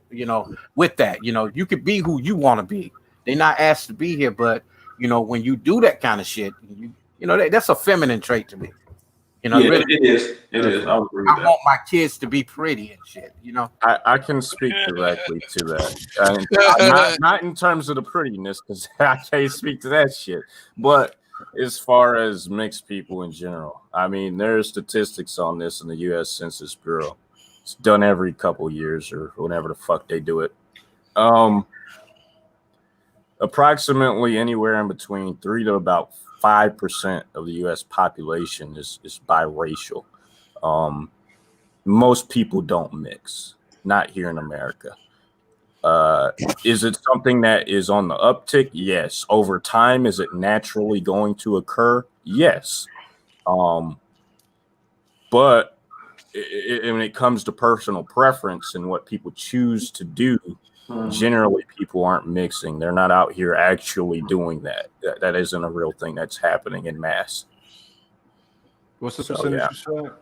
Well, you need to come to California, bro. San Francisco, Vallejo, Sacramento. I mean, it could be happening in small circles. Yeah, because I was going to say the same thing. It's a small percentage. It might be a small percentage. Small percentage, because when I'm from New York, man, and I could vouch for that. Like most of the United States, it was some times where, and it's still to this day, where you have some black women out there where they like, I want a Spanish guy because I want my baby to have good hair. I want my baby to have good hair. But New York on that. When New York like you, motherfuckers in New York really like you. I was raised part of my life in Queens, Jamaica, Queens. You know what I'm saying? So it's never been that. Out here, these motherfuckers is on some racist shit. I mean, no, I'm not saying they might be on some racist shit, but the thing is generally, guess what they end up doing? Go ahead. Guess. What? Guess. What do you think they end up doing? They might be on some racist shit. I mean, they eventually end up mixing. They eventually end up. They're gonna go that route. You have no choice. Yeah. You don't really have a choice in this. You might think you do, but there's actually like a gun to your head. You're gonna mix, bro. It ain't it's gonna happen. Maybe not with you, but eventually it's gonna happen. Not only is it U.S. policy, but you got to understand. Okay, unless you want retarded kids somewhere in your lineage over multiple generations, which has been happening in the Middle East and many portions of the Middle East, you're gonna end up mixing. Okay, you have to. You don't really have a choice in the matter. Okay, it's just that simple. Unless you want retarded kids, it's up to you. No problem with the mixing. You get what I'm saying? My ex-wife is Puerto Rican, Mexican, and black. But I will tell you this. I know I'm a motherfucking black man. I still love black women. The cards just laid that way. You get what I'm saying? So right now, it doesn't matter who you are. I don't give a fuck what your skin color is. I'm not that man. A lot of people say, "Damn, man, you're nice." You got a nice, you got a beautiful woman. You know what I'm saying? I don't get all off into that. Or the women say, "Oh, you're a nice looking man." I don't get all off into that either. I'm not that man that play into my looks. Never have been. I call you pretty, man. Yeah, I've heard that. Hey, man, I've heard that all my life growing up, even as in college as an alpha. I'm an alpha phi member. So All right, gentlemen. I got a picture on the screen that's been up here for the greater part of 20 minutes, and now I finally get a chance to say something about it. It says, "Never known a race of men that puts down their own women. Screams black men ain't shit for over 50 years." Yeah. I mean, like I just saw this, and I pulled it from social media, another social media site, and put it up here. And the whole point of me putting up here, this is another way of I guess tone policing black men, or thinking that you're somehow better than black men by creating a reality like you have the infinity stones and you just snapped your finger and just everything was just what you wanted it to be and shit. Like, yo, do y'all remember your age when you first heard that shit? Hey, Robert, yeah. What do you mean? Black men ain't shit. When you first heard that shit, remember your age? Age probably was like I probably was like 19. Damn.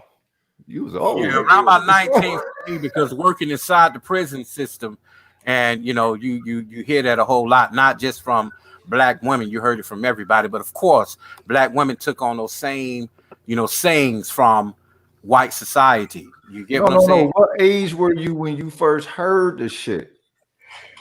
Oh, I heard it, several times from other people, not in my household. Okay, what age? Age. God damn, come on. I was saved around about 11. I heard my friend's mother tell him, "You ain't gonna be shit. You gonna be just like your motherfucking dad. I can't stand you. You look just like that motherfucker." Well, that would probably be individual abuse of some kind, mental, emotional. But like, I think he was speaking. But he's a doctor today, though. Yeah, a doctor, absolutely, and congratulations. I love to hear about black men doing good. That's some cool shit. But I think Rogish was saying it in the context of kind of the more of the neo black feminist aspect or Euro feminist, because feminist isn't black. Being a feminism isn't black. Euro feminism context, like the black men ain't shit. I mean, I gotta admit, I've heard it. It's been more prevalent in recent years, and it's gotten severe, especially in 2020. And the whole reason for being and the projection that I was talking about is because a large majority of black women, especially on social media, have a tendency to embarrass themselves publicly, and then shit goes viral, and you have other black women who play damage control, and how they play damage control is they try to throw everything on black men. When black men start talking about how ashamed and embarrassed they are for black people when black women do something, then they start to say stuff like this. Never known a race of men that put down their own women, when goddamn well, MGTOW movements and these no ma'am movements, they started out of they started from white culture. I mean, seriously. They'll try to hit black men with that Colin Powell shit. Basically, them motherfuckers couldn't go to the UN trying to sell that bullshit. So they used a black man with a good reputation to try to sell that shit. So how many times I've never known a race of men to put down their own women, like their own women, when they claim to be independent of us. We are supposedly the ones that we're the ones that want the light skinned babies. Good point. Since they have the little chronic lack of accountability. Man, look, I went to HBCU. I never really knew that really existed until just really being up close and personal on that shit. You get what I'm saying? We worship white, like we worship white women, and then we submit it to white supremacy when we stick our penis in a white woman. But I'm saying hearing it from a woman's standpoint on that level. You know what I'm saying? Okay. I mean, no. I literally heard a woman say, when I was in the HBCU, I went to CAU for one semester, and this chick was from Cali. Ironic. She's from Cali, beautiful. This dark skinned chick was, she was absolutely gorgeous. Pretty white teeth, smooth skin, perfect Coke bottle body. From a physical standpoint, man, she was perfect. She was good. Yep. But she said in a group of us men, she said it like she was proud, to say it. She was like, I want to have a baby either by a white man or a Hispanic man, because when their babies come out, they're cute and they have pretty hair. You gonna fuck around and get a sissy? Hold on. And we looked at each other, and my first comment out my mouth was, because I got a mouth. Man, I said to this, because then I laughed at it when I said it. I said, well, what the fuck you doing at a black college for? Fellas,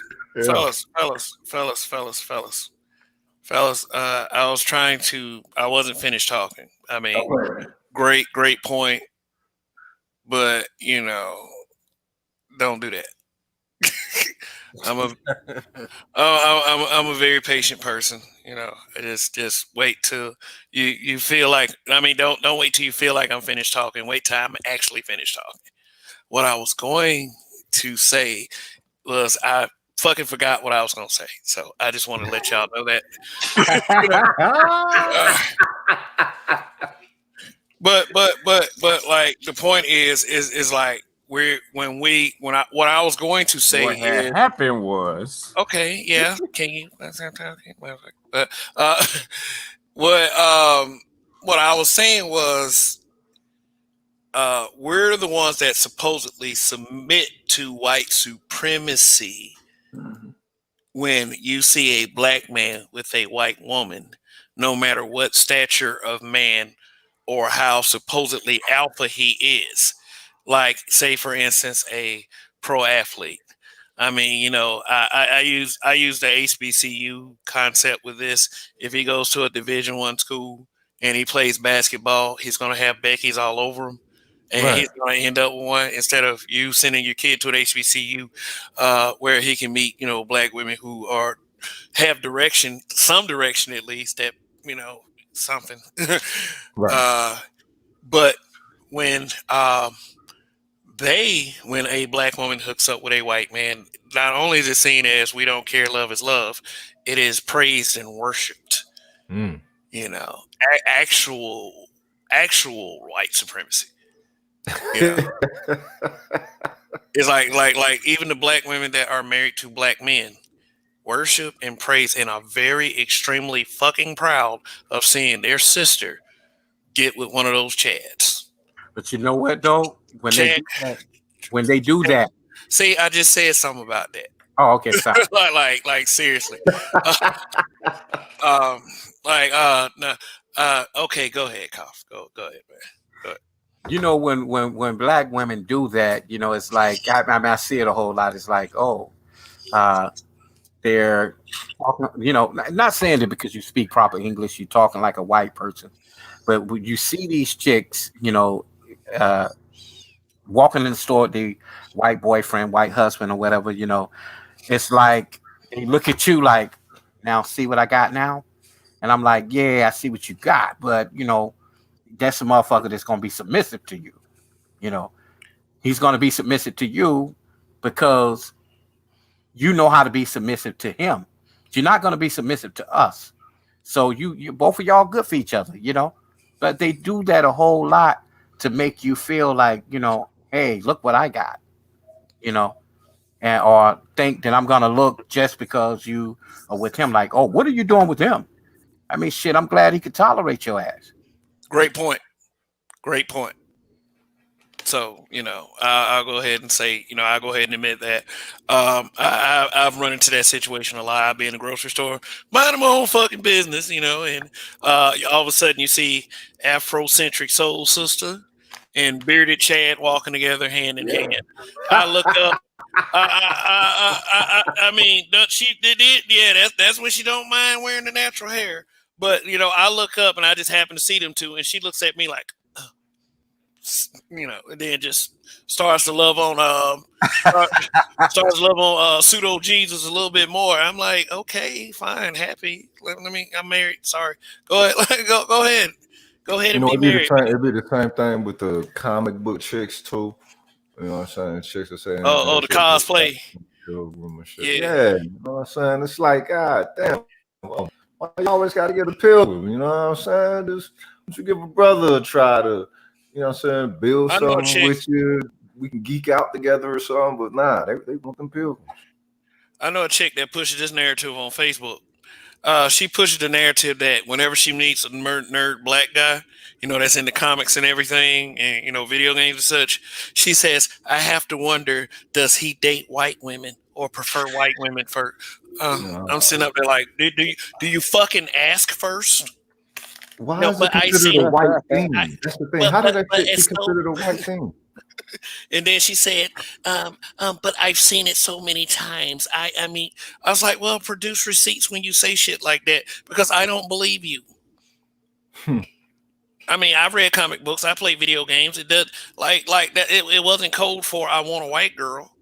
Dude, we was always searching for a sister that was into video games back in the day. You know what I'm saying? Always. Like, yo, I'm finna play video games. You know? It's a fucking unicorn. Yeah. I mean, shit. And I mean, like cool gamer chicks, man. Like they're such nice, cuddly people. You know, You when like you fat run chicks. fat Yeah, chick. you can find them now. You can find them now more nowadays than ever than Yeah, back in the that's day and more with shit. the millennial and probably like the zillennial. I'm not looking toward the zillennial. I'm not looking toward anybody's direction. I'm No, I already know taken. that. I But know just As for the long sake as you like just for fat the sake of chicks, you know. discussion, But just for the sake what of y'all say discussion, about BBWs? I went with Oh shit. BBWs. BBW. Hey BBW. Hey look BBW. If that's your impression, yeah. Okay. Let me put it like this. If that's what you like, if that's what your preference is, I mean, go right ahead. If you voted for Joe Biden and Lizzo did that spread, and you were like, "Thank God I voted for Biden because Lizzo did that. Thank you for voting spread." Then that's on you, buddy. Oh no, That's on sir, not that's on you. Lizzo, not Lizzo. That's on you. I mean that. And you know what? Like I'm gonna that go ahead. BBW right there, though. I'm gonna go ahead and say this about Lizzo. That's super big BBW. Lizzo pushes this body positivity thing, and you know why she pushes it? She wants to be a big woman that wants to be loved by fit men. You know, she's not. She doesn't want to. She doesn't want a guy that looks like her. But Man, she'll you know, break all them, fat though. people What? do that. I ain't trying to be funny, but you'll find. I mean, you find that with women that's natural. But even the biggest motherfucking dude, he do the same thing. And he's just a paymaster. That's all. Hey, remember that movie Kingdom Come? Why You sound know, familiar? Yeah. Kingdom What was Come. it? Young Jada Pinkett was in it. With she was her character was married to Anthony Anderson. LL Cool J was a drunk that drank one beer every 6 hours. Whoopi Goldberg was the matriarch. I think Loretta Devine was in it. This was Darius McCrary who played Eddie Winslow on Family Yeah. Matters. It was a post. It was post Eddie Winslow role. Right. It was okay. The little sister. Remember the little sister? How big she was? I'm trying to Yeah, think. every time you saw her in the scene, she was eating. Okay. Yeah. I remember. Every time you saw her in the scene, she was eating. Yeah. Remember what kind of guy she started to fall for and fell in love with? Nah. No, he looked like young Sherman Klump. Like I'm getting out of I'm getting out of Caltech. I'm about to, it's Shit. Okay. like it's just no. It's like I brought that up because I guess that was the kind of matchups that TV and film was pushing for back then. Right. Now they're doing this like social justice body positivity thing, and the way that they're making these women feel like the only way for them to feel good about themselves, to accept themselves, and to get the guys that the skinny girls are getting or the fit girls are getting to validate themselves. Right. Yeah. But do you think that was Lizzo? Or do you think that was Monique?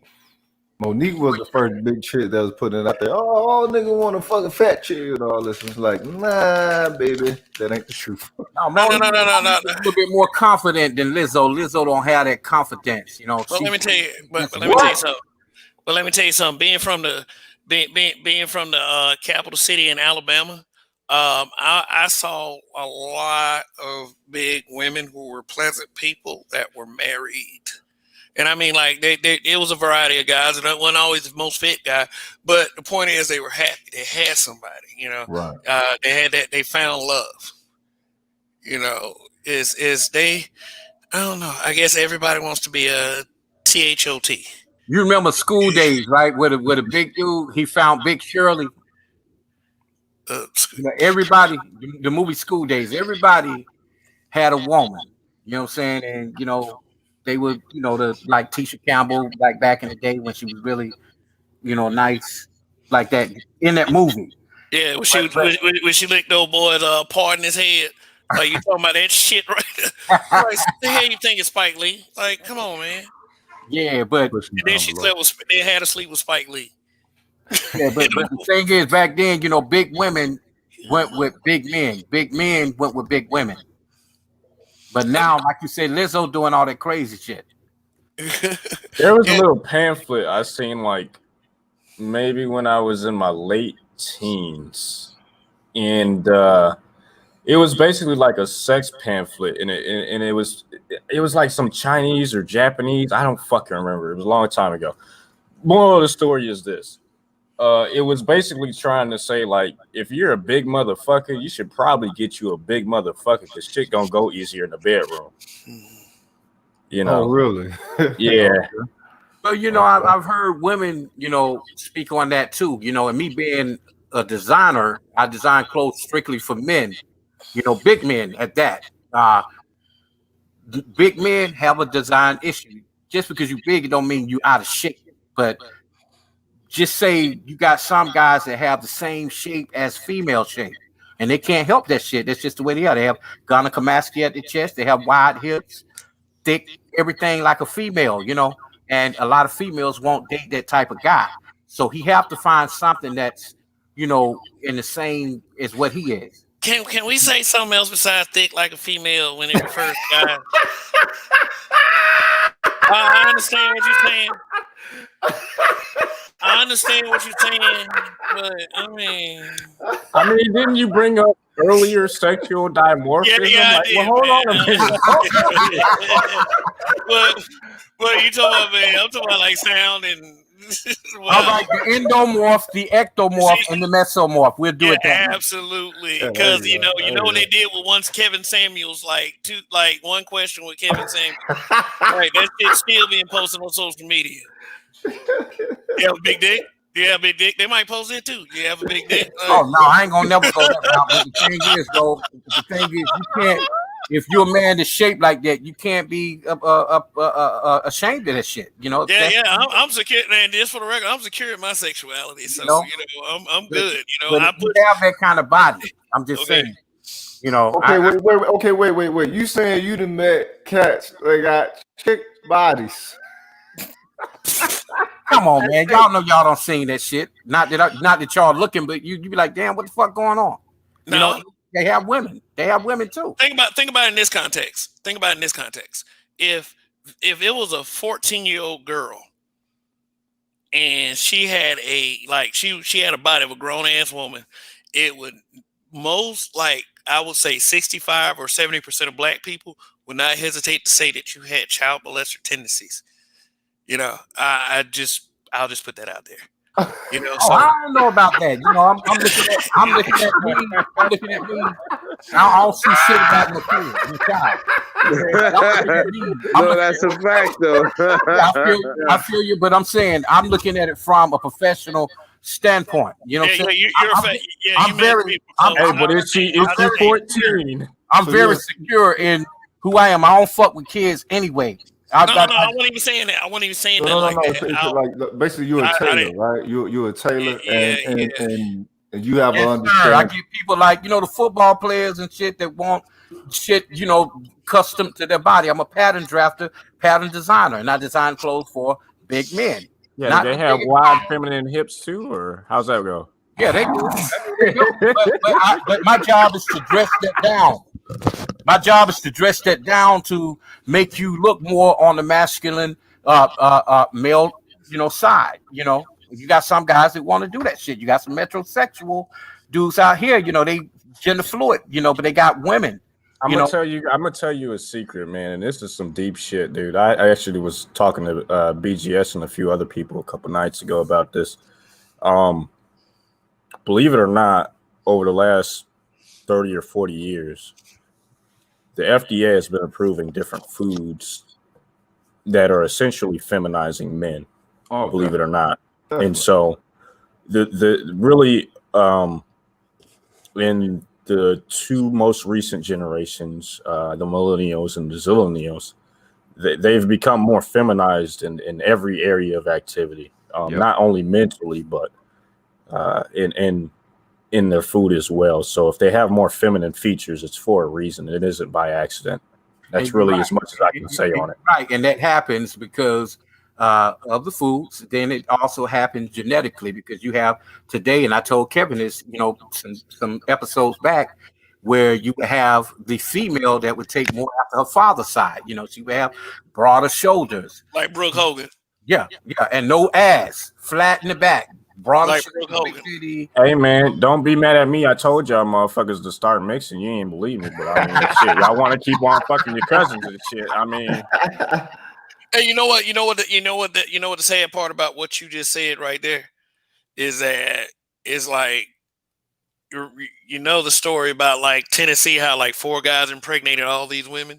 Correct. Like, so if all of them stay in the same city in the same central area, cousins. Interbreeding, homie. That shit is Yeah. actually way more common than people like to think it is in the black, and really almost every community in America because of how it's fucking like segregated we are.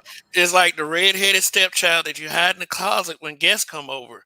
Hey, shut the fuck up. Like, just wait till they leave. Like that, like when you see these people who have this mentality, like this real goofy mentality that they won't yield from, they're real spastically violent. If you stare at them for 1 second, it's like what you looking at, and then they pull out their gun and can't. Like, I don't know, like a joke Mark and Lawrence told years and years ago. But it's like they got them real puffy eyes, puffy cheeks, like their voices are real heavy. I mean, they get sick off the dumbest stuff. Like, I'm seeing, like, on fire. You know, back to these genetics that y'all. I mean, these traits. Yeah. Like he was just speaking about the gynecomastia at the chest. You know, if y'all know what that is, you know, the overproduction. Tits, and the wide hips. But you also got to think about the voice too, because for many years when Q-Tip used to rap, they was like, "Oh man," and Maggot, what's his name, Magoo from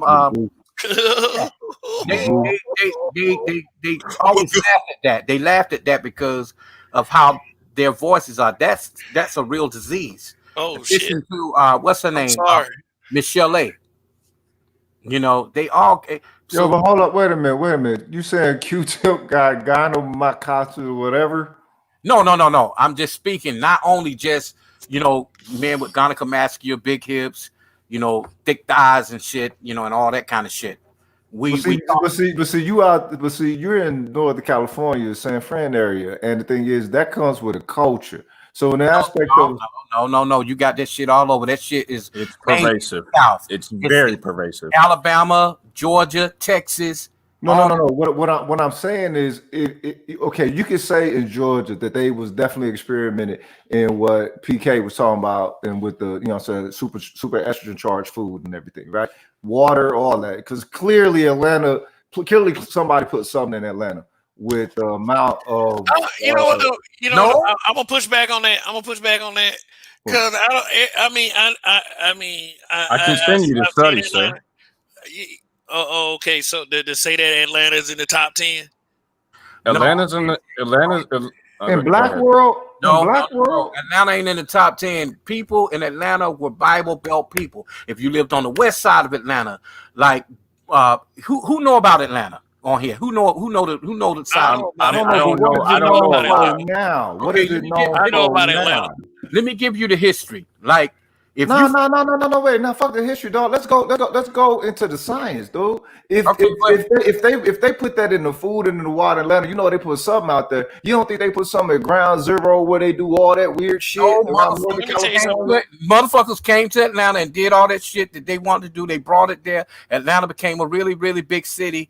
Motherfuckers would come there who couldn't live their regular lives and would do all that shit that they do. They brought that shit there. A lot of people from Atlanta are not, you know, whatever was in the water, it's not them, man, you know, because you got. So how's it that black people in Atlanta then grasped onto the culture? You see them motherfuckers taking their children out there and families and shit. I will say this. Nigga, that's some Babylonian shit, cuz. I will say this.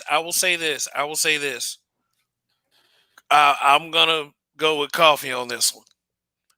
Most people who are like that moved in because they live in the inner city. When you go out to the outer like the more of the the residential area neighborhoods, you don't see much of that shit.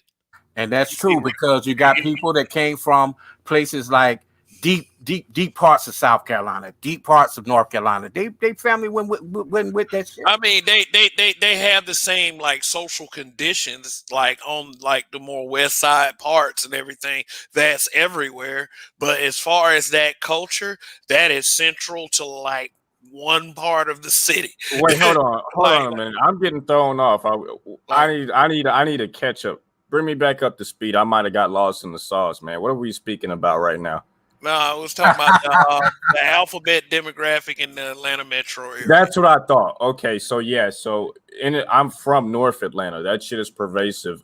In terms of how much it's spreading, it's pretty fucking wild. There are gay people everywhere. That's the best way to put it. Yeah, I'm not necessarily I will agree with that. But it don't come with the wrist broke no more, bro. We ain't got to worry about the ones who being themselves. You got to worry about that motherfucker that's sitting next to you at that ball game. Yeah, they on some down low shit. Hey, no, wait a minute, dog. You didn't have Pecker Woods trying to be cheerleaders in fucking what's that shit called? San Francisco. Look, that shit was ground zero for all that shit in the motherfucking United States. Oh yeah, I mean that's out here right now. Yeah, but then you see how Atlanta's doing with that shit. Listen to the cat, dog. That shit is off the fucking charts. They have no fucking boundaries with nothing. They're mixing, poisoning the pussy population because all this shit is being accepted across the board. The children is being raised in all this unbalanced shit. So my thing is, if you don't think feminine motherfuckers, because that shit been out there, man, for a long time, bro. That shit ain't exploded nowhere else like that except there, cuz. So now it ain't about them now. It ain't about them. It's about get off of it and get on to the chemical. We talking about the science, dog. For some reason, you trying to protect the culture and shit, and the culture ain't even about the culture. Because I know it ain't about the culture. I know Whoa, let's get something straight. Let's get something straight. I'm talking about the science, dog, and an aspect of what PK Angel was talking about. No, you didn't want to hear what we talking about. That's why you cut in, and I get it. It's okay. I might have thrown a monkey wrench in some shit. Hold on, let me try to take this back and tone things down. We are cool here. Absolutely. All right, listen. All I was speaking to was about the estrogen levels that have been obviously implanted in the foods across America. This isn't something that's just limited to Atlanta. This is actually nationwide. In terms of the gay demographic in Atlanta, that's a thing, but that's a secular issue. Let's try to stick to. I'm actually going to try to bring back what I said to make it more poignant. I'm trying only to speak to the feminization of men in America, not necessarily them becoming gay or anything more other implications. We can talk about that. We're talking about the United States putting forth invitations to alter genetics. That's what I'm talking about. Okay, that's what I'm into. That's what I get that part. I do. When he swung it back around to San Francisco, I'm like, I ain't got shit to do with San Francisco. No. So the reason why I brought it up was you don't think that they're doing such there in an aspect of altered genetics. What you saying that you're encountering cats who got female frames and shit? Hey, that's all over, bro. I got clients from everywhere. It's not just out here. You see it out here, but they gonna show that shit. They don't care. And let me tell you something. Let me tell you something. Let me tell you something. Vegas, everywhere. I'm talking about. We're talking about the genetics, though. I'm not talking about the culture. Hey, let me tell you something. The genetics. Yeah, you see that. The culture is the truth is we're no longer like we used to be in the 40s, in the 50s, where we looked like Superman. You know what I'm saying? It's not. It's more than just overweight, because you got dudes out there that got straight up flat stomachs and they got that kind of body, like I was telling you. You know, it don't look right if you don't wear your clothes right. You said you got grown ass men that don't even know what size pants they wear due to being ashamed of it. Yeah, that could also be due to the dumbing down and the indoctrination of apathy as well. Niggas just don't care. They just go with the first thing and they're too lazy to take care of themselves. And then you go to the stores, if you know that they making pants now to where they're only fitting Italian and Asian men, and they no longer have them to where they're the American culture. Western culture is if you know that they're size 40, buy a goddamn 42. So when they wash, they won't shrink and your shit won't be booty tight. Oh, okay. All right. What I was gonna say. Pause. What I was gonna say was Western culture is being geared in every kind of way to eliminate the hetero black male from any kind of contingency. We can be here as a labor force, either for cheap labor or, involuntary labor, like, the pipeline to the prison population, or, It's worse than that, actually. I yeah, could get into major details about it, but depending on how deep I go, you would have to put this video on private. It's not a good time. yeah, I understand that. I understand exactly where that conversation will go, and I will be with a conversation like that too. Believe me. But I yeah, can tell you about those stories too, correction officer. So I've seen a lot of shit. Rick Ross. But I don't know about no Rick Ross now. We're gonna talk about Rick Ross. okay, all right, man. He was correction officer. That was the only. Anyway, yeah, the PK. You say you're from North? You're from North Atlanta? Yeah. I spent a lot of time in North Atlanta. I spent half my life up in the Northeast of America and spent the other half in North Atlanta. Yep. Okay. So what part of North Atlanta? Like where? Because North Atlanta start from Lenox, or around above the Lenox area. I can't really speak in too much detail on the internet. That's kind of yeah. Kind of narrow it down because we did talk about doxing at one point in this broadcast. Because I'll tell you this. Because everybody, okay, look, hey man, now what I was going to say is like when you piss other people off on other platforms, they kind of try to hawk you down and get your information. Like some people work, some people work jobs that would be fragile if people knew who they really were. Correct. So I don't. There are some things that I'll speak to, but I don't go into too much detail about my personal. There are some things I can divulge, and other things I tend to stay very private on. I feel it, but I lived in Swanee. Swanee, Johns Creek. Yep, I know that's that. Yep, Johnson Creek in that area. Yep. Yeah. So you sound like you from up that way. I'm not from up that way. I know what you're talking about, though. Yeah. Yeah. Hey, let me tell y'all this something. I used to work at Gladys Knight and Ron's Wine and Chicken and Waffles in 2003. In Stonecrest. Y'all know where that is. I know y'all know Stonecrest. Yeah, the black part of town, the middle class. Yeah, Latonia. I used to stay in that area back in 03. Nice. The reason why I mentioned that is because someone doxed me and traced my one of my old workplaces to there. It's now called a pizza bar. It's just called simply Pizza Bar. Because, the whole thing with Gladys Knight's son, Shanga Hankerson, and, the IRS audited him, found out he was just not paying his taxes, doing whatever he wanted to with the money. Then he threw his mother under the bus and all that stuff. They seized the restaurant, all that stuff. So, but the information was used against me. Like, it was like, oh, he works at a bar. He works at a bar in Latonia. He's a loser. Like, was you a cook there or what? Was you a cook or I was a kitchen manager there. I was a kitchen manager. That's what's up. And I mean, like, and it's like kitchen manager just honestly, in a lot of situations, I'm going to be brutally honest because this is the theme of this YouTube channel. The kitchen manager is nothing but a high paid cook. That's all it was.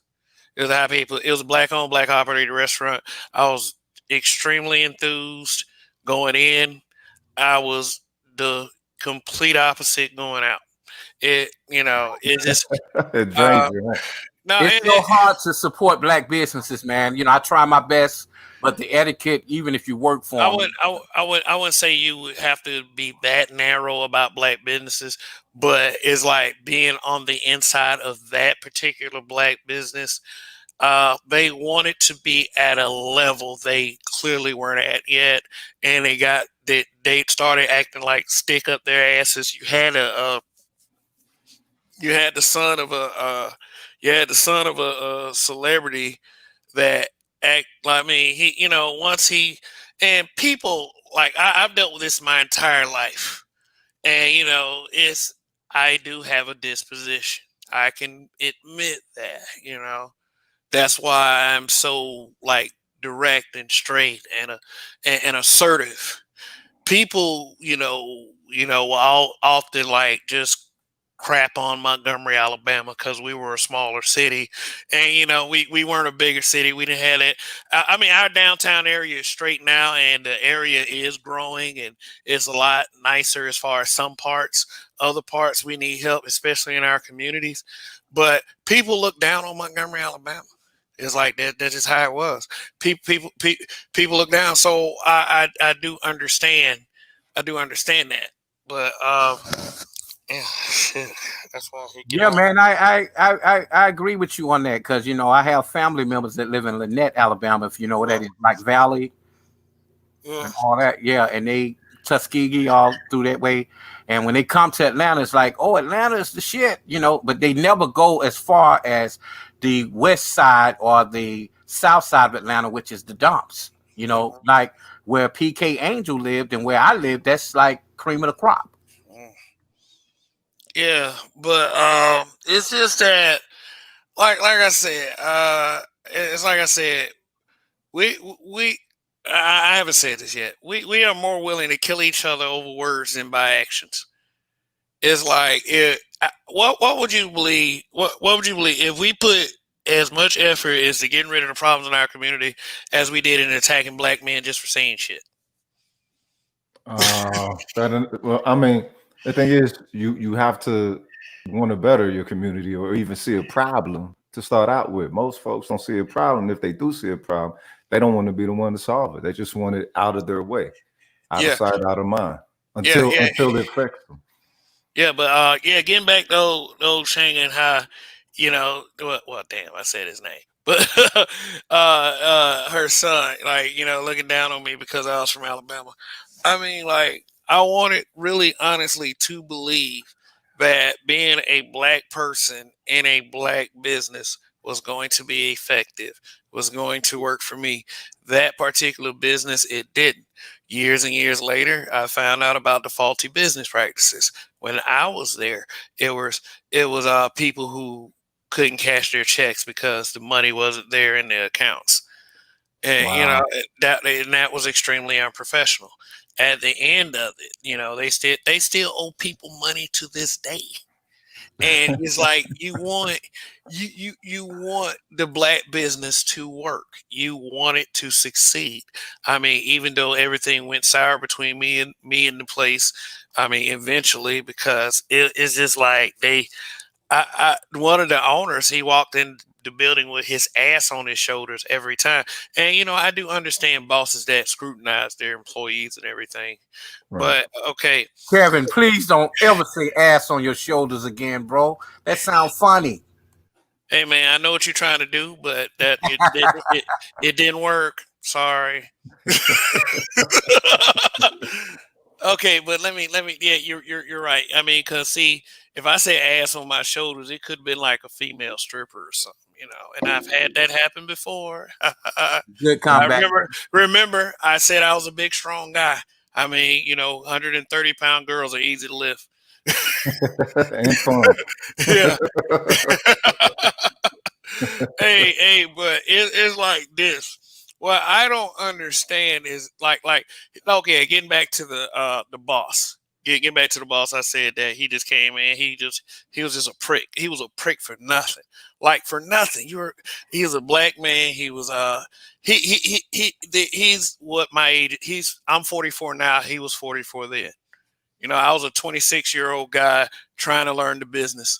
I had my nose wide open, wanted to learn stuff. Hey, teach me how to be this way. Teach me how to be that way. I'm the small town guy. I'm finally in the big city. I'm trying to do everything. Of course, trying to improve myself. I want to grow with this business. I told them that I want to grow with this business. It was only their second store. And I felt like there was potential in that. And I believed in it because it was black. Right. And it went sour because them Negroes really wanted, they are so focused on being better than other blacks. Yeah. The ones that they could. They treated people like shit.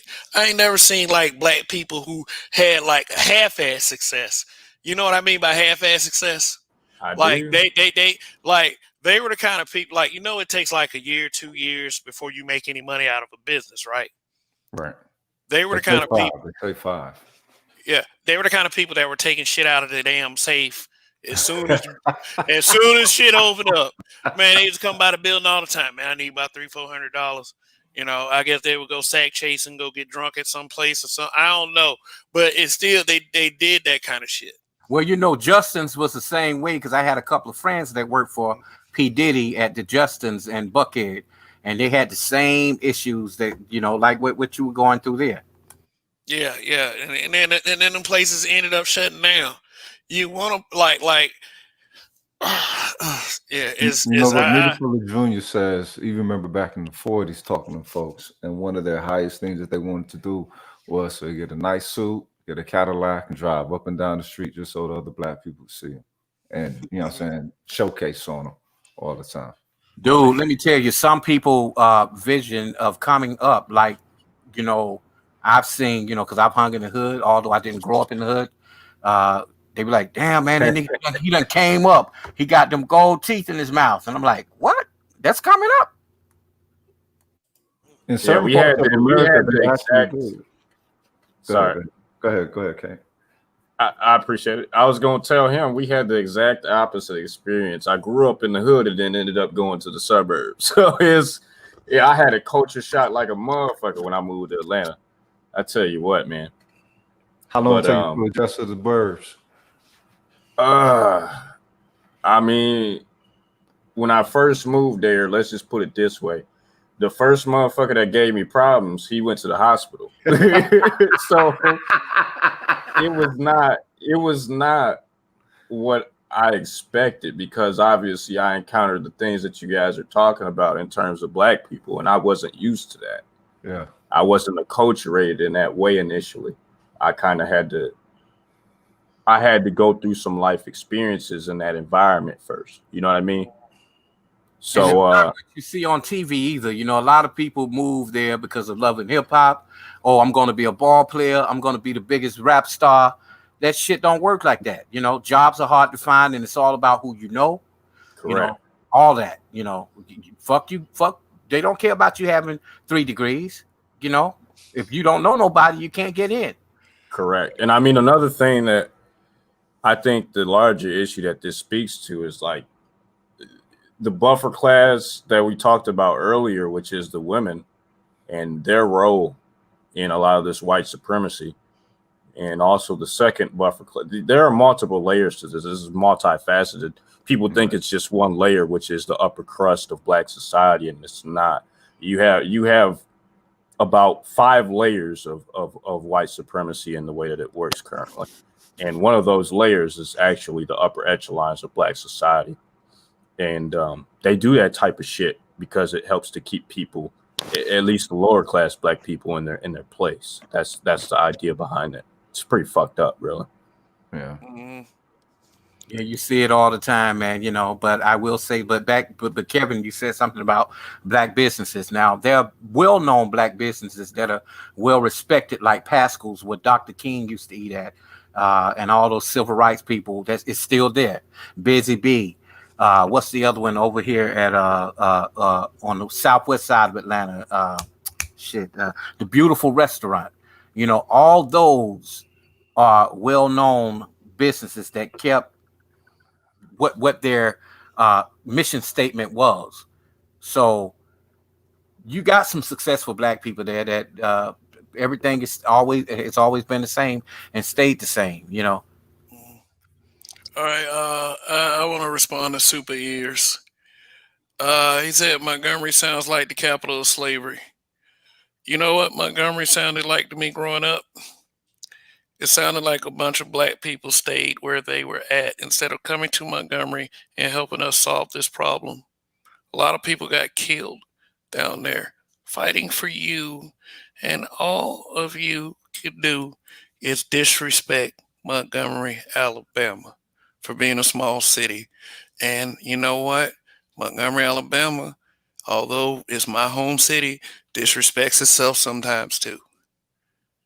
Like they did a number on us because of the efforts of the civil rights movement. You know, it's pretty sad. Really, it was pretty sad that we had to deal with all of that, and people whose grandparents and parents got to sit in their corner of the city, their corner of the country or whatever, watching it on TV, sat on their asses while we were getting beaten, lynched, sprayed down with water hoses, attacked with fucking dogs, just so we can get a couple fucking laws changed and vote Democrat in 2020. I gotta speak to that when you get through. Okay, yeah, fine. I mean, cool, but it's that's like the capital of slavery. I mean, shit. South Carolina was the first state to succeed the Union. I'm not trying to offend anybody from South Carolina, but you know, it's just facts. Hey, Mississippi. I mean, I think that there was. I mean, Alabama was pretty bad. Man, fuck this whole country, cause I ain't claiming none of this shit. Oh, let's say, I know where I'm from, but as far as I said, claiming it, but shit. still though, you still had the existence of a people of struggle, and I mean, it just, to me, I can't disrespect that struggle. You know, it was very horrifying for a lot. You know, it's like I consider a lot of us lucky to have not ever experienced that time. And then, okay, but go ahead and speak to it, PK. Go ahead. Well, I didn't really want to so much to speak to him per se as much as to you. Go ahead. When it comes to places like Montgomery, Alabama, and other historically black towns that did a lot for the civil rights movement and also the abolition of slavery, things of that nature. The way that we envision these places, and even you to a certain extent, you envision them in a distorted context. I agree with your initial reaction 100%. I do. And I share that sentiment. However, I would ask you this. Yo. When a terrorist goes and blows up a building, do you think that when he gets the sweaty palms and he goes inside that building and he's like, you know what, I'm gonna press this fucking button, what do you think makes him, what do you think drives him to do that, outside of the poverty and, you know, starvation, outside of that?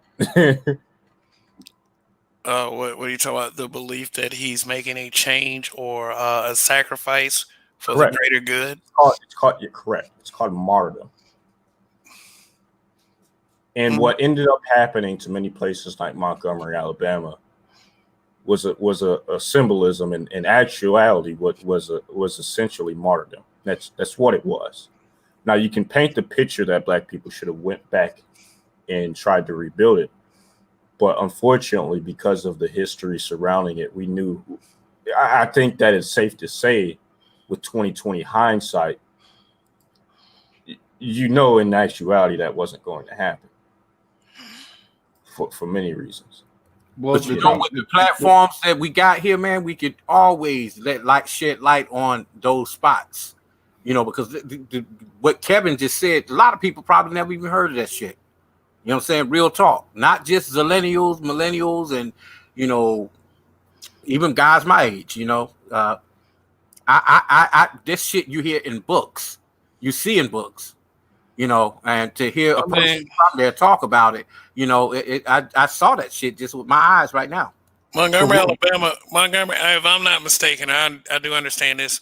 Montgomery, Alabama was supposed to be like the capital of the Confederate States of America. Correct. Yeah. So, you know, I do acknowledge that, but it is. I mean, but go ahead, PK.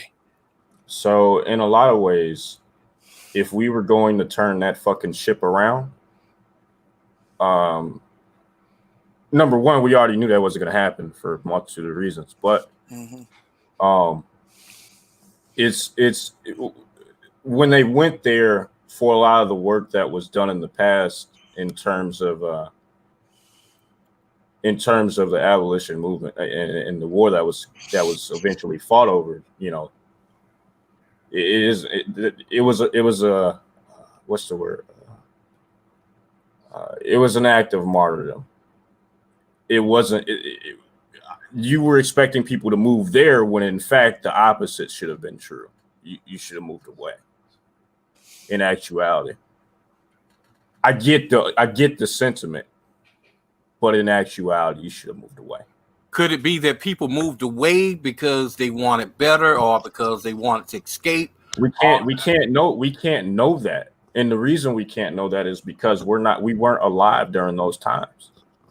But that's why you got majority of those black people up in certain areas, and the North Midwest, which is really, really cold and uncomfortable. Most of them come from the South because they was fleeing the South. Correct.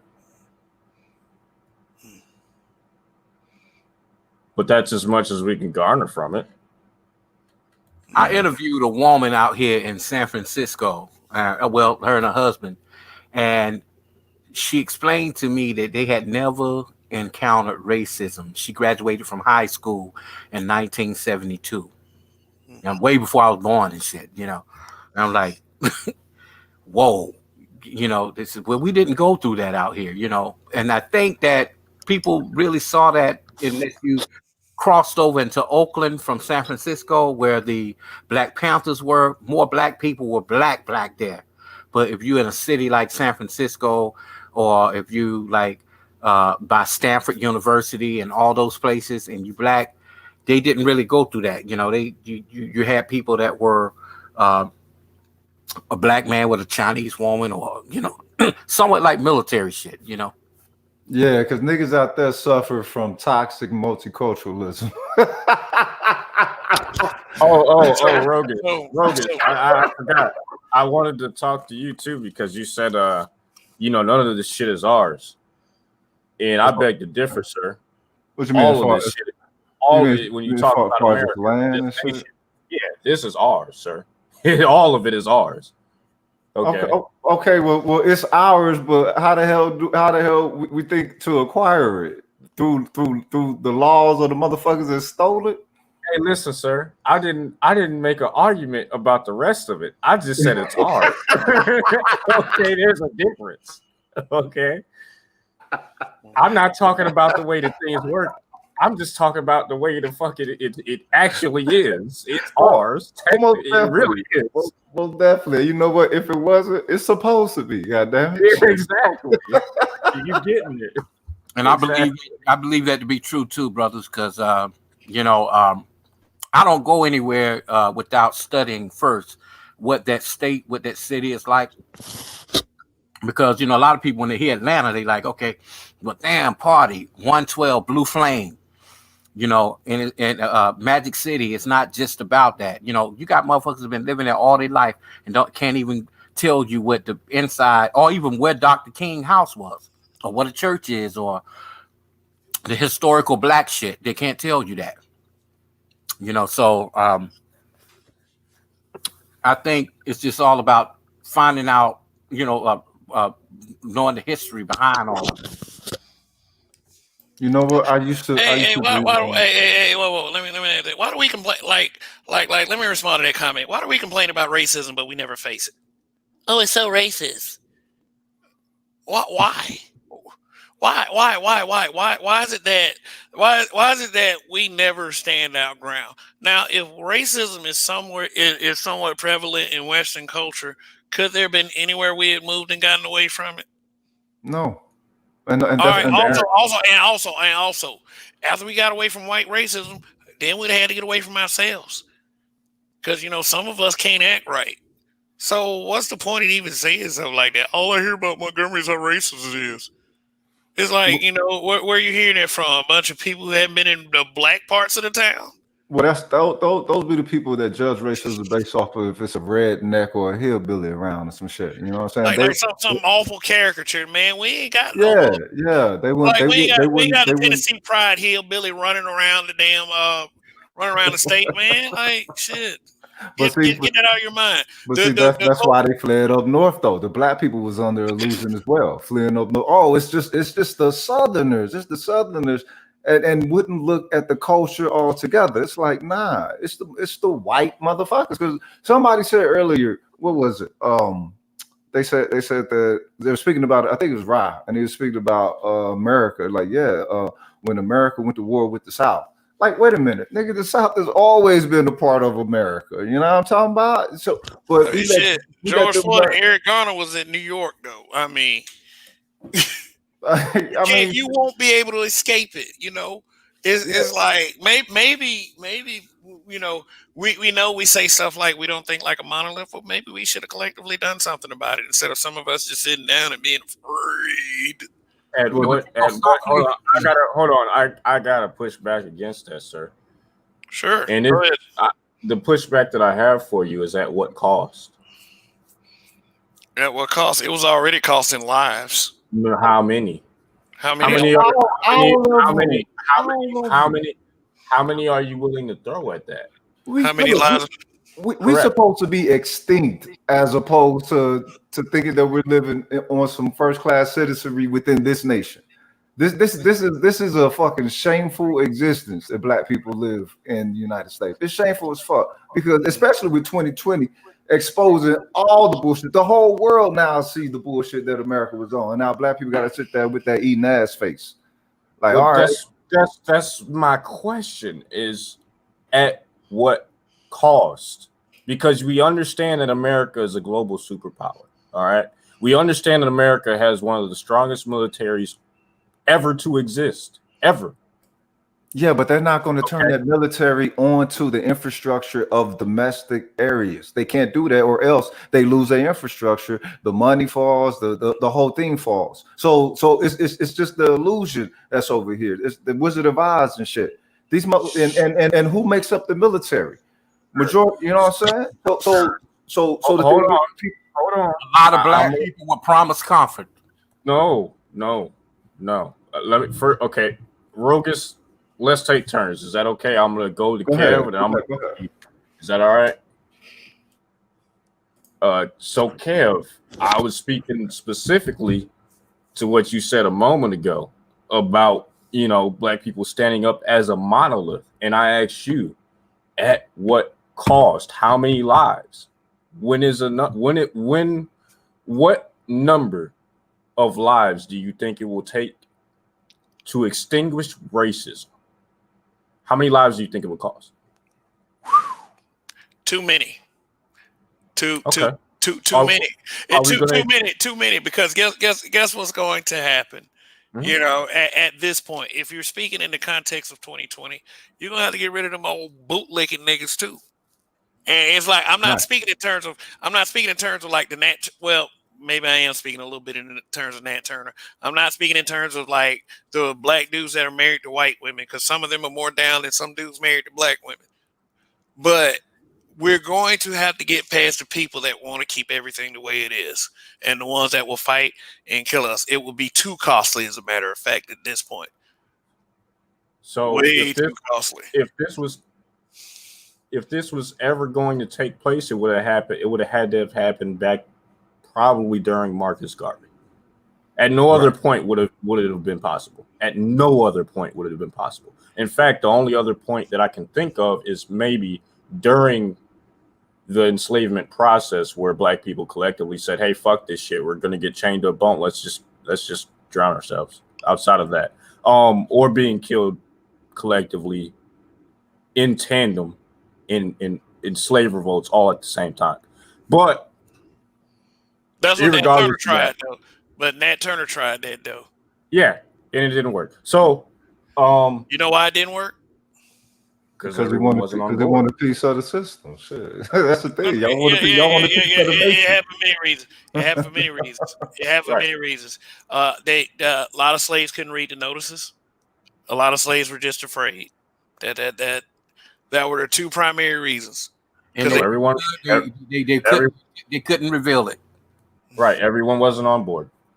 Mm-hmm. And you'll never be able to get everyone on board. Even if you could, you're not at this point, because of how deep in this shit goes and how baked into the cake that this is in American society. This isn't a simple fix anymore. No, it's we're not talking about right. we're not talking if America wanted to wage war against Black society, it'd be over in a matter of days. If they wanted to systematically kill us all, that's how simple it would be. Mm-hmm. But in terms of trying to launch some sort of collective movement against them to stop them from being racist, it is literally an impossibility, because you have to gauge the effectiveness and also gauge the amount of lives that you're willing to sacrifice for that to happen. And not only that, you're not even talking about Black lives at that point, because you're talking about literally the fall of this nation entirely. And that's what it would take. It would take the fall of the nation, because it's not just about white supremacy anymore. In an aspect of white folks being associated with white supremacy. White supremacy is the system itself. And in an aspect of however it's going to condemn us for being able to enrich our communities en masse, then everyone that's aligned with that shit, that's why I say the 5A tribes, Africans, Americans, Arabs, Anglos, and Asians. All them motherfuckers got problems with niggas being fucking enriched. Dude, that is so true. You're right. I really do agree with that, because they can care less about where we're trying to go. Shit, the less of us here, they feel that they're better. Yeah, and one other thing that you have to get around is the entrenched technology. Right. The technology nowadays has algorithms that make anything very traceable. They've already put out the term Black identity extremist. So there's no effective way. There's no effective way. It's not about fighting like that no more, though. Right. It couldn't. There's no traditional way to attack this system. No traditional way. And the fact that I think it's already done and it's already cemented and locked in, because when it comes to the mentality, that's the only thing that you can engage in an aspect of the one thing you have to depend on that might actually give us a slight edge is their infighting. That's they have to kill themselves from within, because if they're on code, I'm gonna tell you here's the secret. Go ahead. And I'm sorry to cut you off. That's no problem. You're saying something useful. Cool. I appreciate. No digs on anybody. No digs on anyone. No digs on anyone. Don't take it as such, because I know how delayed thinking works. Hey, wait a minute. Don't do that, please. Go ahead. Yeah. I mean, this problem is solving itself. It's only a matter of time. All is not lost. People are up in arms and want to be up in arms about this in some sort of physical manner in mass. It's a literal impossibility unless you're okay with literally all of us dying tomorrow.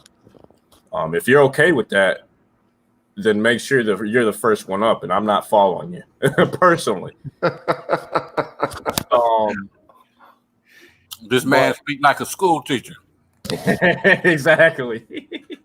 So in large part, man, if that's the idea, the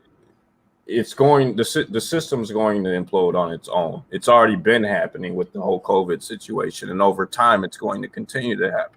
This civilization is slowly coming to an end as we know it anyway. What trips me out, man, is that this is the last era, though. If you look at what they say the stages of society is, and you look at what stage this society in, they say is first is pioneering, then it's discovery, then it's agriculture, business, affluence. Well, but affluence of business, information, and then decadence. And what age period would you say that America is in right now, the United States? Immense decline. It's got to be that, but decadence before, before all this shit hit the fan, it was definitely in decadence. So that means that it's on its way out. You can see certain morale, certain integrities of social conditioning, or fundamental social conditions actually losing their hold on the people. People getting a whole lot more loose in everything. So this society can't hold itself up, which I think is the reason to why, once the currency goes the route that it does, and the economics really start to falter, they're going to need to have control over the public in a different perspective, because the money ain't going to be worth nothing, but they're going to still want that citizenry. What's the word I'm looking for? I can't think of it. That citizen equity. Yeah, that's what they're going to want. They're going to want to start spending that citizen equity. Human capital. Yes, human capital. Hey, I have two extreme solutions for this, but the thing No, is, I'm not willing to die today, sir. no. Not. It's not going to involve you dying today, but you will die before you see it finished. No, sir. I'm too young. Number one, we have to start with our children. We have to start them, and then they have to train their kids, and they have to train their kids. We have to do what they did to us. We have to take decades to build it back. It's not really any other way at this point, unless you can somehow I don't know, broadcast some hypnotic message over TV screens and make sure all of our people are watching it. You're not going to get everyone on pace, so we can start something now, and maybe it'll come together in about 100 years. Or number two, and most black men aren't going to. A lot of black men aren't going to want to do this. We can start, screwing all the white women. You know, the Honorable Louis Farrakhan spoke on this many moons ago, and like you said, man, it's going to take a whole lot to get it that way. Yeah. In a vacuum, both of those plans sound viable. I'm about to say, but unfortunately, we're not in a vacuum, and there are other forces that are moving against what you're talking about. Yeah, I understand that. Y'all think it's 100? You actually think we actually got 100 years? Another century? No, we don't. No, we don't. I mean, what do you think about the fact that they came up with the vaccine for what COVID, and they can't come up with anything else for other shit? I saw a white woman pass out on a video already. Yeah, I saw it. I also seen them do fake syringes with the syringe plunger already down. I've also seen that. I'm gonna avoid it at all costs. Of course. My thing is wait and see. Spend a year. This is what I'm going to do personally in my life and for my loved ones. I do not recommend medical advice to anyone else. I am not a doctor. Okay.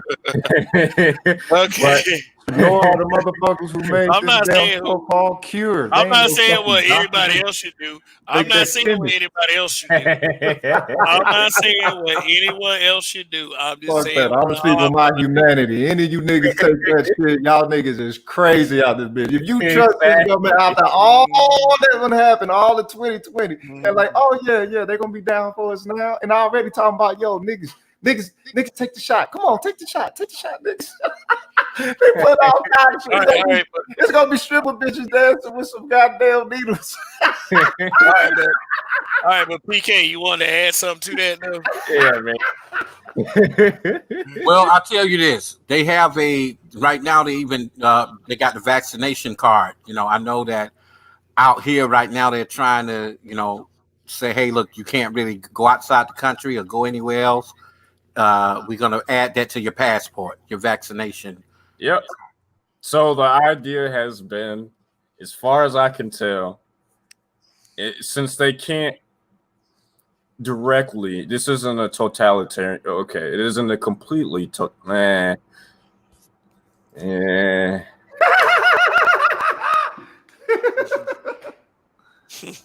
I'm fighting it. All right. Just because of my own political disposition. I'm biased. This country can't put a gun to your head and make you take the vaccine. Can't do it. They don't have the history of doing something like that. But what they're aiming to do is to limit your ability to move in life, through work, through school, through going to businesses, through travel. Controlled movement. Right. So that's the aim that they probably are going to take to force people to get the vaccine. Shit. We'll see. Be an outlaw. Fuck that, dog. Call me, come on, Brother, you're gonna be driving. You're gonna be driving everywhere. And they guess what? They really targeted strictly towards the black community because they keep saying, They say less than 25% of the black community trust the vaccine. Less than 25%. Let me tell y'all something. That's a big number to me. Anyone that gets sick with COVID and it really gets them, they are going to take that vaccine. I'm telling you, I'm just saying that if they get, I mean, some of us that like, and then I'm just chalking it down. I'm just chalking it up to mentality right now. If some of us get a COVID symptoms, we're going to run and take that vaccine. Who knows what we're going to do? I mean, personally, I've interacted with the public quite frequently since this whole thing is hit, and I feel just fine. I can't say anything for the next man, or I can't say anything for the family members of people who have died due to COVID. But all I know is this: I know that a lot of us run off fear. Like a lot of us are going to say, I'm not saying roguish, because I actually believe Rogish, is going to do everything he can to avoid taking this. But a lot of people will talk that shit. Look, I told myself in second grade I never take no shit like this, dog. I told myself when you looked at the earlier anime and they were showing you in the future that it's going to be like 5 or 6 major corporations running everything. People are going to be chipped and marked. And credit is going to be running everything, and then you see the element of control within the society that they take, and it looks like this society is taking that shit. I already chose my side, dog. I'm part of the rebels. You know what I'm saying? I'll be one of the motherfuckers that are outside the dome, and it is what it is. But I can't sacrifice my humanity to that degree to these motherfuckers. I mean, if that's the case, then that means they actually got the world in. That means they actually got your entire existence and your entire reality. Okay. All right. Well, we're about to switch up a little bit. Like as far as the vaccine is concerned, I mean, we all have our opinion on it. We all have our opinion on COVID. But I want to talk about one more thing, and then I'm gonna shut it down because I do see comments. I do see little things said here and there. And one thing I've been seeing from various manosphere frequenters, and these are not necessarily content creators, but I say people that are in chats, people that are on panels. They've been saying this little dig, this little joke, let her talk. I mean, I think that comes from the fact that when females come on the panels, that they're often overtalked. I just want to take time to say something about that. Or if you are the guy that says let her talk, then you get bombarded with the word simp. I don't let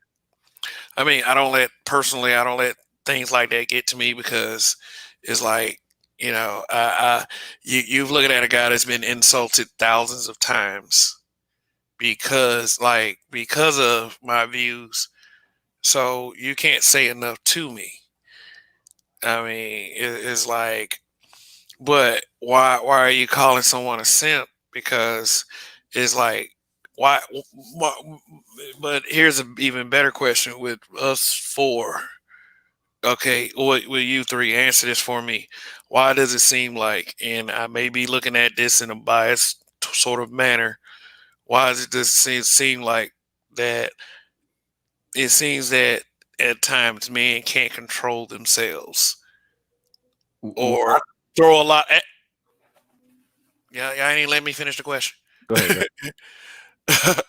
All right. Why does it seem like we can't?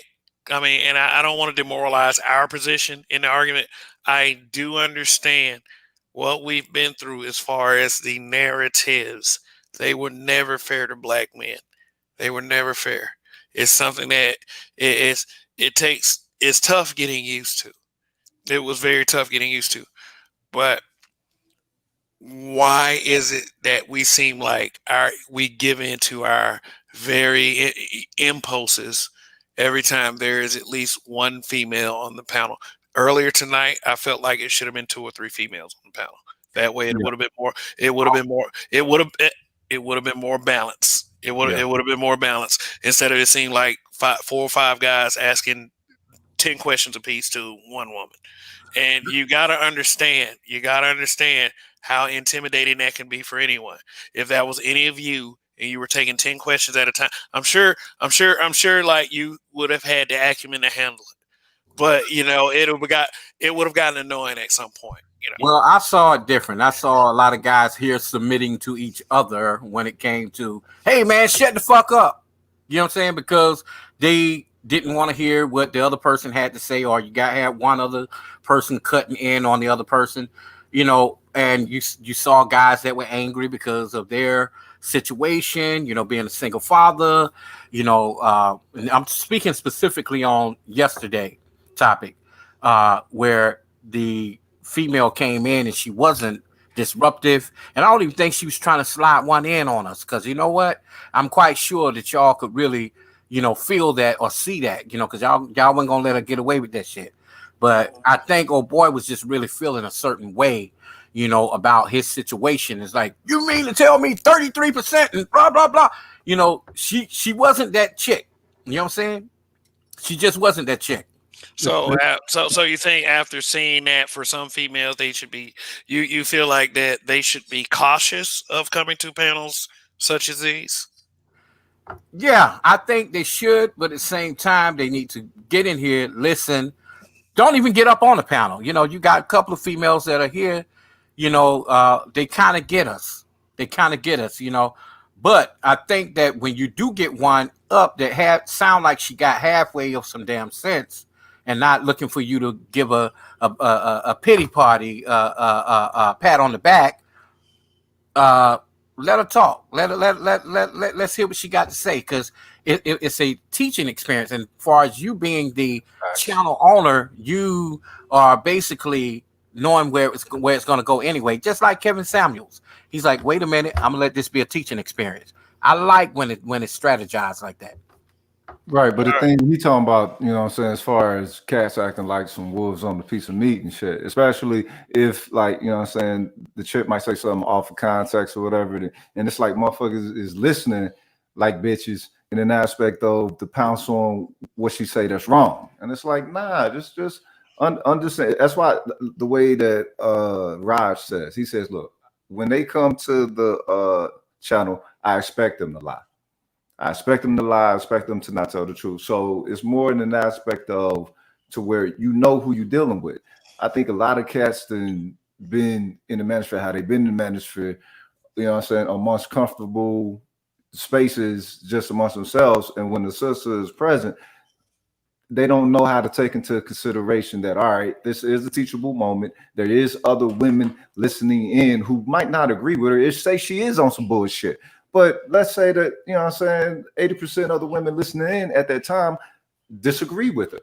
So those that give in too, the same shit that most men, man, that I have really, check out here, how they move, female come up, they ain't really talking all that shit against her like that. They in her fucking DMs trying to holler at her, real talk. Because I've seen it right here. No, but that's that lonely ass dude on the other side of the screen that probably can't get no woman. So no, but the whole thing is getting sister to come to the space to be comfortable enough to share, so that there is an overall expansion in everybody's understanding. Now, let me say this real quick. Trust me, I don't need anyone need that way to come to the space. So I don't want anybody to misconstrue the context of what I'm saying. I don't need females to come here. But if you're going to be a place that make females the subject, I feel like they should get at least to explain their case. Definitely. Because as men, I feel like, and I don't speak for all men, and I'm not the spokesperson for all men. I feel like that we should exercise rationality and just simply debunk them for the world to see. So the world can see it, so the world can determine it for themselves. See, this is what she's doing. This is what I did. To sit up there and just be like, that I kind does of fall back not. and forth on this You topic. know, I agree with Sir Anthony in the chat. You know what he says. Look down there and see what he said. Okay, Sir Anthony Rogich is right. Once again, dudes on panels premature ejaculate as soon as a woman enters the scene. And I'm going to read this super chat from the Haitian. He says, when black men go on black women panel, black women don't play. If you say something they don't like, they shut it down. Black men don't get extended the same courtesy. She tried to slide in one on the low. Why mention the 33%? I mean, okay. All right. I mean, I do get it, I mean, but you can always use tact to call their bluff on the bullshit. Because look, I mean, everybody be in a relationship, and what's the number one thing that you do with your woman that is shut her the fuck up instead of arguing with her? Ask her questions that she knows she can't answer, and make her show herself as not being as knowledge on the shit that she's talking about, and she'll shut herself the fuck up, or she will adjust. If I don't, say it like that, she'll adjust. I feel like that one sister that was on here. She expressed that, she learned something in an aspect, it expanded her thinking on things. So that's what you want to happen. That's what you want to occur. But it's like they try to beat the rightness in the bitch head. You know what I'm saying? Let me ask you a question. Let me ask all y'all a question. All right, hold on. I never got to address the first one. Okay, I'm sorry. Go ahead. Go ahead, PK. The thing I kind of I flip flop on this. I understand the sentiment on one hand because to a certain extent, obviously this new version or new iteration of the manosphere is much different from when I initially joined. In the older panels, we had a much more earlier tradition of what we used to call, or in a sense, extending rope to people that wanted to hang themselves. Do you understand? Facts. So when a person subjects themselves to bad information, generally, we would come at them with the facts and let them hang themselves, and then eventually kick them off the panel because they didn't know what the fuck they were talking about. And when a woman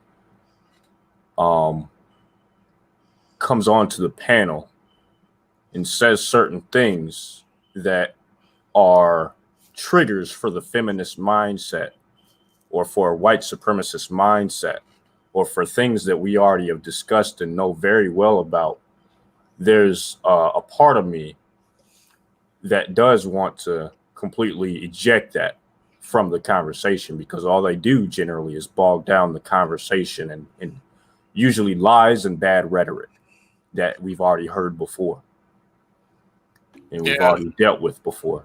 So in a lot of cases, it's, for me, I understand the sentiment, but I also understand why the women are coming to these spaces in the first place. And instead of joining these panels, I feel as though it would do them a lot more help to sit in the back chat and to listen and to learn, instead of joining a space where they know if they say things that are incorrect or out of line, they're going to get checked.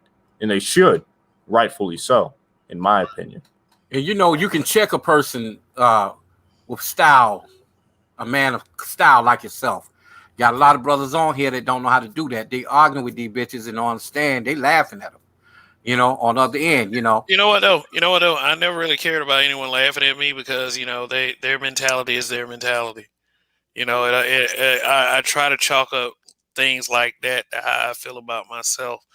But what No, Kevin, you're not like that, bro. You speak with intellect, but you do have a few brothers on here that don't know what the fuck they be talking about, and they don't know how to deal with the process.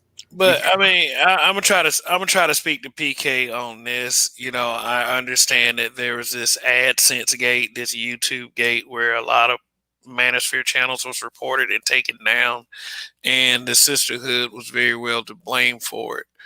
But like you want them to sit in the back chat to listen and to learn. But we've said so many things that are so derailing about them. Do you think by doing it that way that we are going, what is the end? Are we trying to change their minds and maybe they'll consider the changing and going to find a black man to submit to? Or are we just going to be at odds with them forever? Because initially the goal of this space wasn't necessarily for women to learn. That's more of a secondary effect. Yeah.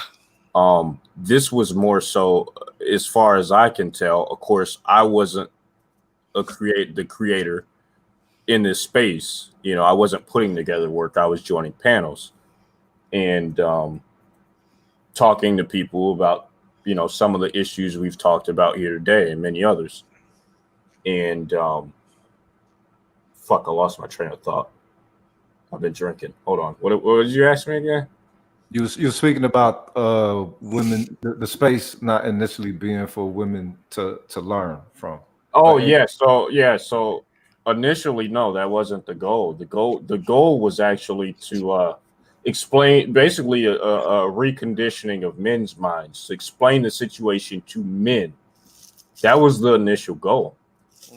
And I feel that they kind of changed the dynamic a few days ago, a little bit, when they did let the women come in, and they are to say who come on and who don't come on. But I feel that, if they have, if they let them up, I think they kind of know what they're doing. So it's more so let the ones that come up, the ones that's going to come in long as they know they motherfucking place. And that's just it.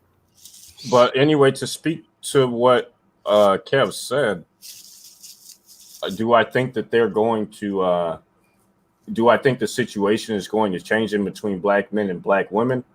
No, not necessarily due to this space. That really has nothing to do with it, but there's a much bigger issue at place. But in terms of talking on these platforms about these issues, and you feel as though this is a better route to take, I'm nobody to tell you what to do with your channel or anyone else's. That isn't my place as an audience member, in my opinion. I have my own feelings on it, and I will continue to support people. But at the same time, I do understand a bit of the pushback and vitriol from these people that you talk about. I get it. Yeah. I guess it was recently said that we were newer to this space, so and also that we're from Facebook. like so we don't know what happened back in those days. We don't understand how to handle it. It's like, and I don't think that we came here to change any dynamics. It's just that to me, what have always made sense was to have some type of resolution. I mean, is just I can't use what I have just to. I mean, I'm gonna pose a question to you. Go ahead. And have you ever been in the Army? No, I've never been in the military. Okay, have you been in the police? Maybe? Police? No, I've never been a police officer. Okay, all right. I've been you've heard analogies, I'm sure, in passing. Yes. I'm sure you've heard the analogy that the only good terrorist is a dead terrorist, right? Mm-hmm. And you've also probably heard the analogy that you don't negotiate with terrorists. No. No, you haven't heard that one? Yeah, I've heard that one. Oh, okay. So you think I'm trying to negotiate with terrorists? In a sense. Okay. Not you. Let me try to correct that. Sorry, I spoke out of line. Not you. But to a certain extent, yeah, that's essentially what's going on. You're bargaining for Black women to surrender, and in a sense, by trying to get them to come back to the table with a better deal and with a better attitude and with a resolution to this. When essentially the landscape, as we've talked about in the Black manosphere for quite some time now, will not allow that to happen. There is no amount of reasoning that you can do with most of these women that will get you to a happy ending. There just isn't. I know that you think, not you. Let me correct that. I apologize. I know that a lot of people may think that, but there is no happy ending to this story. There just isn't. But do you let them know that? You know what I'm saying? It's like you the smart guys. Let them come up in here and get ate up like a motherfucking lamb in a room full of lions. You know, that's what you got to do. Well, you can have I think that it, like I said, or I was trying to allude to a moment ago, I can't tell a person what to do on the panel, right? So if you want to have conversations, what I'm saying, with that's what Kevin has done. They've changed it a little bit, which is cool. I love that because then you probably get some women in here that are halfway fucking decent. We know we're not bargaining, but you know, where you can have a conversation where they're not sliding it in. Oh, but what about if I know what they do when they come in. I know what they do. All right. So are we? What are we doing? What are we doing? Are we just having talks and discussions? I mean, that's fine. You can do that. I have no issue. I personally have no issue with that, and I don't think that most people have an issue with that. I think that the issue comes in where I think that people see the flaws in their logics and understand from dealing with the manosphere before, or from hearing some of these talking points. They understand, and it works like a trigger for them. Okay, so like the guy Sir Anthony said in the chat a while ago, I do have to do blocked, but in the chat from that I can see from this broadcast, he said that a lot of dudes bust their nut early. You know what I mean? They're fucking they're popping premature off. Premature ejaculation. Yeah, they're popping off, and I understand why. It isn't without reason. There was a lot of shit that happened in the manosphere. A lot of shit that happened. We fought. Not we. I wasn't a part of it in terms of being a content creator, but I was on the panels, and I talked to some of these people, some of these women, and the ammo that they're coming with is a lot of things that we dealt with before, and a lot of the talking points that the women will bring up on these panels are talking points that we've all thoroughly destroyed in the past. Right. Okay. You can go back, and I don't know if you guys have looked at any of the older broadcasts, but we've already talked about much of the things that we've even talked about here on this channel and on other channels. You know what I mean? A lot of this is old news. We're going over old points. You know, we're just bringing new people up to speed. And that's fine. You have to have these conversations. And like I said, I don't have any issue with bringing women up on a panel. You know, that's fine. You can do that, you know. Let me ask you this. You know what I feel that they're not going to address them. No. Okay. Hey, guys, try to be conscious of super chats when I put it on the screen. Yes. All right. Thank you, Ike, Ogiamin.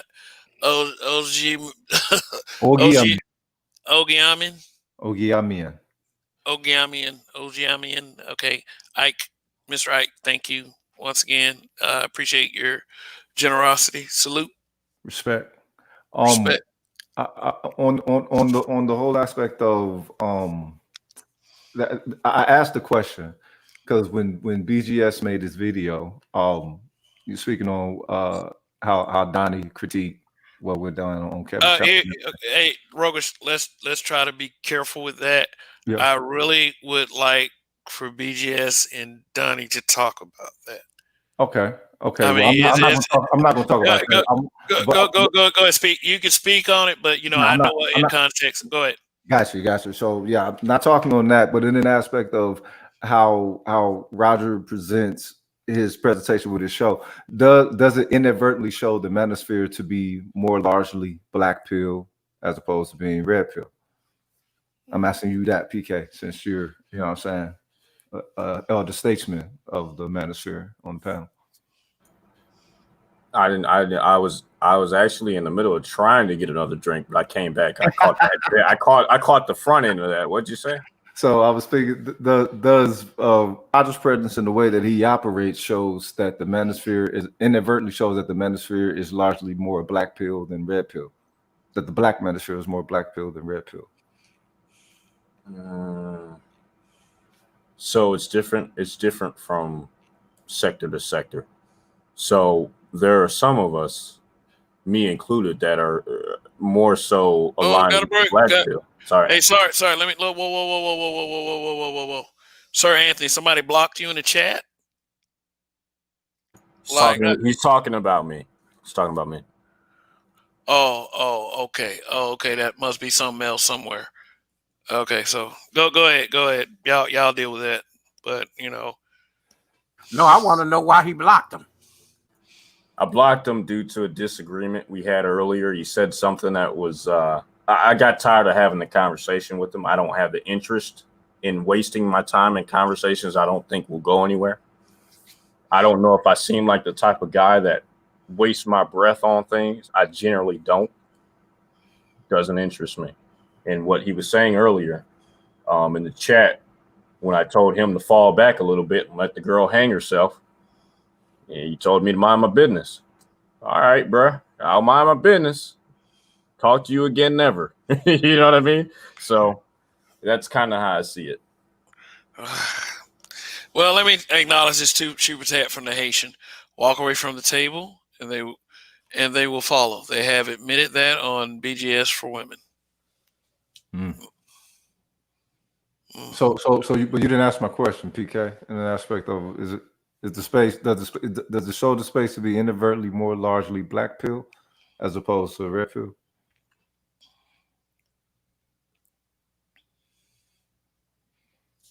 What happened? That was a very. I like what Matty Ghost had to say here. Yeah, Matty Ghost. Yeah, the guy. Me personally, I like how the women are brought on the show. Let them speak without attacking them. If they get out of pocket, kick them off the panel.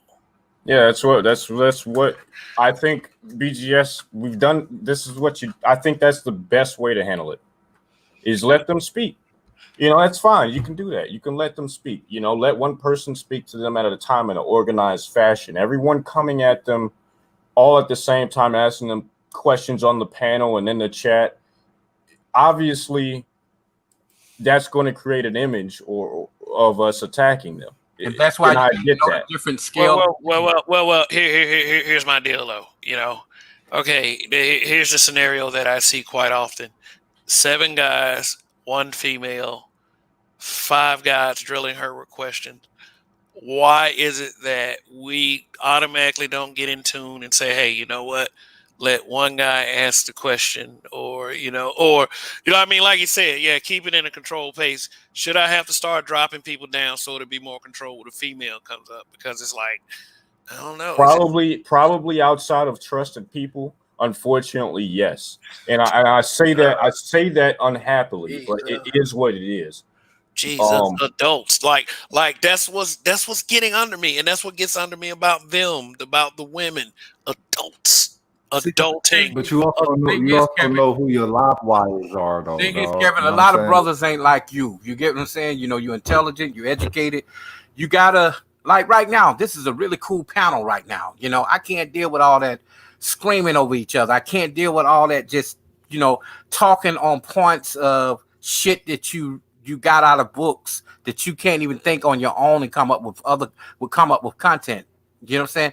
Outdated shit, and I just can't get with that, That's why I just sit back and listen, I mean, I want to be able to, like I said, as far as the Black Manosphere, I think it's something I do support, but I want to be able to experience like certain evolutions on this platform. It does not mean that I'm going to turn into, I want to be a Derrick Jackson one day. I'm going to start doing 10 push-ups a day and hopefully something happens at the age of 44. But I'm just saying it's like, let me tell you about Dave Chappelle. The main reason why Dave Chappelle quit is because he knew that he couldn't do the same shtick every season, and he tried to tell the network that, and it was like "fuck you," and he was like "fuck you back," because that's no Right. good for the audience. As your audience, you got people that don't. My thing is though, you got people that's in the that's in the audience that has no familiarity with the manosphere. Like especially when you do like viral hit topics like Kevin Samuels, Right. you have people that have no idea about it's like feeding a baby solids, for the first time ever. If Right. you've experienced that, I mean, it's like they're new to the manosphere. They're fresh to the manosphere. It's like they don't know. They have no idea of the history. So Well, you heard yeah, what Green Gorilla said. He said if the manosphere is going to become mainstream, then there needs to be what do you say? Not a specific type of representative. I think maybe press or something like that. But if the black manosphere is expanding to such a degree, then what I'm saying that we already did that. You're speaking to something we already did. Did it to what extent though? I'm Who's not out? speaking. Who's I'm not out? saying. Who's out? I'm not in Who's charge out? of the direction of the manosphere. That's what Who's I'm saying. out? Who's Go ahead. out front? Who's out front? Kevin Who's out Samuels. front?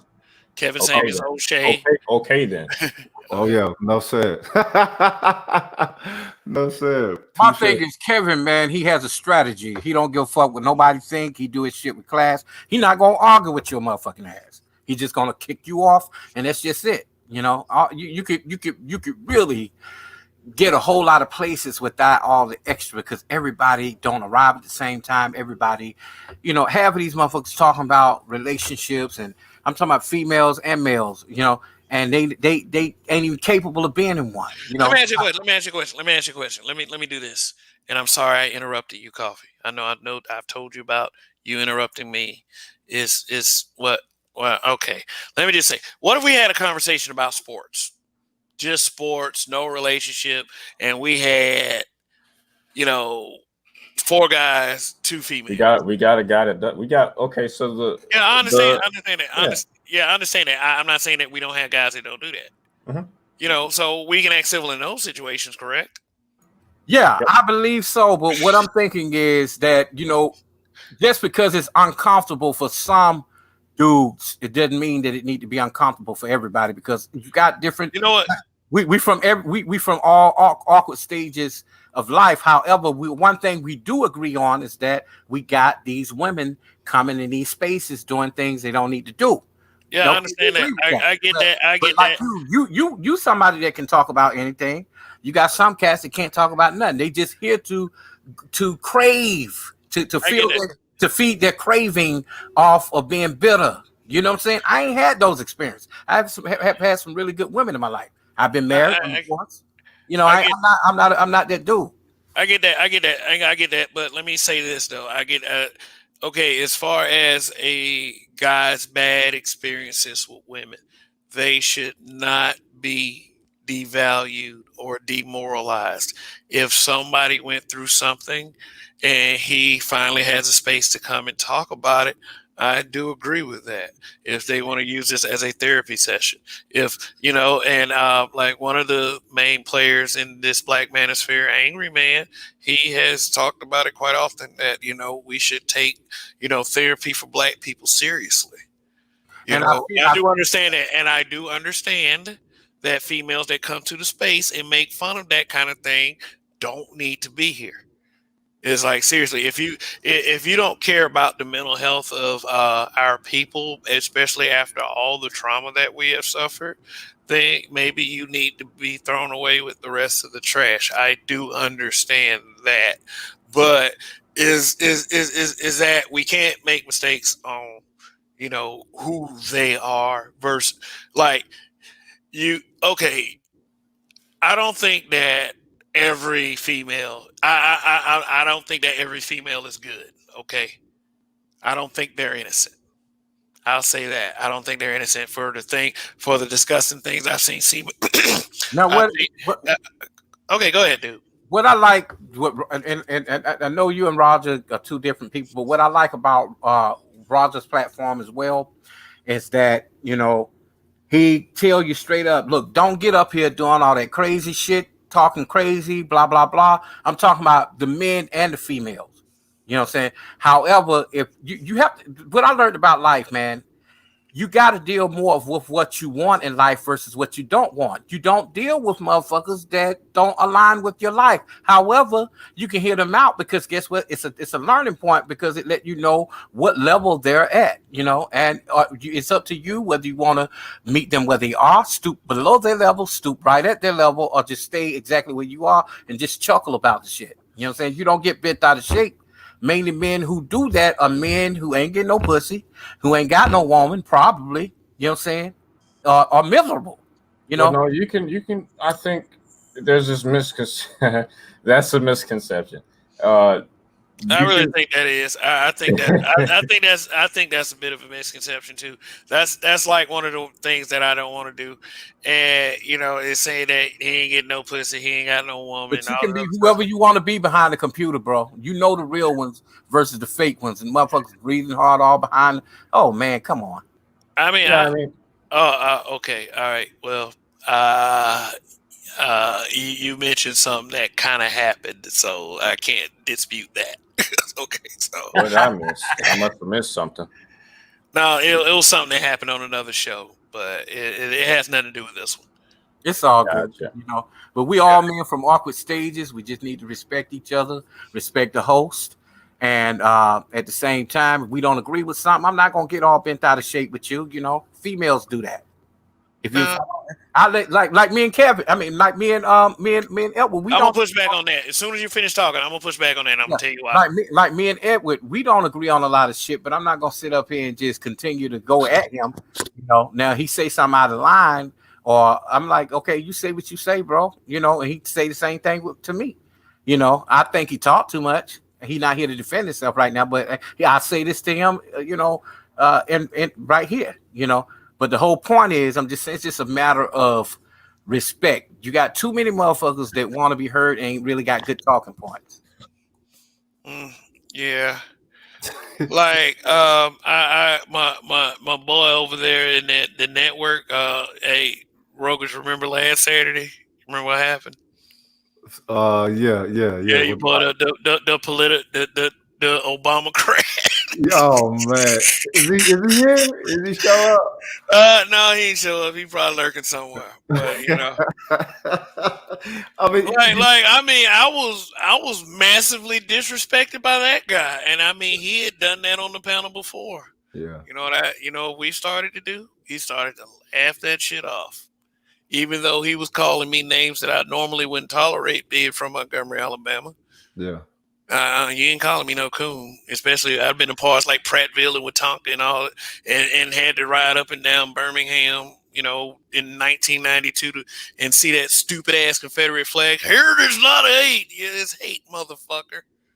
You know, I'm seeing. Are you speaking of the dude that came in and cut in the other night, you know, and said some crazy shit that was just screaming on the mic? I mean, no, I was actually just speaking. Actually. Oh, okay.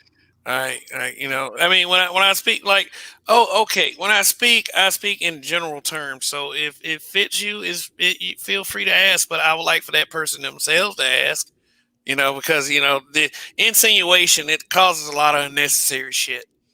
But you know, a lot of people, man, they want a good show. They want a show to go smooth.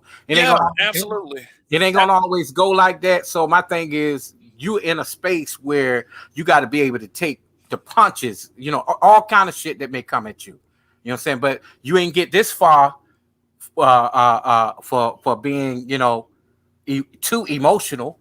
You get Sir Anthony. Let me answer Sir Anthony. Edward Anderson talks a lot and he says a lot as well. Hey, I give a lot of credit to Edward Anderson. I will. I mean, we all might have differences with people in this space and stuff, but Edward always fuck with us. The habitual line stepper. So, And I like him. and then I and like then him. and then, and then he shared this video. He shared it on his community tab. So, community tab sharing it always helps. I know that there are people that genuinely watch this channel as well, which I'm grateful for those people too. I'm always grateful for any help I get. And I share people in my community tab as well. It's no biggie really, but Edward, I'm not. I'm like Roger on this. I don't want anything bad said about Edward on the platform. And that's cool. And I'm just Yeah, saying. I mean, you may have your opinion about certain people and stuff like that, and you're entitled to that opinion. And but Edward Anderson in particular, like I said, he fucked with us, so it's he cool. Like, I don't even know him, but like I said, I've been here a few times. But you know who I am, correct? Yes, sir. And Okay. that's all that matters. All right. Well, okay, but all the way from Facebook. yeah, all the way from there. I mean, I like conversations like these. I really do. It's that I do understand that there are some things that we say that are going to bother people, and that's just the nature of it. I like to see just different people come in, man. Like the brother, the truth. What's his name? The truth. What's his the real honest truth? The honest truth. I like him because he bring a little bit, to the table. I like this brother here. What's his name? That's here right now. Angel. I like him. I like Rogish. I've been trying to figure him out a little bit before I speak because I thought he was Gerald at first because they talk alike. Super ears. Let me respond to super ears real quick. Super ears. Women have enough spaces to speak. Those who speak are not listening. Women don't know how to listen these days. I understand that. Yeah, we're great, but when they come here and they want to speak, their talking points to us that we reinforce through videos and our own social media posts, then it's our chance to prove our talking points, to prove that we've been right all along. When you sit there and try to have a shouting match, you spoil that opportunity. But hey, I mean, do what you want to do. Do what y'all want to do. I'm not telling what to do. I'm not saying I'm not saying redefine simp for the 50th time. I'm not saying that. I mean, I do understand that. I mean, I'm gonna make a T-shirt, and and on this T-shirt, I'm gonna catch some heat for this. Especially from my mother when I go visit home. I mean, I'm gonna make this T-shirt. I know they are bitches. What is the true definition of a simp? True definition of a simp is a man who he capes for the dysfunctional behavior of females for reasons anywhere from personal gratification to some misguided sense of nobility, like nobleness rather. Thinking that anybody that compromises their integrity for possibility for a piece of pussy.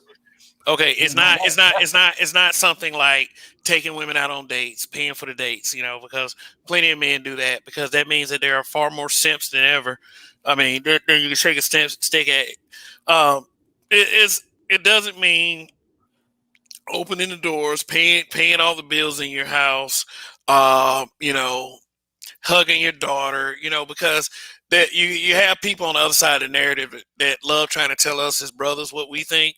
So I'm going to ahead and tell you what it's not, because these are all things I've heard that black men think that black men think that black men who love black women is simps. They say that kind of thing, and it doesn't make any sense. It's not loving a black woman. It's not protecting a black woman.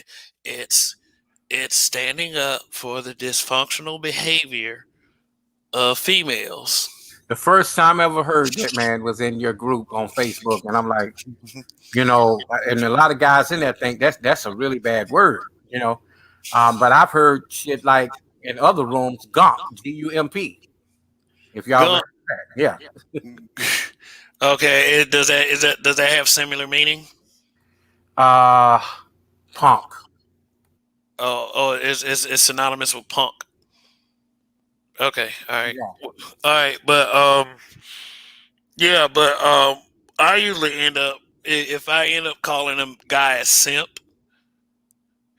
it's because he has launched an attack on black men for constantly talking about and bashing these females. Like the dude on the video you showed the other night, right?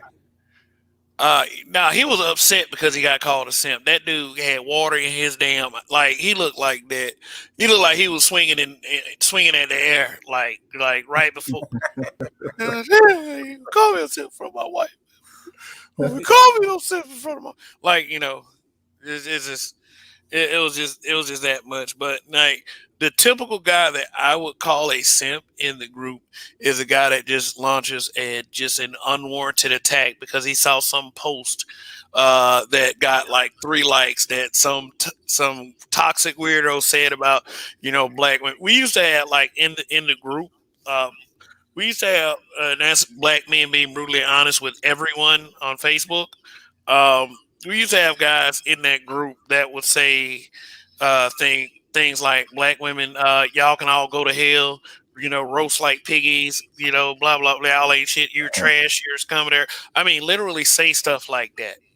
Well, you got one white woman in there too. Last name Jones, Michelle Jones. Okay, that's the other group, but because I ain't seen no Michelle Jones, but when we say with everyone in that group, if you don't let like other races in there, I'm not afraid of being accused of discrimination or anything. But when you say with everyone, it's got to be with everyone. Why do people think you can just talk about folks and not have at least 1 or 2 present? Like you want to tell them, what are you telling me for? We already understood and know that shit. We know and we understood. And what needs to happen is when those people show up, you need to have the same energy when they show up as if they weren't there when you were talking all that shit. You know what? 95% of the time, it does not fucking happen. But the white women in there are. Why are we focused on just white women? What about white men? Like, why do we just do? Why do we think that white women are just like the ultimate enemy? Like I understand they're a part. They're one half of the picture. is we discount the other part of the picture, and we end up slipping up like that every time. Yeah, and I think a lot of that is okay. But wait a minute, who see white women as an enemy? Who? Not me. I don't. But what I'm saying is, but the white women are trying to figure out why the why the black men are bashing the black women, and the black women and the white women are teaming up together. And I've seen it. Well, they're not them wondering why. That's assuming they know what's going on in that case. Because what is Gloria Steinem and Dorothy Pittman Hughes many times over. That's what do they have in common? I guess it's just trying to be respectful because I'm a woman. No.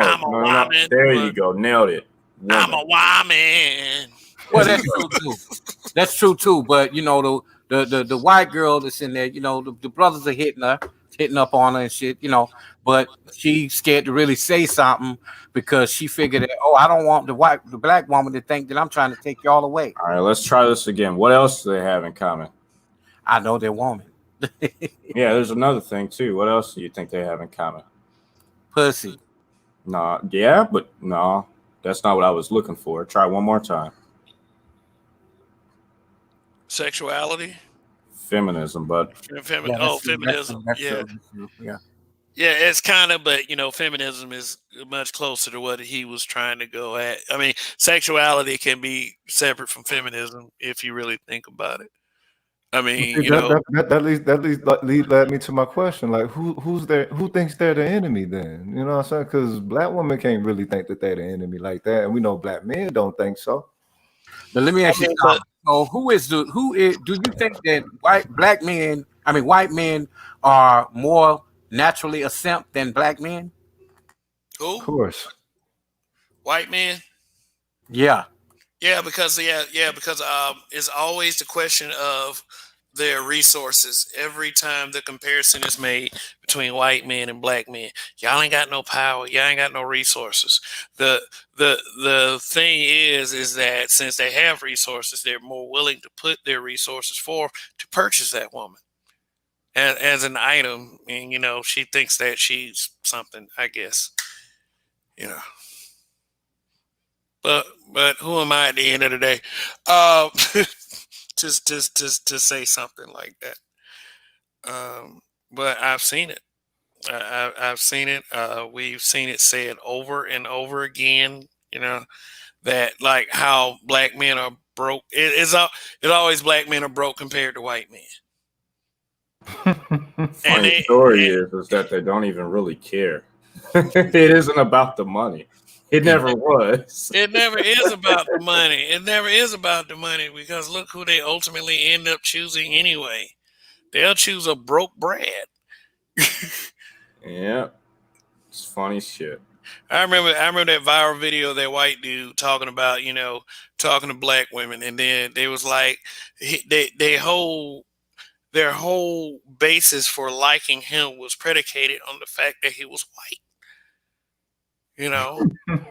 Go white boy, go white boy, go white. They couldn't stop talking about that shit. They fetishize it. That's another projection. They say They say that we're just fetishized and used as objects, and we should feel bad about that. Let me ask you a question. As a black man, do you think in the context of a single guy? Do you like a single heterosexual guy? Do you feel slighted when women use you for your penis? Use you for sex? Oh my God. You just want me to come over there. You want to take my penis from me. How many men you've heard say that shit? That's like they want to adjust your thinking for you. Like your feelings are supposed to be hurt because it's like now some dude they get pee whipped real quick. She put it on him and then all of a sudden just drop him and leave and then he be like the heavens fall from the earth every time you walk outside because he's so sad. I understand there are situations like that, but you never ever ever hear a guy talking about, man, she's using me for my penis. I don't know. I've heard some black dudes say that about white chicks because they thought maybe they were going to really be together or something. And shit, you want to be with white Billy Bob up in the hills. You just something to do. Mm-hmm. I mean, like I've heard bitter women be on all over. That's already given up the pussy. They got 3 kids, one looking like each member of the crew. Talk about like, all y'all can offer is penis. All y'all niggas can do is offer penis. Just look like each one of the crew. Anytime a woman says all you can offer is penis, I say, yeah, okay. Well, where all your fucking kids come from? all y'all got is dick because that's all you've been receiving. Like, wow. Yeah, I mean, this is a logic we're dealing with, man. But I'm gonna wrap it up because this is that time. So, final statements, gentlemen. Oh shit, I'm mash out, man. Y'all have a good night. Long live the habitual line steppers. Long live. Long live. Oh, man, this was a real good. I'm glad I can't. I think I need to come in the evening because it's more laid back. I can't deal with all that hollering and shit back and forth. But I really do appreciate you giving us the platform to speak out and to respond and to just see where everybody heads are at, man. All right. Well, thank you for once again, coffee, and y'all tune in. Y'all tune in tomorrow night. Technically tonight because it's Sunday. But thanks once again for coming by, coffee. PK, what you got? Nothing much, man. Thanks for hosting. Thanks for allowing me to come on and chat with you guys and salute. And hopefully see you on the next one. All right, PK. Thank you very much for coming by. Really appreciate it. All right. And just saying, man. What was said about me tonight in this broadcast from the panelists was mostly right, and what I did not get was 100% agreement, and that's a good thing. That's a great thing, as a matter of fact, because we can display discourse for conversation. Conversation that people can get something from, and that's what at the end of the day that's what I go for. I mean, seriously, I was going for a more comical type broadcast, tonight, but what we have a tendency to do is I'm not saying that I should be taking digs at on how people should react to when females come on panels, but what you guys do is you guys go dark. So like a lot, you go dark. Lighten the fuck up sometimes. I mean, shit. Like, have fun. Like, tell some jokes. Show your humorous side. Make these broadcasts enjoyable for the audience. Like I made a point about people who they come to these places for the first time. They're fresh on these kinds of channels. They're not really so hip to. Uh, they're really not so hip to what's been going on with the manosphere. So, and the person that I feel like you need to trust most of all in those kinds of situations is the host, because the host, you got to understand, the host knows his channel. I mean, and I do understand from different manosphere channel to manosphere channel to manosphere channel, we do have a group of the same subs in each channel, which is great and awesome, because that is evidence of ultimate networking. But just in case for those outsiders that come in and have to acclimate themselves to the manosphere, I feel like that, is a level that you have to kind of go easy on them. Some people do not want to abandon the old way. Some people want to start a new way. I mean, I'm for whatever works. And at the end of the day, I do support a collective of black men, such as the Black Manosphere, to continue to do our thing. You know, I'm not trying to say that I'm advocating for women to come in and just destroy every conversation, because I holistically believe that a lot of them do know what they're doing when they come on those panels. Do you think that a lot of those females don't come on their panels and they don't know exactly what's going to happen? Shit. The Roger tried to establish that the other day in a broadcast where he was saying that the women know exactly what they were doing, when there was another guest trying to say that they were inherently dumb and they just automatically fucked up and shit like that. That to me, that's like saying that racism is a mental condition instead of putting all of the accountability on evil people. You can't simply just do that and expect and expect what you've been trying to push to be taken seriously. The whole point is they do know what they're doing. They do think they're better than us. Now, there were females at the beginning of the broadcast that were part of the chat. They were quite upset because I put the word weave in the title. They didn't even let the broadcast get all good before they started. Like, oh my God, how can you get up there? I thought you were fair and balanced. Oh, you're bashing black women. You're trying to and that was the whole point of even naming it that. But what would have worked out better if we try to have a little fun with it instead of just going dark and dreary. It's like, okay, just okay. We understand. I understand a whole lot what the situation is. Seriously, I care about it. I'm not trying to sit up and tell you that all these females are good. I made this broadcast specifically for that. I'm not telling you that they're good. I'm telling you that a lot of them are just, they're messed up. If there's a chance to fix it, where's your optimism and your positivity on that?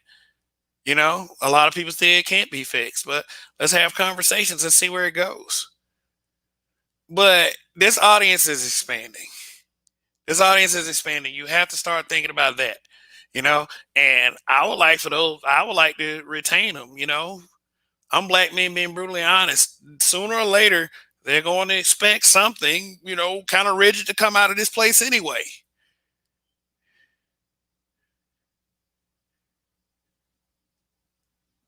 But, I feel like as men, we're supposed to be better than them.